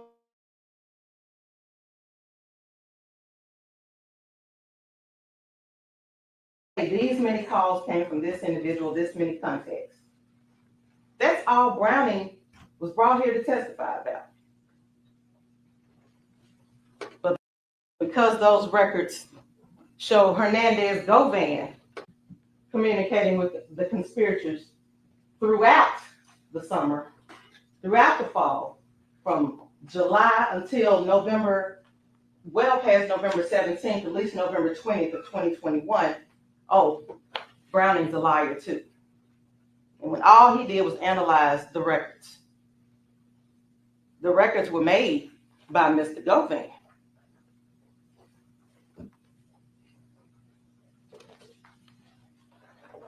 Defense also brought up that basically Justin Johnson had access to Juk on his own, basically. but we know the Govan made that connection. July 27, 2021. We know that. We see that in the call records. We see it. Govan already had Juke's information. Govan already had Justin's information. This was by July 27, 2021. Govan had Cornelius's information. Govan texts Justin address to Juke's smoke shop. And the contact was created between the two while they were there. But guess who did not have contact with Juke? Cornelius. He was a part of this conspiracy as well. And he got up here and he testified and he told you that he really didn't have much contact with Juke. Guess who he was communicating with? Hernandez Govan. That's who he was communicating with. And let's look at the definition of conspiracy. You just have to create that at least with just one other person. So if you take defense at his word that Justin Johnson had other conspiracies going on and this was something separate, Hernandez Govan was still egging on Cornelius. He promised to get Cornelius paid. Cornelius didn't have direct access to Juke. He told you he was trying to still get his money. December 2nd, 2021, he sent a message from Angela Arnold's phone via Instagram message. He said he couldn't just straight out put that, hey man, I want my money. I did what I was supposed to do. He said he sent him a message trying to get his attention. A week later, he's arrested.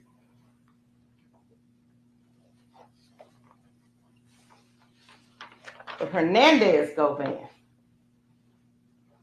was the link between all of them. Hernandez knew Juke. Even if the order, if it did, that's still being investigated. But if the entire hit came from Juke, it was communicated to Govan, who then put it out to Justin and Cornelius. Hernandez Govan did that.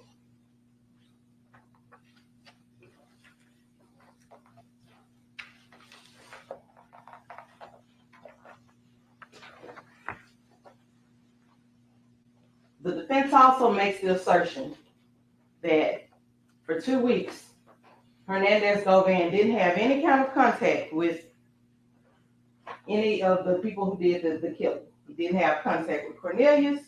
He didn't have contact with Justin. The phone records will tell you that that is not true. It's simply not true. The phone records are there. There was contact. There was contact the day before. There was contact the day before that. There was contact days before that. And even if they didn't talk on the phone, what is stopping them from walking to his house? Communication is there. Doing everything to take away from the fact that this trial was about Hernandez Govan. And there's nothing that says, okay, if we don't talk within 2 weeks, that all of this is out the window. Nothing in the jury instructions that the judge gave you or read to you said, all right, this conspiracy ends. We don't talk in a week. This is not girlfriend and boyfriend stuff. This conspiracy was ongoing. Hernandez Govan is just trying to pull himself away at this point. But this, Justin and Cornelius, they were put together by Govan. It's been reiterated several times. All right, even if you believe what the defense says, say Justin was conspiring with others. Okay, two things could be true at the same time. But we do know that shortly before the turkey drive, Cornelius said that Hernandez Govan called him and Justin together and was like, hey, y'all know this turkey drive getting ready to come up. Y'all ready? Y'all ready to make this money? Y'all ready to do this? Cornelius told us that. The call records, they show that there was some communication shortly before the turkey drive, the week before Thanksgiving. Govan just reminded them, this is your mission. This is what you're supposed to do. If you want this bread, you need to make it happen. You need to make sure that you take care of that family that's been out there. You need to make sure this is what you do. So Justin chose, even if there were other conspiracies, just if there were other conspiracies on the side. On November 16, 2021, Justin Johnson chose Cornelius. He chose Cornelius. The same Cornelius that he was introduced to through Hernandez Govan. That same day, Justin Johnson sent Juke a turkey text. It's the same text that defense has entered into evidence. He sent that on November 16th. Defense just showed you there was some communication with Juke on November 16th. On November 17th, again, the day of the murder, the day that Dolf was killed. Even if there were, again, other conspiracies, Justin Johnson chose Cornelius Smith to go on a hunt with him. He chose to go on a hunt with him. He chose him the day before. He chose him on the day of. And Cornelius Smith said the only way he knew who Justin Johnson was because of Hernandez Govan. He told you that several times.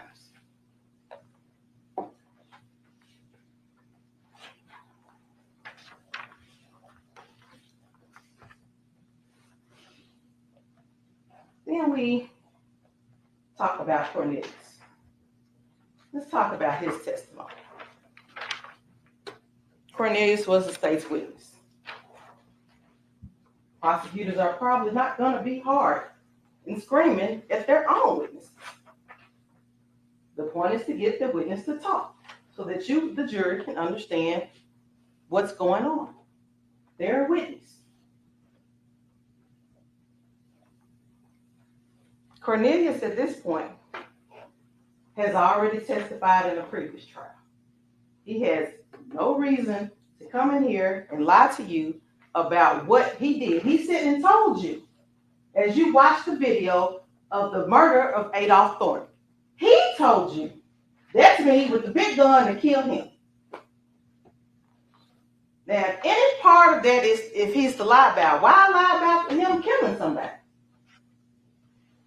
That's where you lie at. He didn't lie about that. He told you. I mean, I did. But I wouldn't have known Justin Johnson except for Hernandez Govan. And he put us together to get this done.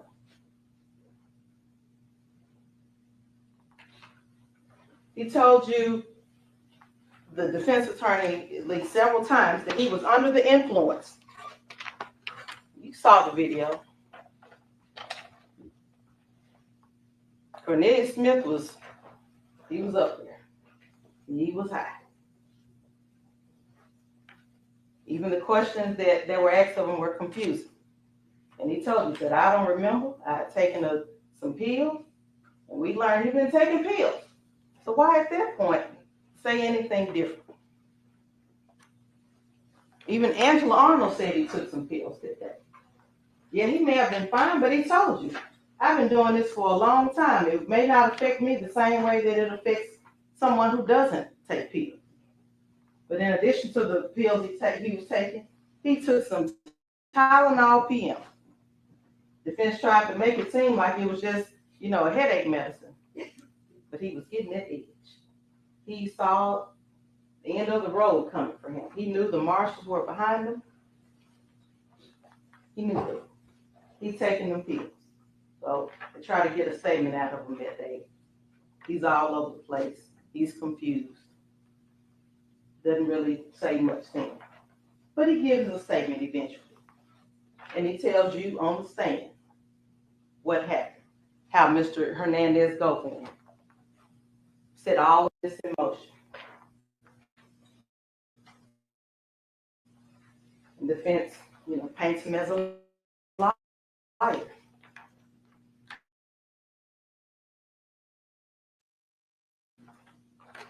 Cornelius said his game to women. Well, Angela, she's still with him. Some kind of game. Letitia Jackson, kid's mother, he had enough game where she took his phone. He handed over his phone to her the day he got arrested. And Miss Ferguson, the neighbor, she said, he's a sweet baby, just sweet as he won't be. Just love him. He helped her out. She didn't have a bad thing to say about him. Said he didn't give her $500, or someone didn't give him $500 for Cornelius. How do we know Miss Ferguson is the neighbor that happened to? Live on the street, there's several neighbors. But he brings sweet little Miss Ferguson in. We had nothing bad to say about Cornelius.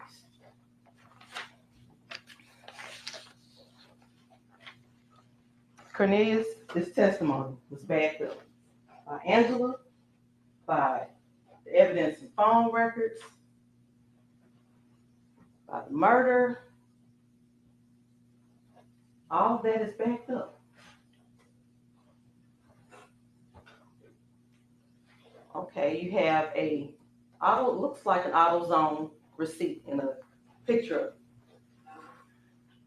crumbled up. You have access to the picture of their receipt. It was a picture that was in the phone that Cornelius took.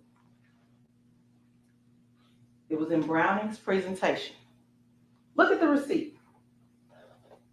Blow it up. Stretch it out.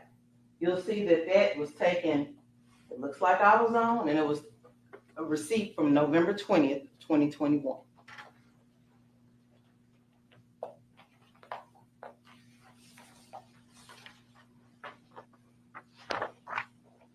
In the end,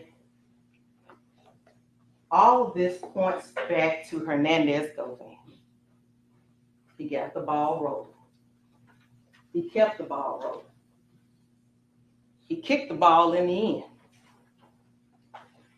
He introduced Cornelius Smith and Justin Johnson for the purpose of taking out members of PRE. One member of PRE being Adolf Thornton. That's where the conspiracy started.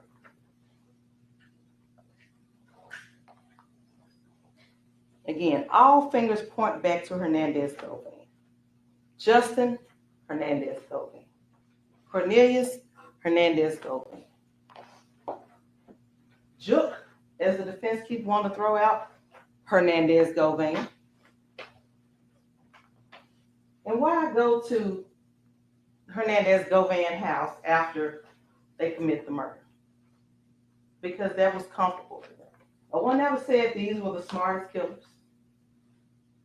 They didn't plan on getting shot. That wasn't part of the conspiracy. When we get shot, we're going to go here. But they'd already had the getaway car at Hernandez Govan house. So they originally met at Hernandez Govan house back in July. If they would ever meet up during the time of the conspiracy, from June of 2021 until March of whenever they were arrested, they would meet at Hernandez Govan's house. Want to go shoot a video? Go to Hernandez Govan's house. They're all in the video. Park your getaway vehicle? Go to Hernandez Govan's house. Park your murder vehicle? Hernandez Govan, that's the person. Now, why did they not go in? Maybe he wasn't there right then. Maybe he was like, someone went down, I'm getting out. Who knows? But we know what happened. We know where they went. We know that the murder vehicle was parked there.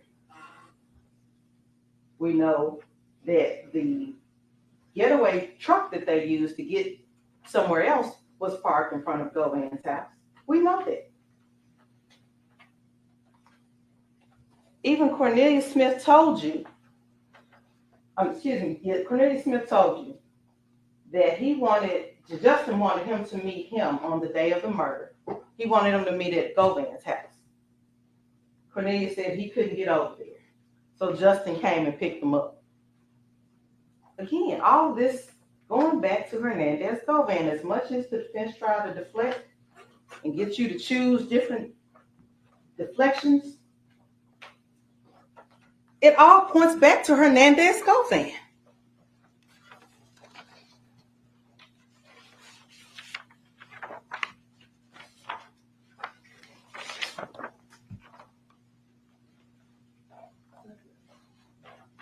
Hernandez Govan had choices. He chose to bring Cornelius and Justin together.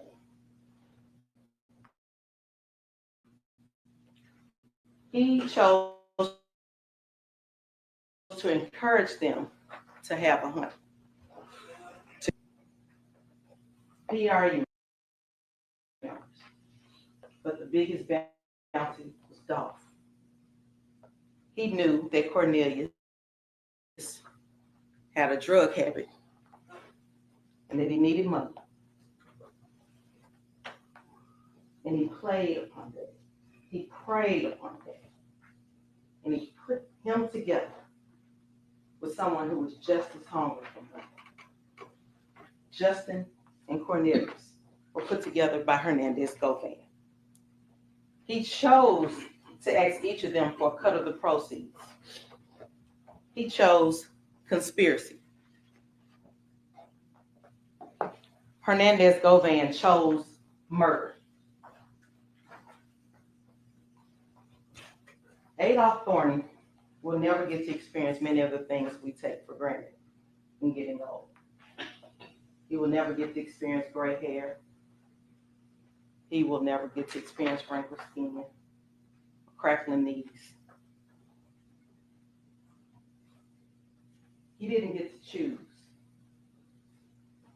to grow old. That was taken from him and put in motion by Hernandez Govan. You, the jury, you have a choice. The choice is now yours. You have a choice in whether you hold Hernandez Govan accountable for his role in this murder, for his role in this conspiracy. And I ask that you choose to find Hernandez Govan guilty of murder in the first degree and guilty of conspiracy. Thank you. All right, ladies and gentlemen, I'm picking up on page 27.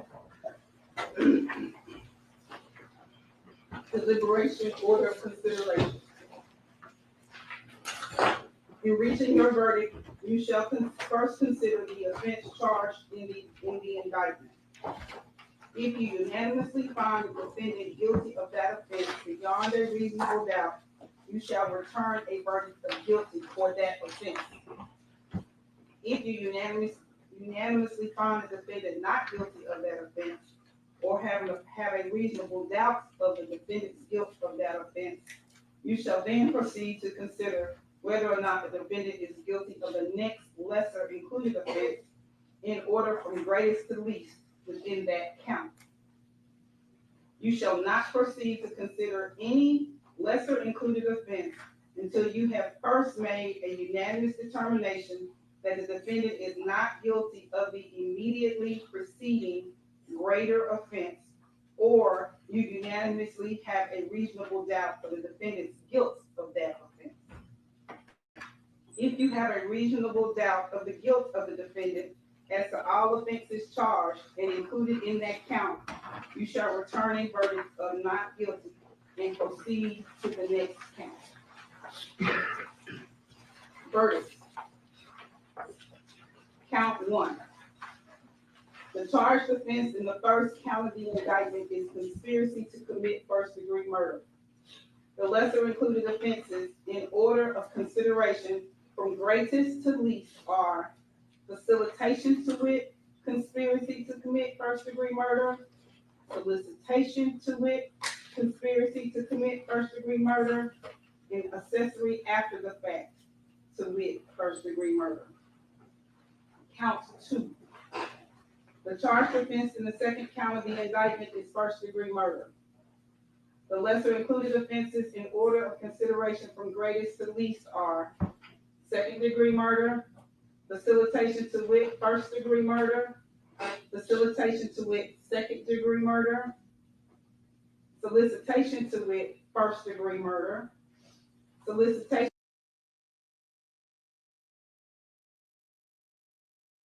Good afternoon, everyone, and thank you for coming. My name is Michael Simpson, and I am the acting United States Attorney for the Eastern District of Louisiana. Before we get started, though, I would like to introduce our law enforcement partners who are here with me today. Right next to me, to my left, is Jonathan Tapp, who is the special agent in charge for the FBI. Right next to him is Mr. Percy Giles, who is the assistant special agent in charge at the FBI. And next to Mr. Giles is Ms. Samira Maroney, who is the supervisory special agent that oversaw this case. Earlier today, a federal grand jury returned an 18-count superseding indictment charging New Orleans Mayor LaToya Cantrell and former New Orleans Police Department officer Jeffrey Paul Vappy II. They are charged with a series of fraud, obstruction of justice, and false statement offenses for their role in a nearly 3-year fraud scheme that we allege exploited their public authority and positions. The indictment alleges that in October of 2021, Mayor Cantrell and Jeffrey Vappy, a member of her executive protection team, developed a personal, intimate relationship. From that time until Mr. Vappy's retirement in June of 2024, they embarked on a scheme to defraud the city of New Orleans and the New Orleans Police Department. By exploiting Vappy's job and Cantrell's authority as mayor to have the city and the New Orleans Police Department pay Vappy's salary and expenses during the times that Vappy claimed to be on duty, but when he was actually engaged in personal activities, usually with Ms. Cantrell, but sometimes alone at the Pentalba apartment. The indictment further describes the many steps that Cantrell and Vappy took to hide their scheme and to perpetuate their continued fraud, including using a secure messaging platform, WhatsApp. Specifically, Cantrell and Vappy used the WhatsApp platform to exchange over 15,000 messages, pictures, and audio clips in an 8-month period. They also used WhatsApp to intimidate subordinates, to harass a citizen, to lie to colleagues and associates, to delete evidence, to make false statements to FBI agents, to give the government an affidavit signed under oath that contained numerous false statements, and ultimately to commit perjury before a federal grand jury, all for the purpose of distracting and impeding inquiries and investigations into their activities, including a federal grand jury investigation. The superseding indictment, which we emphasize is merely a charge for which guilt must be proven beyond a reasonable doubt in a court of law, alleges that Mayor Cantrell and Mr. Vappy perpetuated their scheme both in the New Orleans area and during out-of-state trips. In both instances, Vappy's activities, while claiming to be on duty, were conspicuously different than any other member of the Executive Protection Unit. While in New Orleans, Cantrell and Vappy treated a city-owned apartment in the Pentalba building as their own personal shared residence and coordinated to spend time together there, engaging in personal activities, all while Vappy claimed to be on duty for the Executive Protection Unit and was being paid to do his actual job. The superseding indictment also alleges that Mayor Cantrell and Vappy arranged for Vappy to accompany Cantrell on at least 14 domestic and international trips to maximize their time together and to engage in personal activities.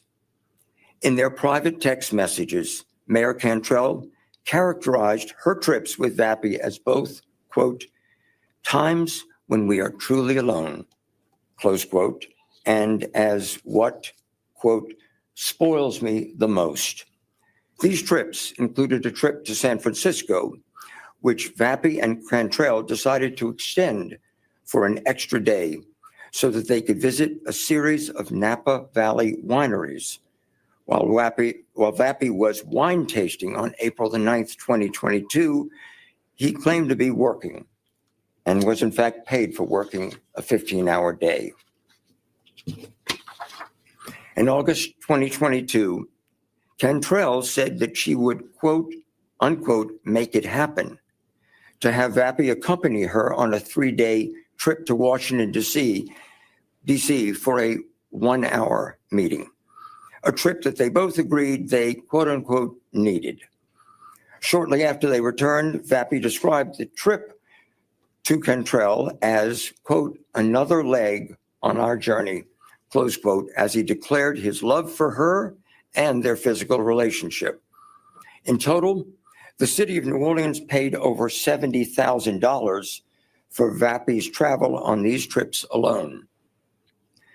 When asked about her reason for bringing members of the Executive Protection Unit with her on out-of-state trips, a practice that Mayor Cantrell began about 5 months after Vappy joined the Executive Protection Unit, she justified it as a quote-unquote pivot due to COVID and a matter of safety, in quotes.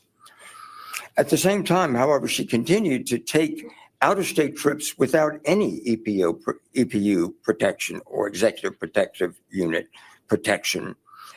In fact, on the same day, she gave one such statement.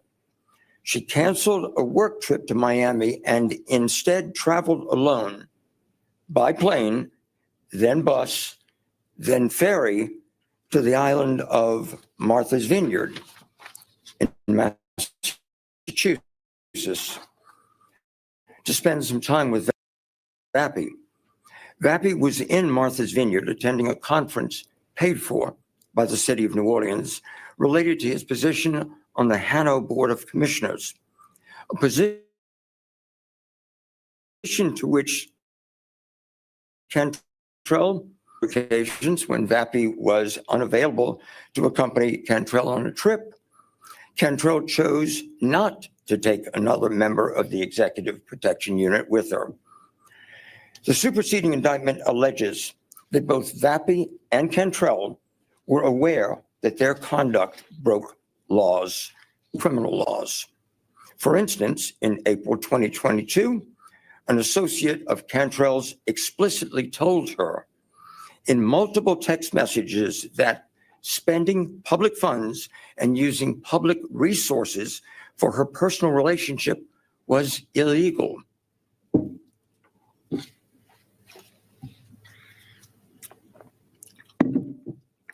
When Vappy and Cantrell learned that the news media was investigating their time together in the Pentalba, they agreed amongst themselves to be, quote, unquote, straight and together.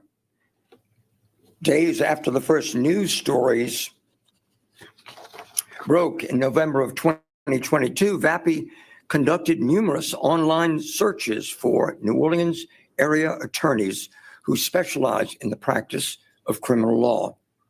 and he researched WhatsApp's security features. But the defendant's wire fraud scheme nevertheless continued all the way until Vappy's retirement in June of 2024. As alleged in the superseding indictment, in July 2023, the grand jury issued subpoenas to both Vappy and Cantrell, compelling the production of records. The FBI also interviewed Vappy, and during the interview, Vappy lied about the nature and circumstances of his relationship with Cantrell. In response to the subpoena, Cantrell produced a selection of responsive records, but none of the over 15,000 WhatsApp messages that she had exchanged with Vappy. Cantrell also created an affidavit sworn under oath that in 2021 she had activated a feature on her phone that automatically deleted messages. In support of that statement in her affidavit, Cantrell submitted a screenshot of her iPhone showing WhatsApp messages were set to delete in 24 hours. But in fact, Cantrell did not turn on that feature until December the 26th, 2022, roughly 1 month after the news media began speculating on her conduct. Moreover, this automatic deletion or quote unquote disappearing messages feature only applied to new messages. During roughly the same period, Cantrell also manually deleted thousands of her prior WhatsApp messages with Vappy. As alleged, even at the time that Cantrell responded to the grand jury subpoena, she still possessed more than 50 pictures, including screenshots of correspondence with Vappy that were responsive to the subpoena, but which she nevertheless concealed from the grand jury. On his own, Vappy conducted online searches concerning WhatsApp and its security level, and by which time several people had already warned Vappy and Cantrell that their conduct was illegal. The indictment further alleges that Vappy and Cantrell continued their pattern of obstruction through the rest of 2023 and 2024. This obstruction included improperly pressuring the interim superintendent of the New Orleans Police Department to overrule findings of an internal investigation into Vappy's conduct.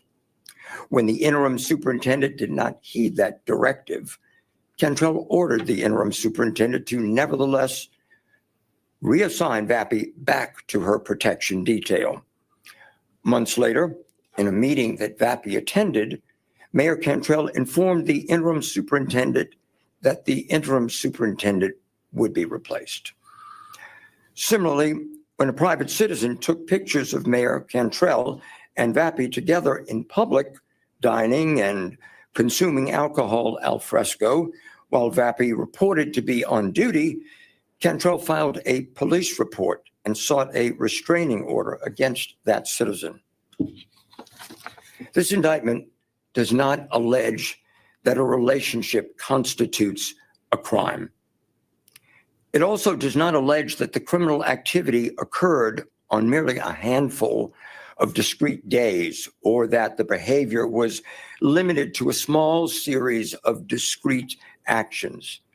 Rather, it reflects the prosecution of two public officials alleged to have engaged in a years-long continuing fraud scheme that used public money for personal ends by exploiting their power and their authority. The superseding indictment alleges that they perpetuated that fraud scheme by taking steps to keep individuals silent, to deceive subordinates, and to obstruct investigations into their relationship, including one conducted by a federal grand jury. I'd like to make several things clear, if I may. First, my office remains steadfast in its commitment to rooting out public corruption in any form without fear or favor within the Eastern District of Louisiana. And by the term public corruption, I mean public officials exploiting their positions and their power for their own personal gain. Public officials should be in their jobs to serve the public and not themselves. To do otherwise is a breach of the trust that undermines the public's faith and trust in their own government. Second, this investigation remains ongoing, and I would encourage anyone with information to come forward and to do so quickly. They can do so by contacting the FBI at 1-800-CALL-FBI or at fbi.gov, submit a tip. As I close today, I wish to emphasize that our investigations and our prosecutions go wherever the evidence takes us. Today's superseding indictment is the culmination of a lengthy and a deliberate investigative process in the ultimate pursuit of justice. No decision in this case was made lightly. I'd like to recognize the dedication at this time of the career prosecutors handling the case. To my right, Supervisory Assistant U.S. Attorney Jordan Ginsburg, who is Chief of the Public Corruption Unit, and AUSA Assistant U.S. Attorney Nicholas D. Moses of the Financial Crimes Unit and our Healthcare Fraud Coordinator. These men were ably assisted by numerous staff members of our office who dedicated their time and energy to assist them.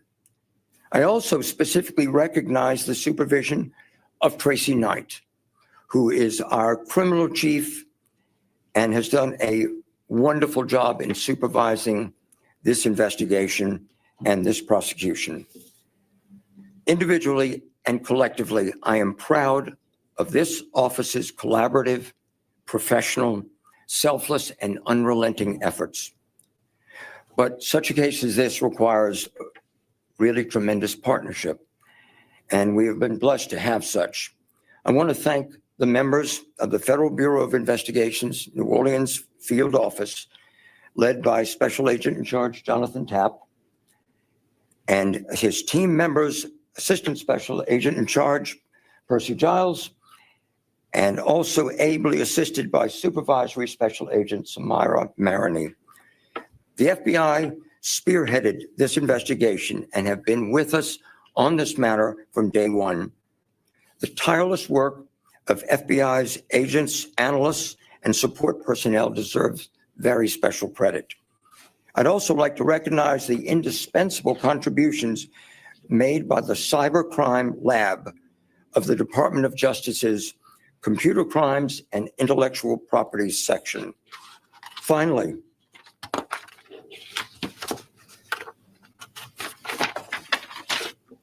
I'd like to thank and recognize the New Orleans Office of Inspector General and the Metropolitan Crime Commission for their great cooperation in this case and their dedication to identifying and reporting corrupt and unethical activity by public officials. I'd now like to invite up to the podium to say a few words, FBI Special Agent in Charge of the New Orleans Field Office, Jonathan Tapp. Thanks, sir. Yes, sir. Thank you, Mr. Simpson. Good afternoon. I'm Jonathan Tapp, Special Agent in Charge of the FBI here in New Orleans.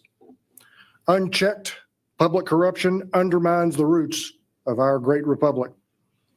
The citizens of this nation expect their public officials to uphold the public's trust, and the FBI investigates breaches of that trust that constitute violations of federal law. The citizens of New Orleans work hard to provide for their families, and they expect their public officials to be honest stewards of those funds. And today's indictment outlines a betrayal of that trust by Mayor Cantrell and Mr. Vappy.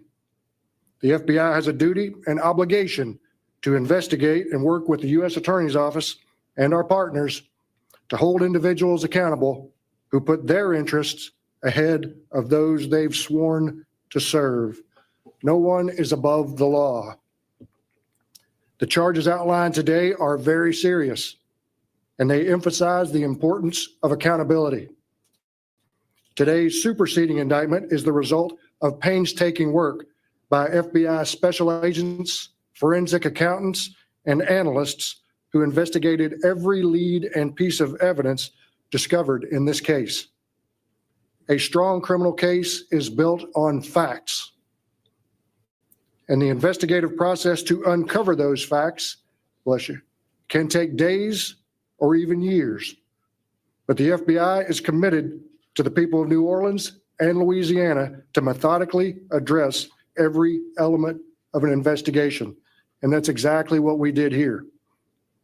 The indictment speaks for itself and outlines just some of the information uncovered in our investigation. The full scope of the investigation will become available through the adjudicatory process.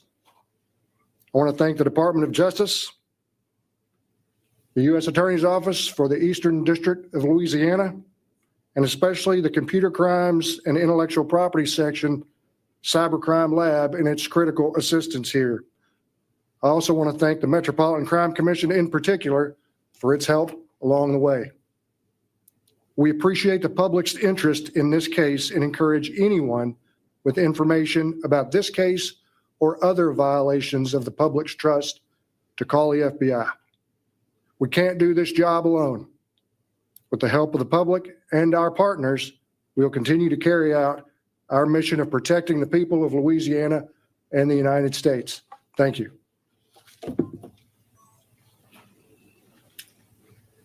So everyone, I guess this is the time for you all to do your work.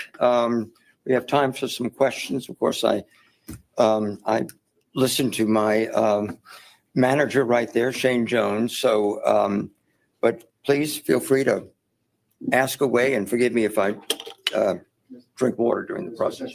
Yes, sir. David Hammer, WWL. Did you take pause at all about bringing criminal charges that at the heart are based on a romantic relationship, especially with the first woman mayor of the city of New Orleans? To me, it's irrelevant that it's romance or that it's female. What is relevant is that it is an incredible breach of the public trust. It's an incredible betrayal of people's confidence in their own government, and it's a violation of innumerable federal criminal laws. That's what's important to me as a prosecutor. My job is to participate in the investigation and prosecution of federal law. Who breaks federal law and their particular characteristics is really irrelevant to what we do. We follow the evidence, we follow the law wherever it leads, and we do our jobs. Mr. Simpson, can you please speak to the Gabby Proxy? Can you speak to some of the challenges in prosecuting this case, as there's been denial after denial, of course, related to also having false statements in front of the grand jury? And then also, if you could speak to it all, whether the grand jury has been released from subpoena, if they're going to continue to sit and hear more aspects of this case at all, or if there is any other grand jury proceedings pending.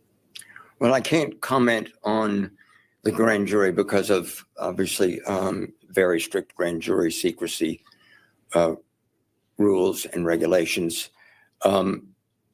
What I can say is that the investigation in this matter is decidedly ongoing, and whatever leads, whatever information we get that is actionable, that we can develop into evidence that indicates additional federal crimes or individual players in any or all of this, we will pursue.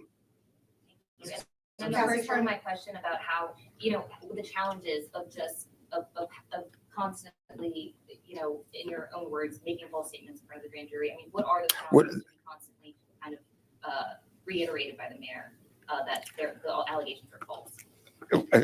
What are the consequences? The consequences are criminal.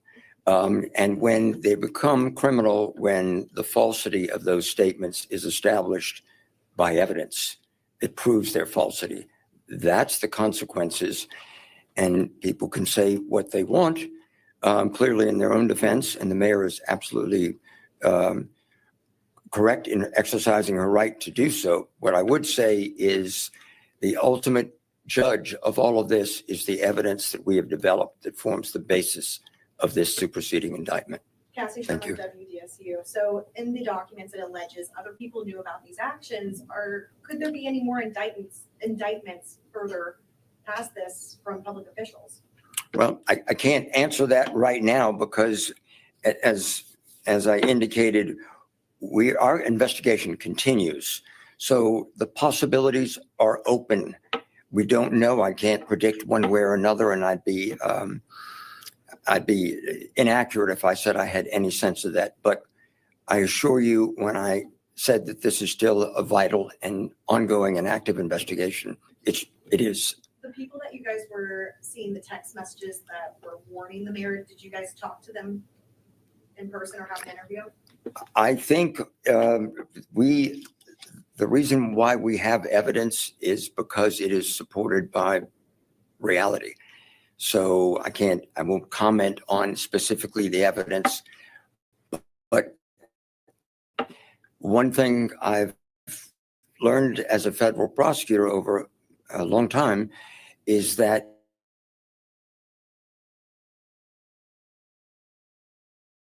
Question just real quick. In the past, the mayor has said these allegations have been politically motivated. What would you say back to that? I'd say that's a nice defense. That's a defense that you would use in court. The dates of the charges go back to 2024, go as late as 2024. Mhm. Why not wait until she's out of office in just a few months? And are you concerned about how having a mayor under indictment will affect the administration of the city of New Orleans? Yeah, again, my mandate as a prosecutor really deals with when the evidence and the facts and the circumstances reach a point of rightness so that a prosecution is mandated, we act. I don't think in terms of the political calculus, particularly because that's not my job, that is for someone else. But the excellent prosecutors and the law enforcement partners that we have, our jobs are very different. We go after lawbreakers, and especially in this city, public corruption has crippled us for years and years. And this is extremely significant to act when the evidence demands it. And that's what we're doing. Mr. Simpson, James Finn with Times-Picayune. This is the last question. Okay, the administration at the bureau level and at the level of the Justice Department is pretty demonstrably refocused away from public corruption investigations. Did that have an effect on this investigation, or did it present any challenges? I don't, in our office, the reality is that whatever cases we have, if we have sufficient evidence, be it public corruption, be it violent crime, be it financial crimes, we do it. Whether there is an initiative by a particular administration, one way or another, it doesn't make any difference. If we have a crime that we can prove of any sort that is a violation of federal criminal law, that's what we do. We investigate it, we build a case, and when it comes to the point where we feel like we have proof beyond a reasonable doubt of each and every count that is alleged or crime that is alleged within that indictment, then we do our jobs and we prosecute it. Mr. Simpson, what's the timeline for next steps? The timeline for next step would be really the timeline. Are you talking about proceeding to court? I mean, eventually, you've got summits, you've got a couple. What's your next interaction with Mayor Cantrell and eventually getting to court? What's your timeline? Well, apparently the next step would be an arraignment for her. And there's, of course, a bond procedure. And from there, it proceeds as any other federal criminal case would go. There are a plea of clearly not guilty would be entered, as they always are. And then trial dates would be set. Discovery would occur, which is obviously the exchange of documentation and information between the government and the defense and vice versa. And then it goes from there to however it resolves, be it in a courtroom, a trial, or whatever else the options are, a plea or what. And there will be motions, legal motions filed continuously during this process, of course, to shape the direction of the case. Okay, thank you. Thank you, everyone. Thank you. Quick clarification on the text messages. You mentioned that many of them had been deleted. Are the ones within the indictment, were they deleted, or were these simply the ones you were able to recover and there's some that you were not able to recover? I think when you read the indictment and get a chance to really study it, it'll answer that question for you. Thank you, everyone. Thank you, everyone. Thanks. Appreciate it. Thanks, all of you.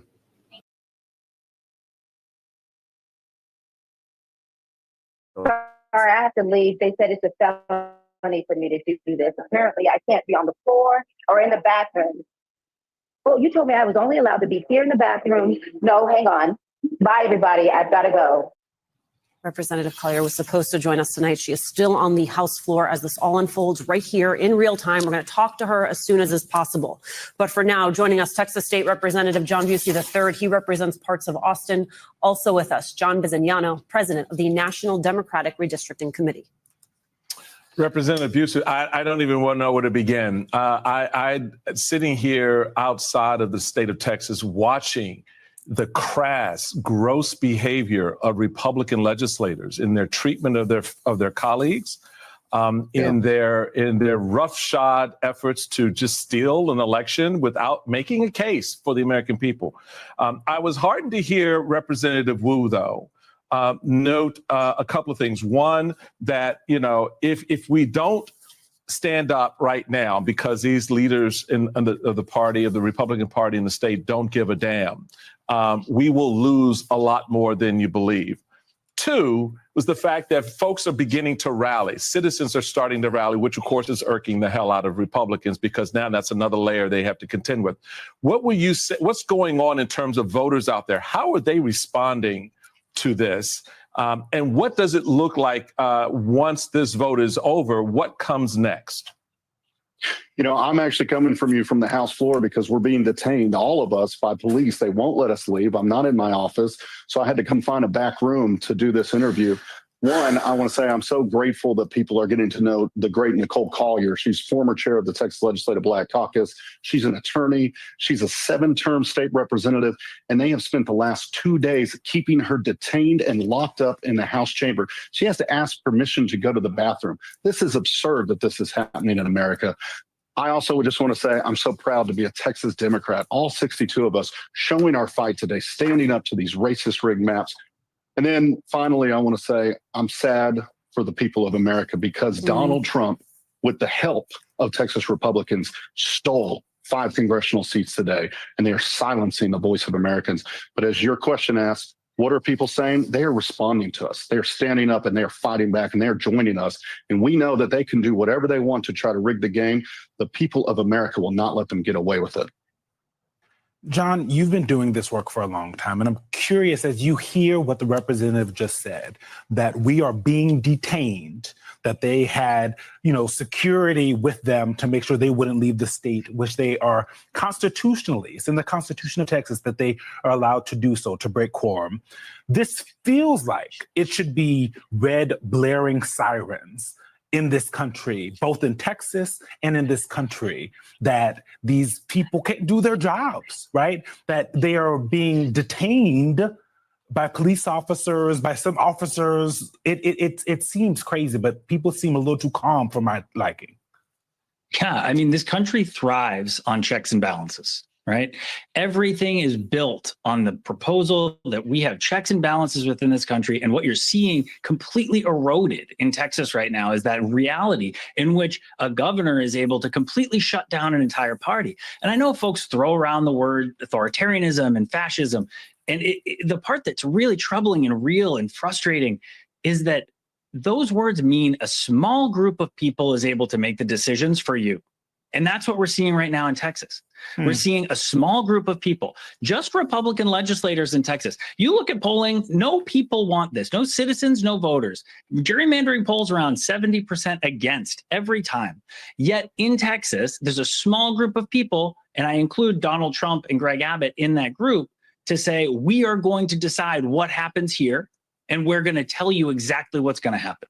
Let's take a look at that poll. One of those polls, Representative. This is from Emerson College. The question was, do you support or oppose the proposal to redraw Texas's congressional map ahead of the midterms? You only had 36% of Texans saying they supported that, 38% saying they opposed it, and 26% saying they were unsure, which seems to me like an opportunity for you and other Democrats to prosecute your case with Texas voters. Absolutely. Look, Donald Trump is one of the most unpopular presidents in modern times. He's down to 37% approval rating. He knows that he is going to lose in the midterms. That's why he's trying to rig the maps instead of change his policies to serve the people. He's a disgrace. Greg Abbott is a disgrace. And Texas Republicans have failed the people. But the people are paying attention. And come the midterm election, they're going to march to the ballot box and they're going to fight back with the best way we can. And that's by electing new leadership for this country. Representative, is there any conversation, because you have other states like California starting to play a role here, which I think is important, and other states are as well looking at it, although there's still some nervous Nellies out there who just can't seem to understand the moment and want to kind of wring their hands. But in the face of all of that, here's the reality that I'd like you to speak to it. Texas may steal 5 congressional seats, but Democrats nationwide are poised a year out. Now, everything changes. We know that. But given the trajectory of things, it's poised to do very well, more than making up for the 5 seats stolen. Is there any discussion and consideration of that, as well as what do you do after this happens? I mean, there's a process, I'm sure, right, where it's not automatic. You still have to get the map approved, or they have to do the implementation on the ground with the various legislative districts, et cetera. But there's a potential court challenge. So you do have these two things: the reality that you still got to run an election and actually win those seats, in addition to the other seats that you're going to be contested on nationwide. But also you can slow this process down by dragging this into the courts and having it adjudicated there as well. True? Absolutely. And we will definitely be doing that. We're going to take this fight to the courts, and then we're going to take this fight to every single race. We're not going to concede a single congressional seat. We're going to go talk to the voters, and we're going to talk about what Donald Trump and Greg Abbott did today, what they did to silence their voice and steal the election. And we're going to make every race a fight. We're going to do everything we can. And with that, I want to say, for people that are sitting on the sidelines, or members in California that are scared to do this, Donald Trump and Greg Abbott are breaking the rules right now. I am proud that California is ready to step up and fight back. We need everybody, Democrat, Independent, Republican. If you love this country, and if you believe that the table should be big enough for all of us, we all have to stand up and fight back right now. We have to do our part. Get off the sideline and push. Barack Obama called on the actions of California today in support. I'm proud of that, and we must all join in that chorus, because this is not a game. They will take away our freedom. They will take away our voice. We have to push back. John, I want to play some sound from Texas State Representative Todd Hunter, Republican, and get your response on the other side. The underlying goal of this plan is straightforward: improve Republican political performance. Each of these newly drawn districts now trend Republican in political performance. Well, there's no guarantee of it districts. That's exactly that's the question, right? Because at the end of the day, they can't help themselves. You cannot say they didn't tell us. You can't say they're hiding the ball, John, right? From the very beginning, they've been clear about this. They've been clear that this is about making it easier for them in Texas to win elections. Is that better, so that the folks that want to make sure that things are more equal can get the horses together, can be ready to ride? No, it's let's talk about what they really do. Oh, I'm sorry. I think what we've seen happen with the representative is he clearly walked out of a room with a lawyer that told him so specifically, don't say racial gerrymandering, say political, and just keep saying it over and over until you fall down. And the reality is, in truth, what they're doing is racial gerrymandering.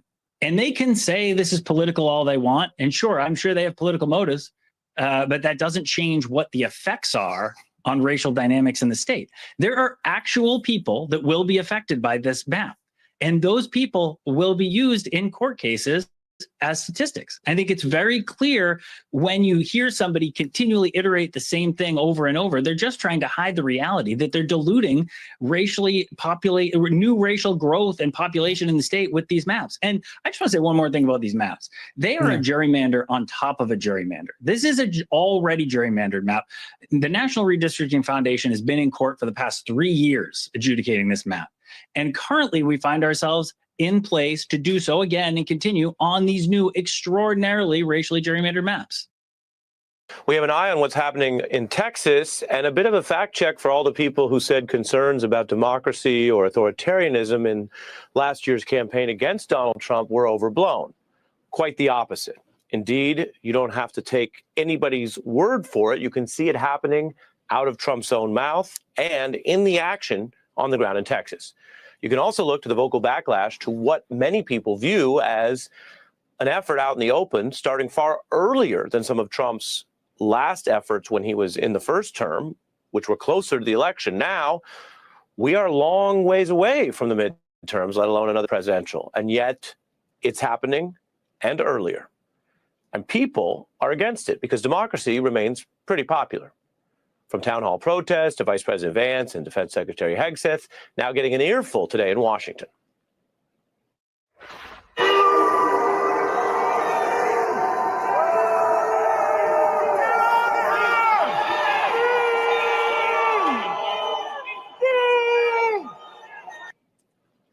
There are a range of concerns, and we can't always interpret boos exactly by their intent, but democracy is one of the big issues. Texas Democrats are also trying to stand up against something that most modern Republicans would have criticized any time before the MAGA era, and that they certainly still are suing to stop when it happens to them in California.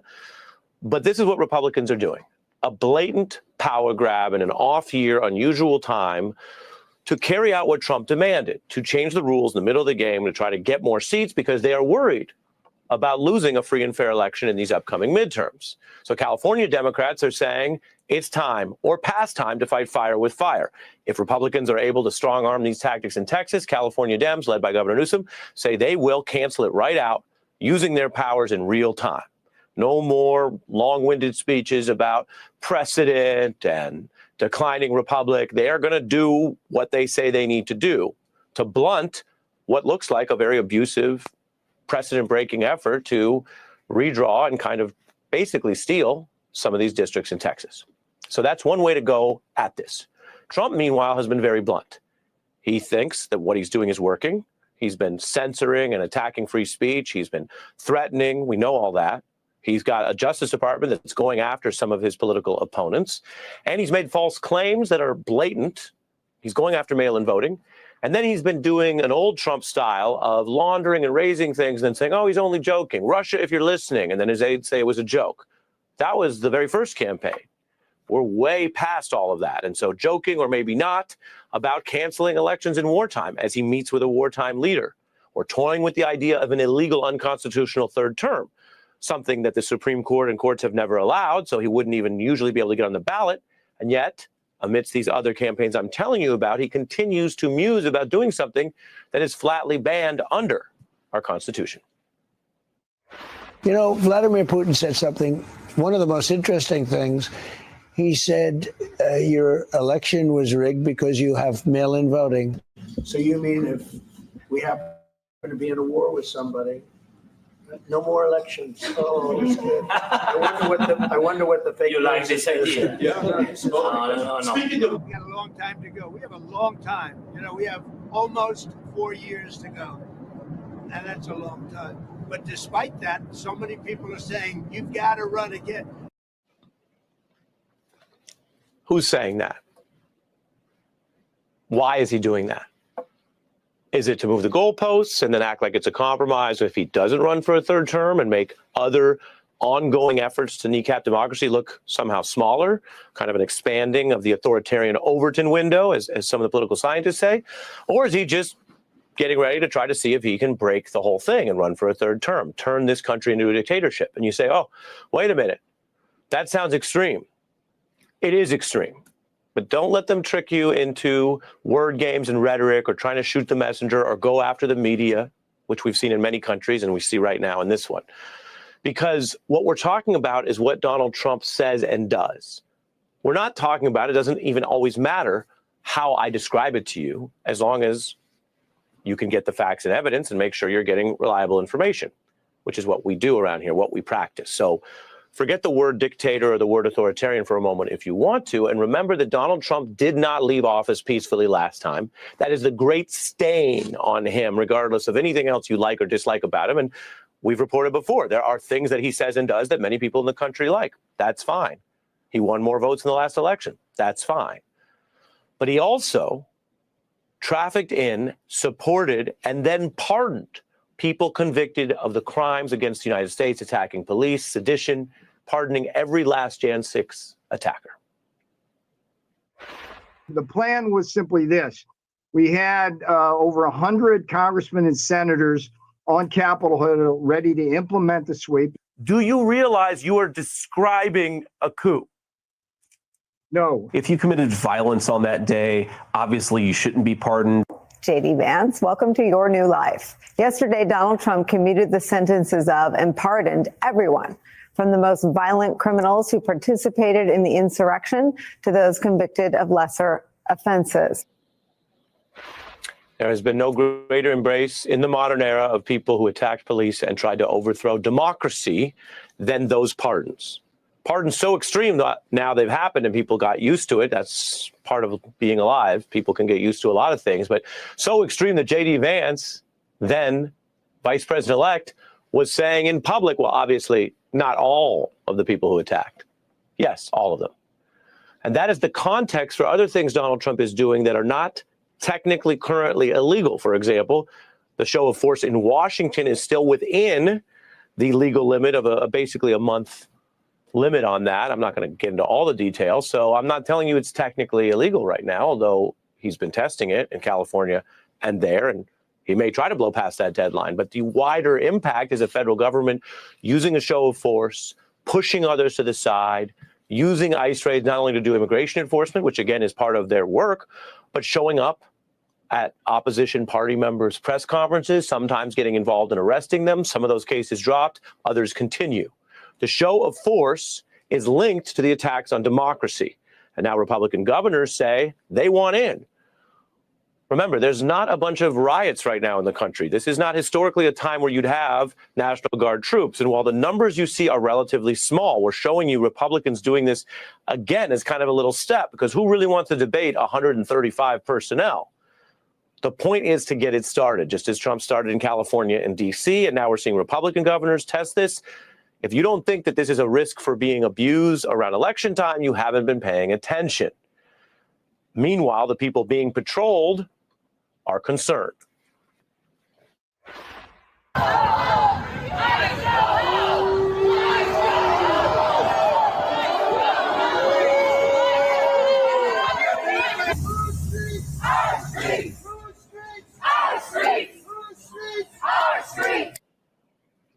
From the nation's capital to California to Texas, this is what it looks like when the attacks on democracy get more physical into the streets, encroaching, while legislatures try to redraw the maps to prevent what? A free and fair midterm election that might dislodge one aspect of a Republican agenda right now, that from Trump to the anti-healthcare bill that came out of Washington to the ongoing secrecy over Epstein, an agenda that remains very unpopular around the nation. It's all just stress testing, right? And it leaks out not just from the White House. You have sending in military troops into Los Angeles, waiting to see what courts say. because if the courts say that's allowed, they will continue to do that in other cities. You see them stripping funding from Washington, D.C., and then federalizing the police and seeing how long they can do it and running the possibility of extending the 30-day deadline. And then what do you see happening in Texas? Locking members of the legislature in a building or forcing them to sign permission slips.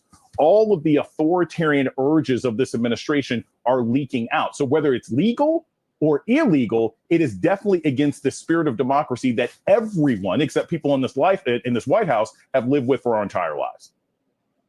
Molly? I think also it's important to remember that intimidation plays a big part here. This is the District of Columbia. They feel they can do it because it's not a state technically, so it is legal. But I also think there really is, this is a city that is majority minority, 90% voted for Democrats, filled with media and a lot of Democratic politicians and a lot of judiciary. So these are groups that they really want to keep in line and intimidate. So I think that's a real thing too. Also, I want to add these checkpoints that they have, where they use, it's technically legal to do checkpoints for sobriety and for car accidents, but checkpoints just because somebody is annoying you or someone doesn't look the way you want them to, that is very much out of the mainstream. Right, and it's testing it and encroaching on it as we've seen. Jason, the absence of bad news is not good news. But I have something that is less bad news, low bar. But we had the Democratic leader, Jeffries, on this program, and we asked him exactly about these issues. And he's doing what he can within the minority powers that he has. But he also made a point that's just a sad autocratic math. It's not good news. But here's what he said about what is in danger and what might still be protected in the coming midterms. The good news is, to the extent that there's a silver lining in our electoral system, is that we don't have a national election system. It's state by state by state. And in many of the states where there will be competitive gubernatorial elections, and certainly in the overwhelming majority of the states where the House will be decided, there are Democratic governors, Democratic attorney generals, and Democratic secretaries of state. I believe it will too, Ari. I just don't know how reliable it'll be. I think sometimes we have to step back from the sort of red state, blue state thing and recognize that there are large numbers of Republicans in blue states and large numbers of Democrats in red states.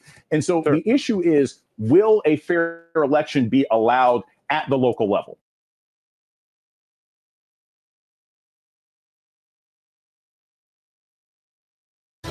People are never going to forget. The problem is, do we have any power? What do we do? What do you do? You definitely can change the way you vote, like if it comes up again. But the problem is, this is a bipartisan issue. Certainly not a hoax if Ghislaine Maxwell's in jail too. She's in jail for sex trafficking. But the question is, to who? Who's she in jail? You have to be sex trafficking to somebody in order to go to jail, right? Yeah. So who? How's that work? Never stop asking questions. And you have tons of power. You're Joe Rogan.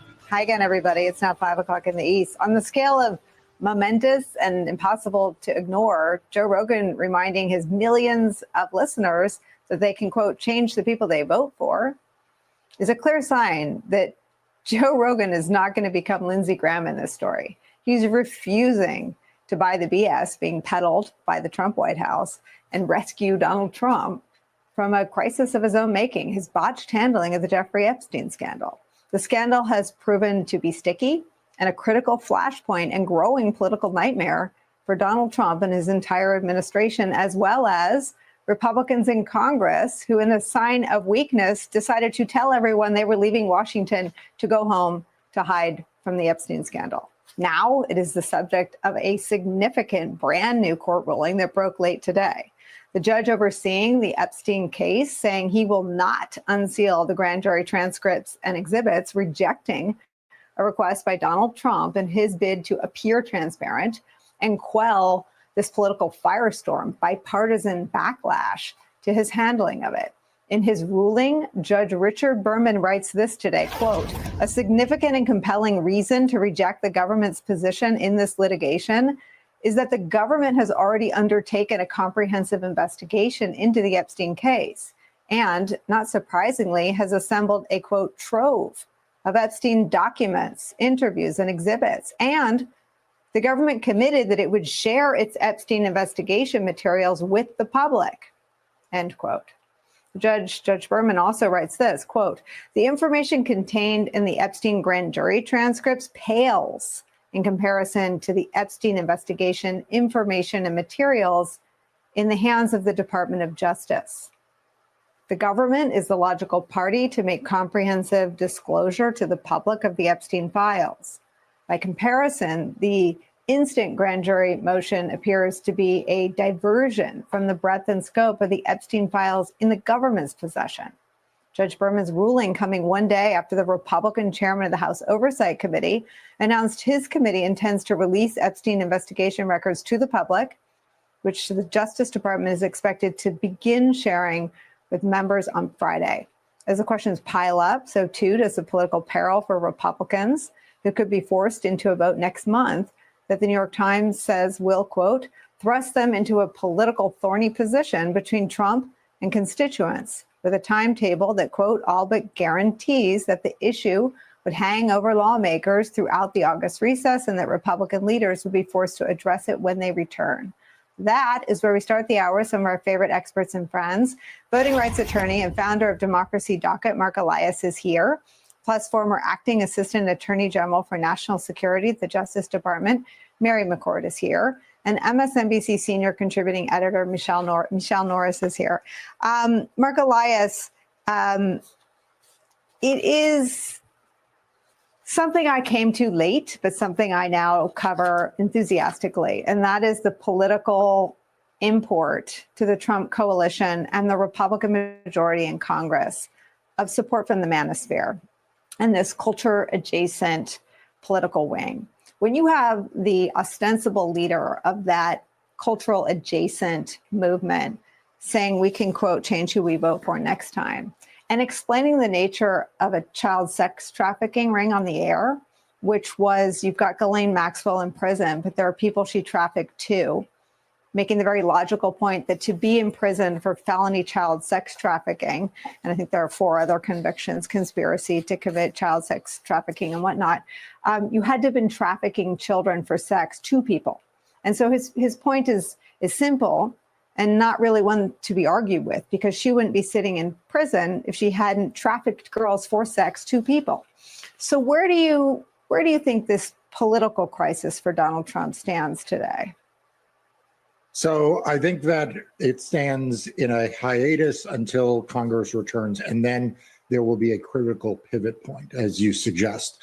The fact is that the Republicans in the House almost certainly are going to have to vote on whether to release the Epstein files. Now, the jujitsu that's starting to play out, you can just already see it, is that the Justice Department is going to selectively send some records to the House committee. Comer is then going to selectively release only some of those records. And I promise you, none of them will include the name Donald Trump. And so they will preemptively say, look, we did the thing that we said we were going to do. Democrats will call it out and say that is not true. And then the question is, where does the politics fall? Does the Trump coalition just say, okay, that's good enough? Or, as I suspect is the case, they say, no, we actually really want all the Epstein files. Like we didn't come this far to just have some of them. And that's where I just think like they have misread the politics of this all along. People may not understand all the nuance of policy. They may not really understand how Medicaid cuts affect them this year versus next year. They may not understand who is telling the truth and not telling the truth about tax cuts. They understand what it means that there was a child sex trafficker in the name of Jeffrey Epstein, that Donald Trump's campaign promised to release those files, that Donald Trump has a reason, some really good reason personal to him, that he doesn't want them released, and that the Republican Party is doing his bidding. That's not a complicated story for people. And so I think ultimately the politics cut in favor of these files having to be released. But I think the question is going to be the way in which the Department of Justice slow walks or selectively releases.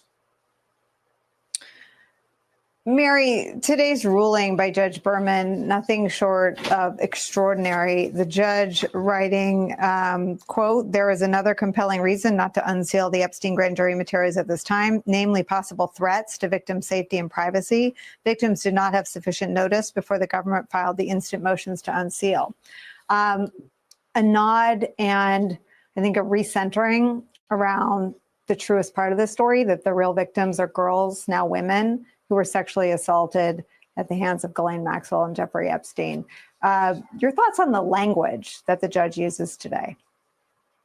So to that point, I'm so glad you've uplifted that, Nicole, because one of the things that bothers me so much about this entire scandal, totally of the Trump administration's own making, when you spin conspiracy theories and then you cannot deliver, they're going to come back on you because now it looks like a cover up. But with all of that swirl, I feel like we don't talk often enough about how many victims, child victims, there were of this. You know, I prosecuted sex crimes in the District of Columbia, including child sex crimes. And these are some of the most heinous crimes out there. And people like Ghislaine Maxwell, who enable and traffic to someone, as Joe Rogan said, I mean, they are an integral part of these types of sex trafficking rings. There aren't tons and tons and tons of them, but they exist. And here, of course, we're talking about somebody who had such wealth, such power, such ability, Jeffrey Epstein, to make a convincing case through Ghislaine Maxwell that these girls ought to come and engage in sexualized massages, etc. That is that same sort of power dynamic that you see over and over and over in these types of cases. So I'm really, really glad you uplifted that. And I'm glad that the judge today pointed it out. The other thing I think that is remarkable here is Judge Berman, of course, is not the first judge to basically call out the not lies, but misrepresentations in the Department of Justice's own pleadings seeking to unseal these grand jury transcripts. Just Judge Paul Engelmeyer, just a few weeks ago, did the same thing, denied the Department of Justice's motion to unseal the transcripts from the Ghislaine Maxwell grand jury and said that the government's representations that these transcripts would be revealing of information that is of significant public interest were, and this is a quote, demonstrably false, which means I guess I was okay saying a lie. Yes. Demonstrably false, right? And he says anybody who actually reads these would see that there is no new information there. And the government, of course, knew that. And the government, when it first filed its motion to unseal, had not even included the transcript. Judge Engelmeyer then asked for them, looked at them and said, this was not an investigatory grand jury. It did not hear from victims. It did not hear from witnesses. It heard from a single FBI agent who gave summary testimony about what the investigation had shown. The Department of Justice knew that when it went into court and sought to unseal those. This was what both Judge Engelmeyer and Judge Berman said. This was a diversion to try to blame on the courts the lack of information coming out to the public. Joining us now, Vice President of Mercury Public Affairs and former White House Deputy Director of Platforms, Megan Coyne. She's also served as the social media director for New Jersey Governor Phil Murphy's office. Also with us, Democratic strategist and MSNBC political analyst Basil Smikle, staff writer for The Atlantic and author of its newsletter Galaxy Brain, Charlie Wartzel, and Politico's senior national politics correspondent Adam Wren. Everybody, thank you for joining us. All right, Basil, I'm going to begin with you on this. What do you think? You're right. It's provocative, it's ostentatious, and it meets the moment. I think if you're looking for something for him to do that is intellectually stimulating, that's great. But what's better is that there's an emotional reaction, even if it's just a laugh, even if it's like that, that's crazy, because it got you to do something and react to politics in a way that you may not have done before. And it is true that it does hold up a mirror to what's happening on the right, because if you're saying to yourself, why the heck would he do that, Donald Trump? Why would he post that? Why would he do this? To be able to turn it back around and say, well, do you see how ridiculous this is? This is our politics today. Now, you're right. It is a campaign strategy. I don't know that this works a year from now, But for this moment, given all of the heavy stuff that we're dealing with, it does seem to be breaking through. Adam, give me a little bit more of the background. Yeah, so what's interesting, Katie, is that this actually came from former Governor Jerry Brown's own social media account, and the Newsom people took it over. And, Newsom has been studying MAGA media, whether it's reading Breitbart or watching One America News for years now, and really sort of reverse engineered the AI, slop that goes to the top of the X algorithm. This is Elon Musk's social media company, and the For You tab essentially prizes this kind of AI slop, these memes that we're seeing. And Newsom figured that out, and he's got a team of about 4 or 5 people who work on this for him. He sort of leads the effort, and they've seen a massive, inundation of followers, about 30 to 50,000 new followers a day since August 1st. And, what's interesting is he actually can't take this account with him. So if he runs for president in 2028, he loses it on January 4th, 2027. And so it's fascinating to kind of see him really game the algorithm, figure out how to talk to both Republicans and Democrats in a way no other 2028 Democrat has. Megan, you got a lot of attention for Phil Murphy's social media feed. I think the Times did a profile on you a few years back. What do you think, as somebody who has been in charge of this very arena before? I think that Governor Newsom is absolutely showing us all a masterclass right now in how government social media should be functioning. It's funny, it's quick, it's culturally relevant, it's cutting through the noise, and it's landing. And it's sort of a win-win because it's energizing Democrats while really frustrating Republicans. They're sort of not sure how to react to someone meeting them where they are and copying their playbook. And Democrats really aren't used to someone standing up, calling Republicans out constantly and landing punch after punch after punch without flinching. And that's exactly what Governor Newsom's doing right now. And that's why it's just so exciting to see. So, Charlie, he's gaining followers, obviously. We're seeing, as Adam pointed out, just a daily count of followers that's going up and up. It's obviously getting a lot of attention. It's on this show, talking about it on Fox. It's everywhere, at least today. How is it playing online, though? Beyond the extra follower count, what's the reaction online? I think it's really just cheap attention, right? I feel like this isn't really, there is a strategy here, which is to, sort of parrot back this and make the people on Fox News look ridiculous and essentially get attention. But in terms of like a political strategy, it feels kind of thin, right? It feels very, again, Trump's whole social media presence, his whole presidency, his whole self is very, ego-driven, egocentric, kind of, ridiculous. And this is just kind of aping that, right? This is done by somebody who clearly very much wants to be president. He very much wants the attention. And it has this kind of, cathartic bit to it. But a lot of people that I have seen online are also like, this is very, look at me, right? This isn't organizing. This isn't, really putting forth a message. This is just kind of, pointing and criticizing, and that's fine. But I think when you compare it to, another person whose social media strategy has been really in the conversation lately is Zohran Mamdani in New York in the mayoral race. And that social media strategy is different. It situates him in the city among the people he's trying to govern. And I think that there's a real comparison here. I think it's kind of thin, honestly. I think that's something to talk about. I think you're right about that, because Donald Trump, I'm sure we were arguing about how thin this was back in 2015, 2016, or how ridiculous or how absurd or how unelectable or childish he seemed. But it was all also a part of who Donald Trump is. It was authentically him. He is this person that you see online. He is self-obsessed. He does talk very brashly. He is offensive, fly by his seat, reactionary.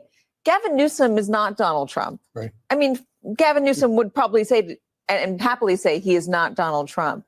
Zohran Mamdani is being his authentic self online, which is working for him. So is there a risk here? Gavin Newsom, it's funny, it's trolling. Well, it's not a long-term strategy. I think, to your point, you used the term, I think it was culturally relevant.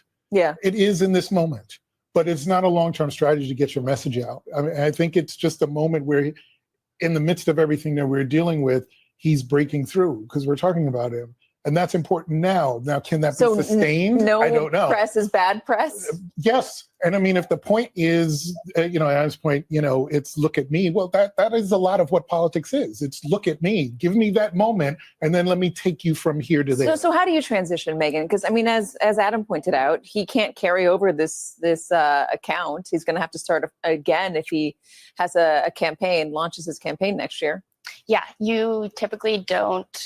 You transition over to the next governor. The followers transition over. The content gets wiped. I think that Governor Newsom has built up his brand enough that losing this account won't be a huge setback since his name is getting out there. I imagine that this is translating over to his personal political account that he gets to keep with him. It's not like he's going to lose everything when he no longer has this account. Yeah, but how do you use that the strategy that he's employing of this, making fun of Donald Trump, the trolling of Donald Trump, and also anybody who tries to come after him? He's been trolling Fox News, Dana Perino. He's been trolling Kid Rock. I mean, anybody who tries to come after him, he posts back just in the same way that Donald Trump does. How do you take that though, and then say, this is satire, this is me trying to show you how ridiculous this is, but now listen to me be serious. Now listen to my policy. Yeah, there's absolutely a way for him to do that. I think we saw this last week when he held his press conference on redistricting. He's moving forward with it. He's not all talk and not following it up with any action. And I'm sure that they'll continue to balance that, and it helps draw people in. So he is doing all of these crazy, ridiculous, fun things. It draws people in, and then they're going to see more of the serious from him. He's a very accomplished governor, so people are going to be seeing a lot more of that in their feeds. So the people that are maybe seeing it, Adam, are they going to be beyond the Democrats? Is it going to be the folks the Democrats need? The Times had a great takeout today showing that voter registration for Democrats, and Basil, I'll get you on this, is plummeting. I mean, they're just hemorrhaging voters every single year. New registration for new voters. They're not coming out as Democratic. They're not ticking the Democratic box. So is this reaching those folks? Yeah, what's interesting is I talked to a New Hampshire Democrat, Jim Demers, whose job it is with Stand Up New Hampshire to sort of bring some of these 2028 candidates to this early primary state. And he told me that in the context of redistricting, Newsom is really breaking through to Democratic primary voters there. They see him as a counterweight to Donald Trump. They see him as a Democrat who is fighting Trump. And this S account, I think, is of a piece with that. It's framing him as someone who is taking Trump head on. Two people in the arena. The White House is officially responding to it with their own memes. And so I think it's breaking through beyond just people who are super online. And real early state primary voters are hearing of what Newsom's doing around redistricting. They like it, and the X account sort of dovetails with that in a way that does break through.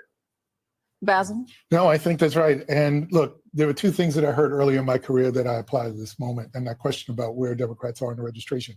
One, that every movement becomes an institution.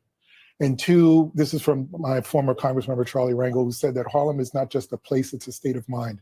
And I think that's where we are with the Democrats today. Number one, I think voters want someone to fight for them. It's not just it's not a brand in the way that it used to be, but they want to find something to be a part of and to connect to. And I think Gavin Newsom's doing a little bit. It used to be the Democrats were the cool set, for a long time. No, seriously, That's right. When you were a celebrity, you wanted to be a Democrat. Obama certainly made it cool. But even during the Bush years, there was a certain cachet you got with being a Democrat. But it seems to have been lost entirely over the past 5-10 years. Plus, voters want somebody to fight for them, number one, and that's critical. But the movement to institution part is also critical, because I got involved because I saw Jesse Jackson fighting, saying that the party doesn't represent people like him, that meant the people that look like me. And at some point, some of those folks got comfortable. And I think people saw that. They saw the party transition, and maybe the younger voter felt that there were too many people who felt too complacent to really fight for them. And that's an important thing that, as a party leader, you're going to have to contend with. All right.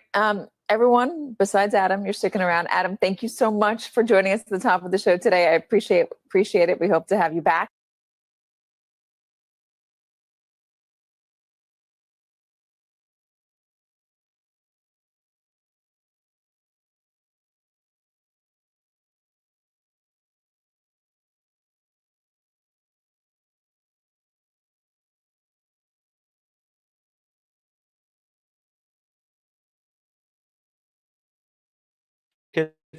So now, let's apply the full facts so that we can look at and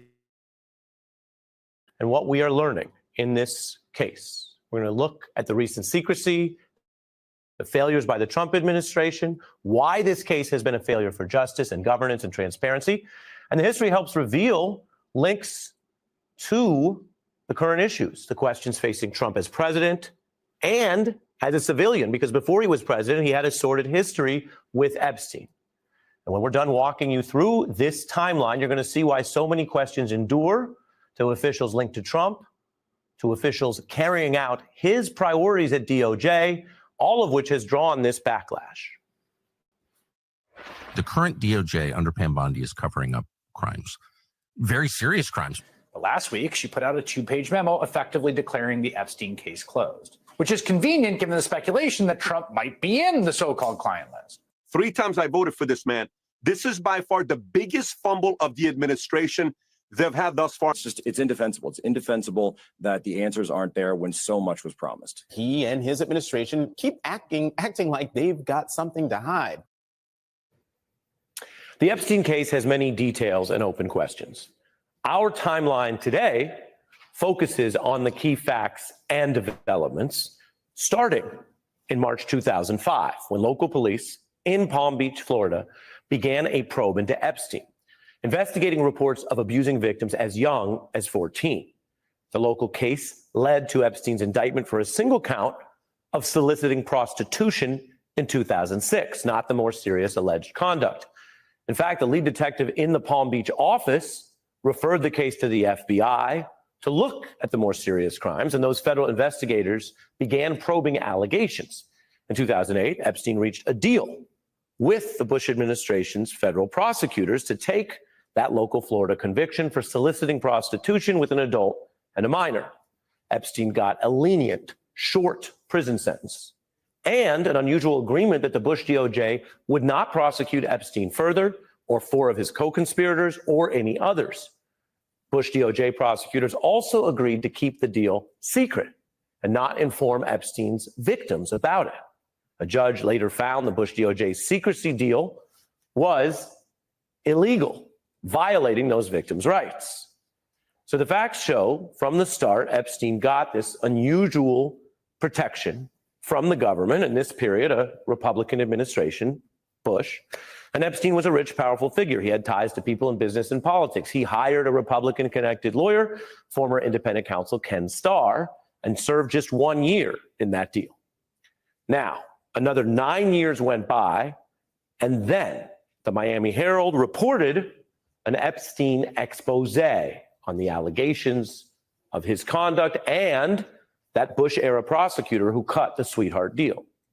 That investigative report gained traction, partly because of a tie to Trump, who promoted the very prosecutor, Alex Acosta, to his cabinet.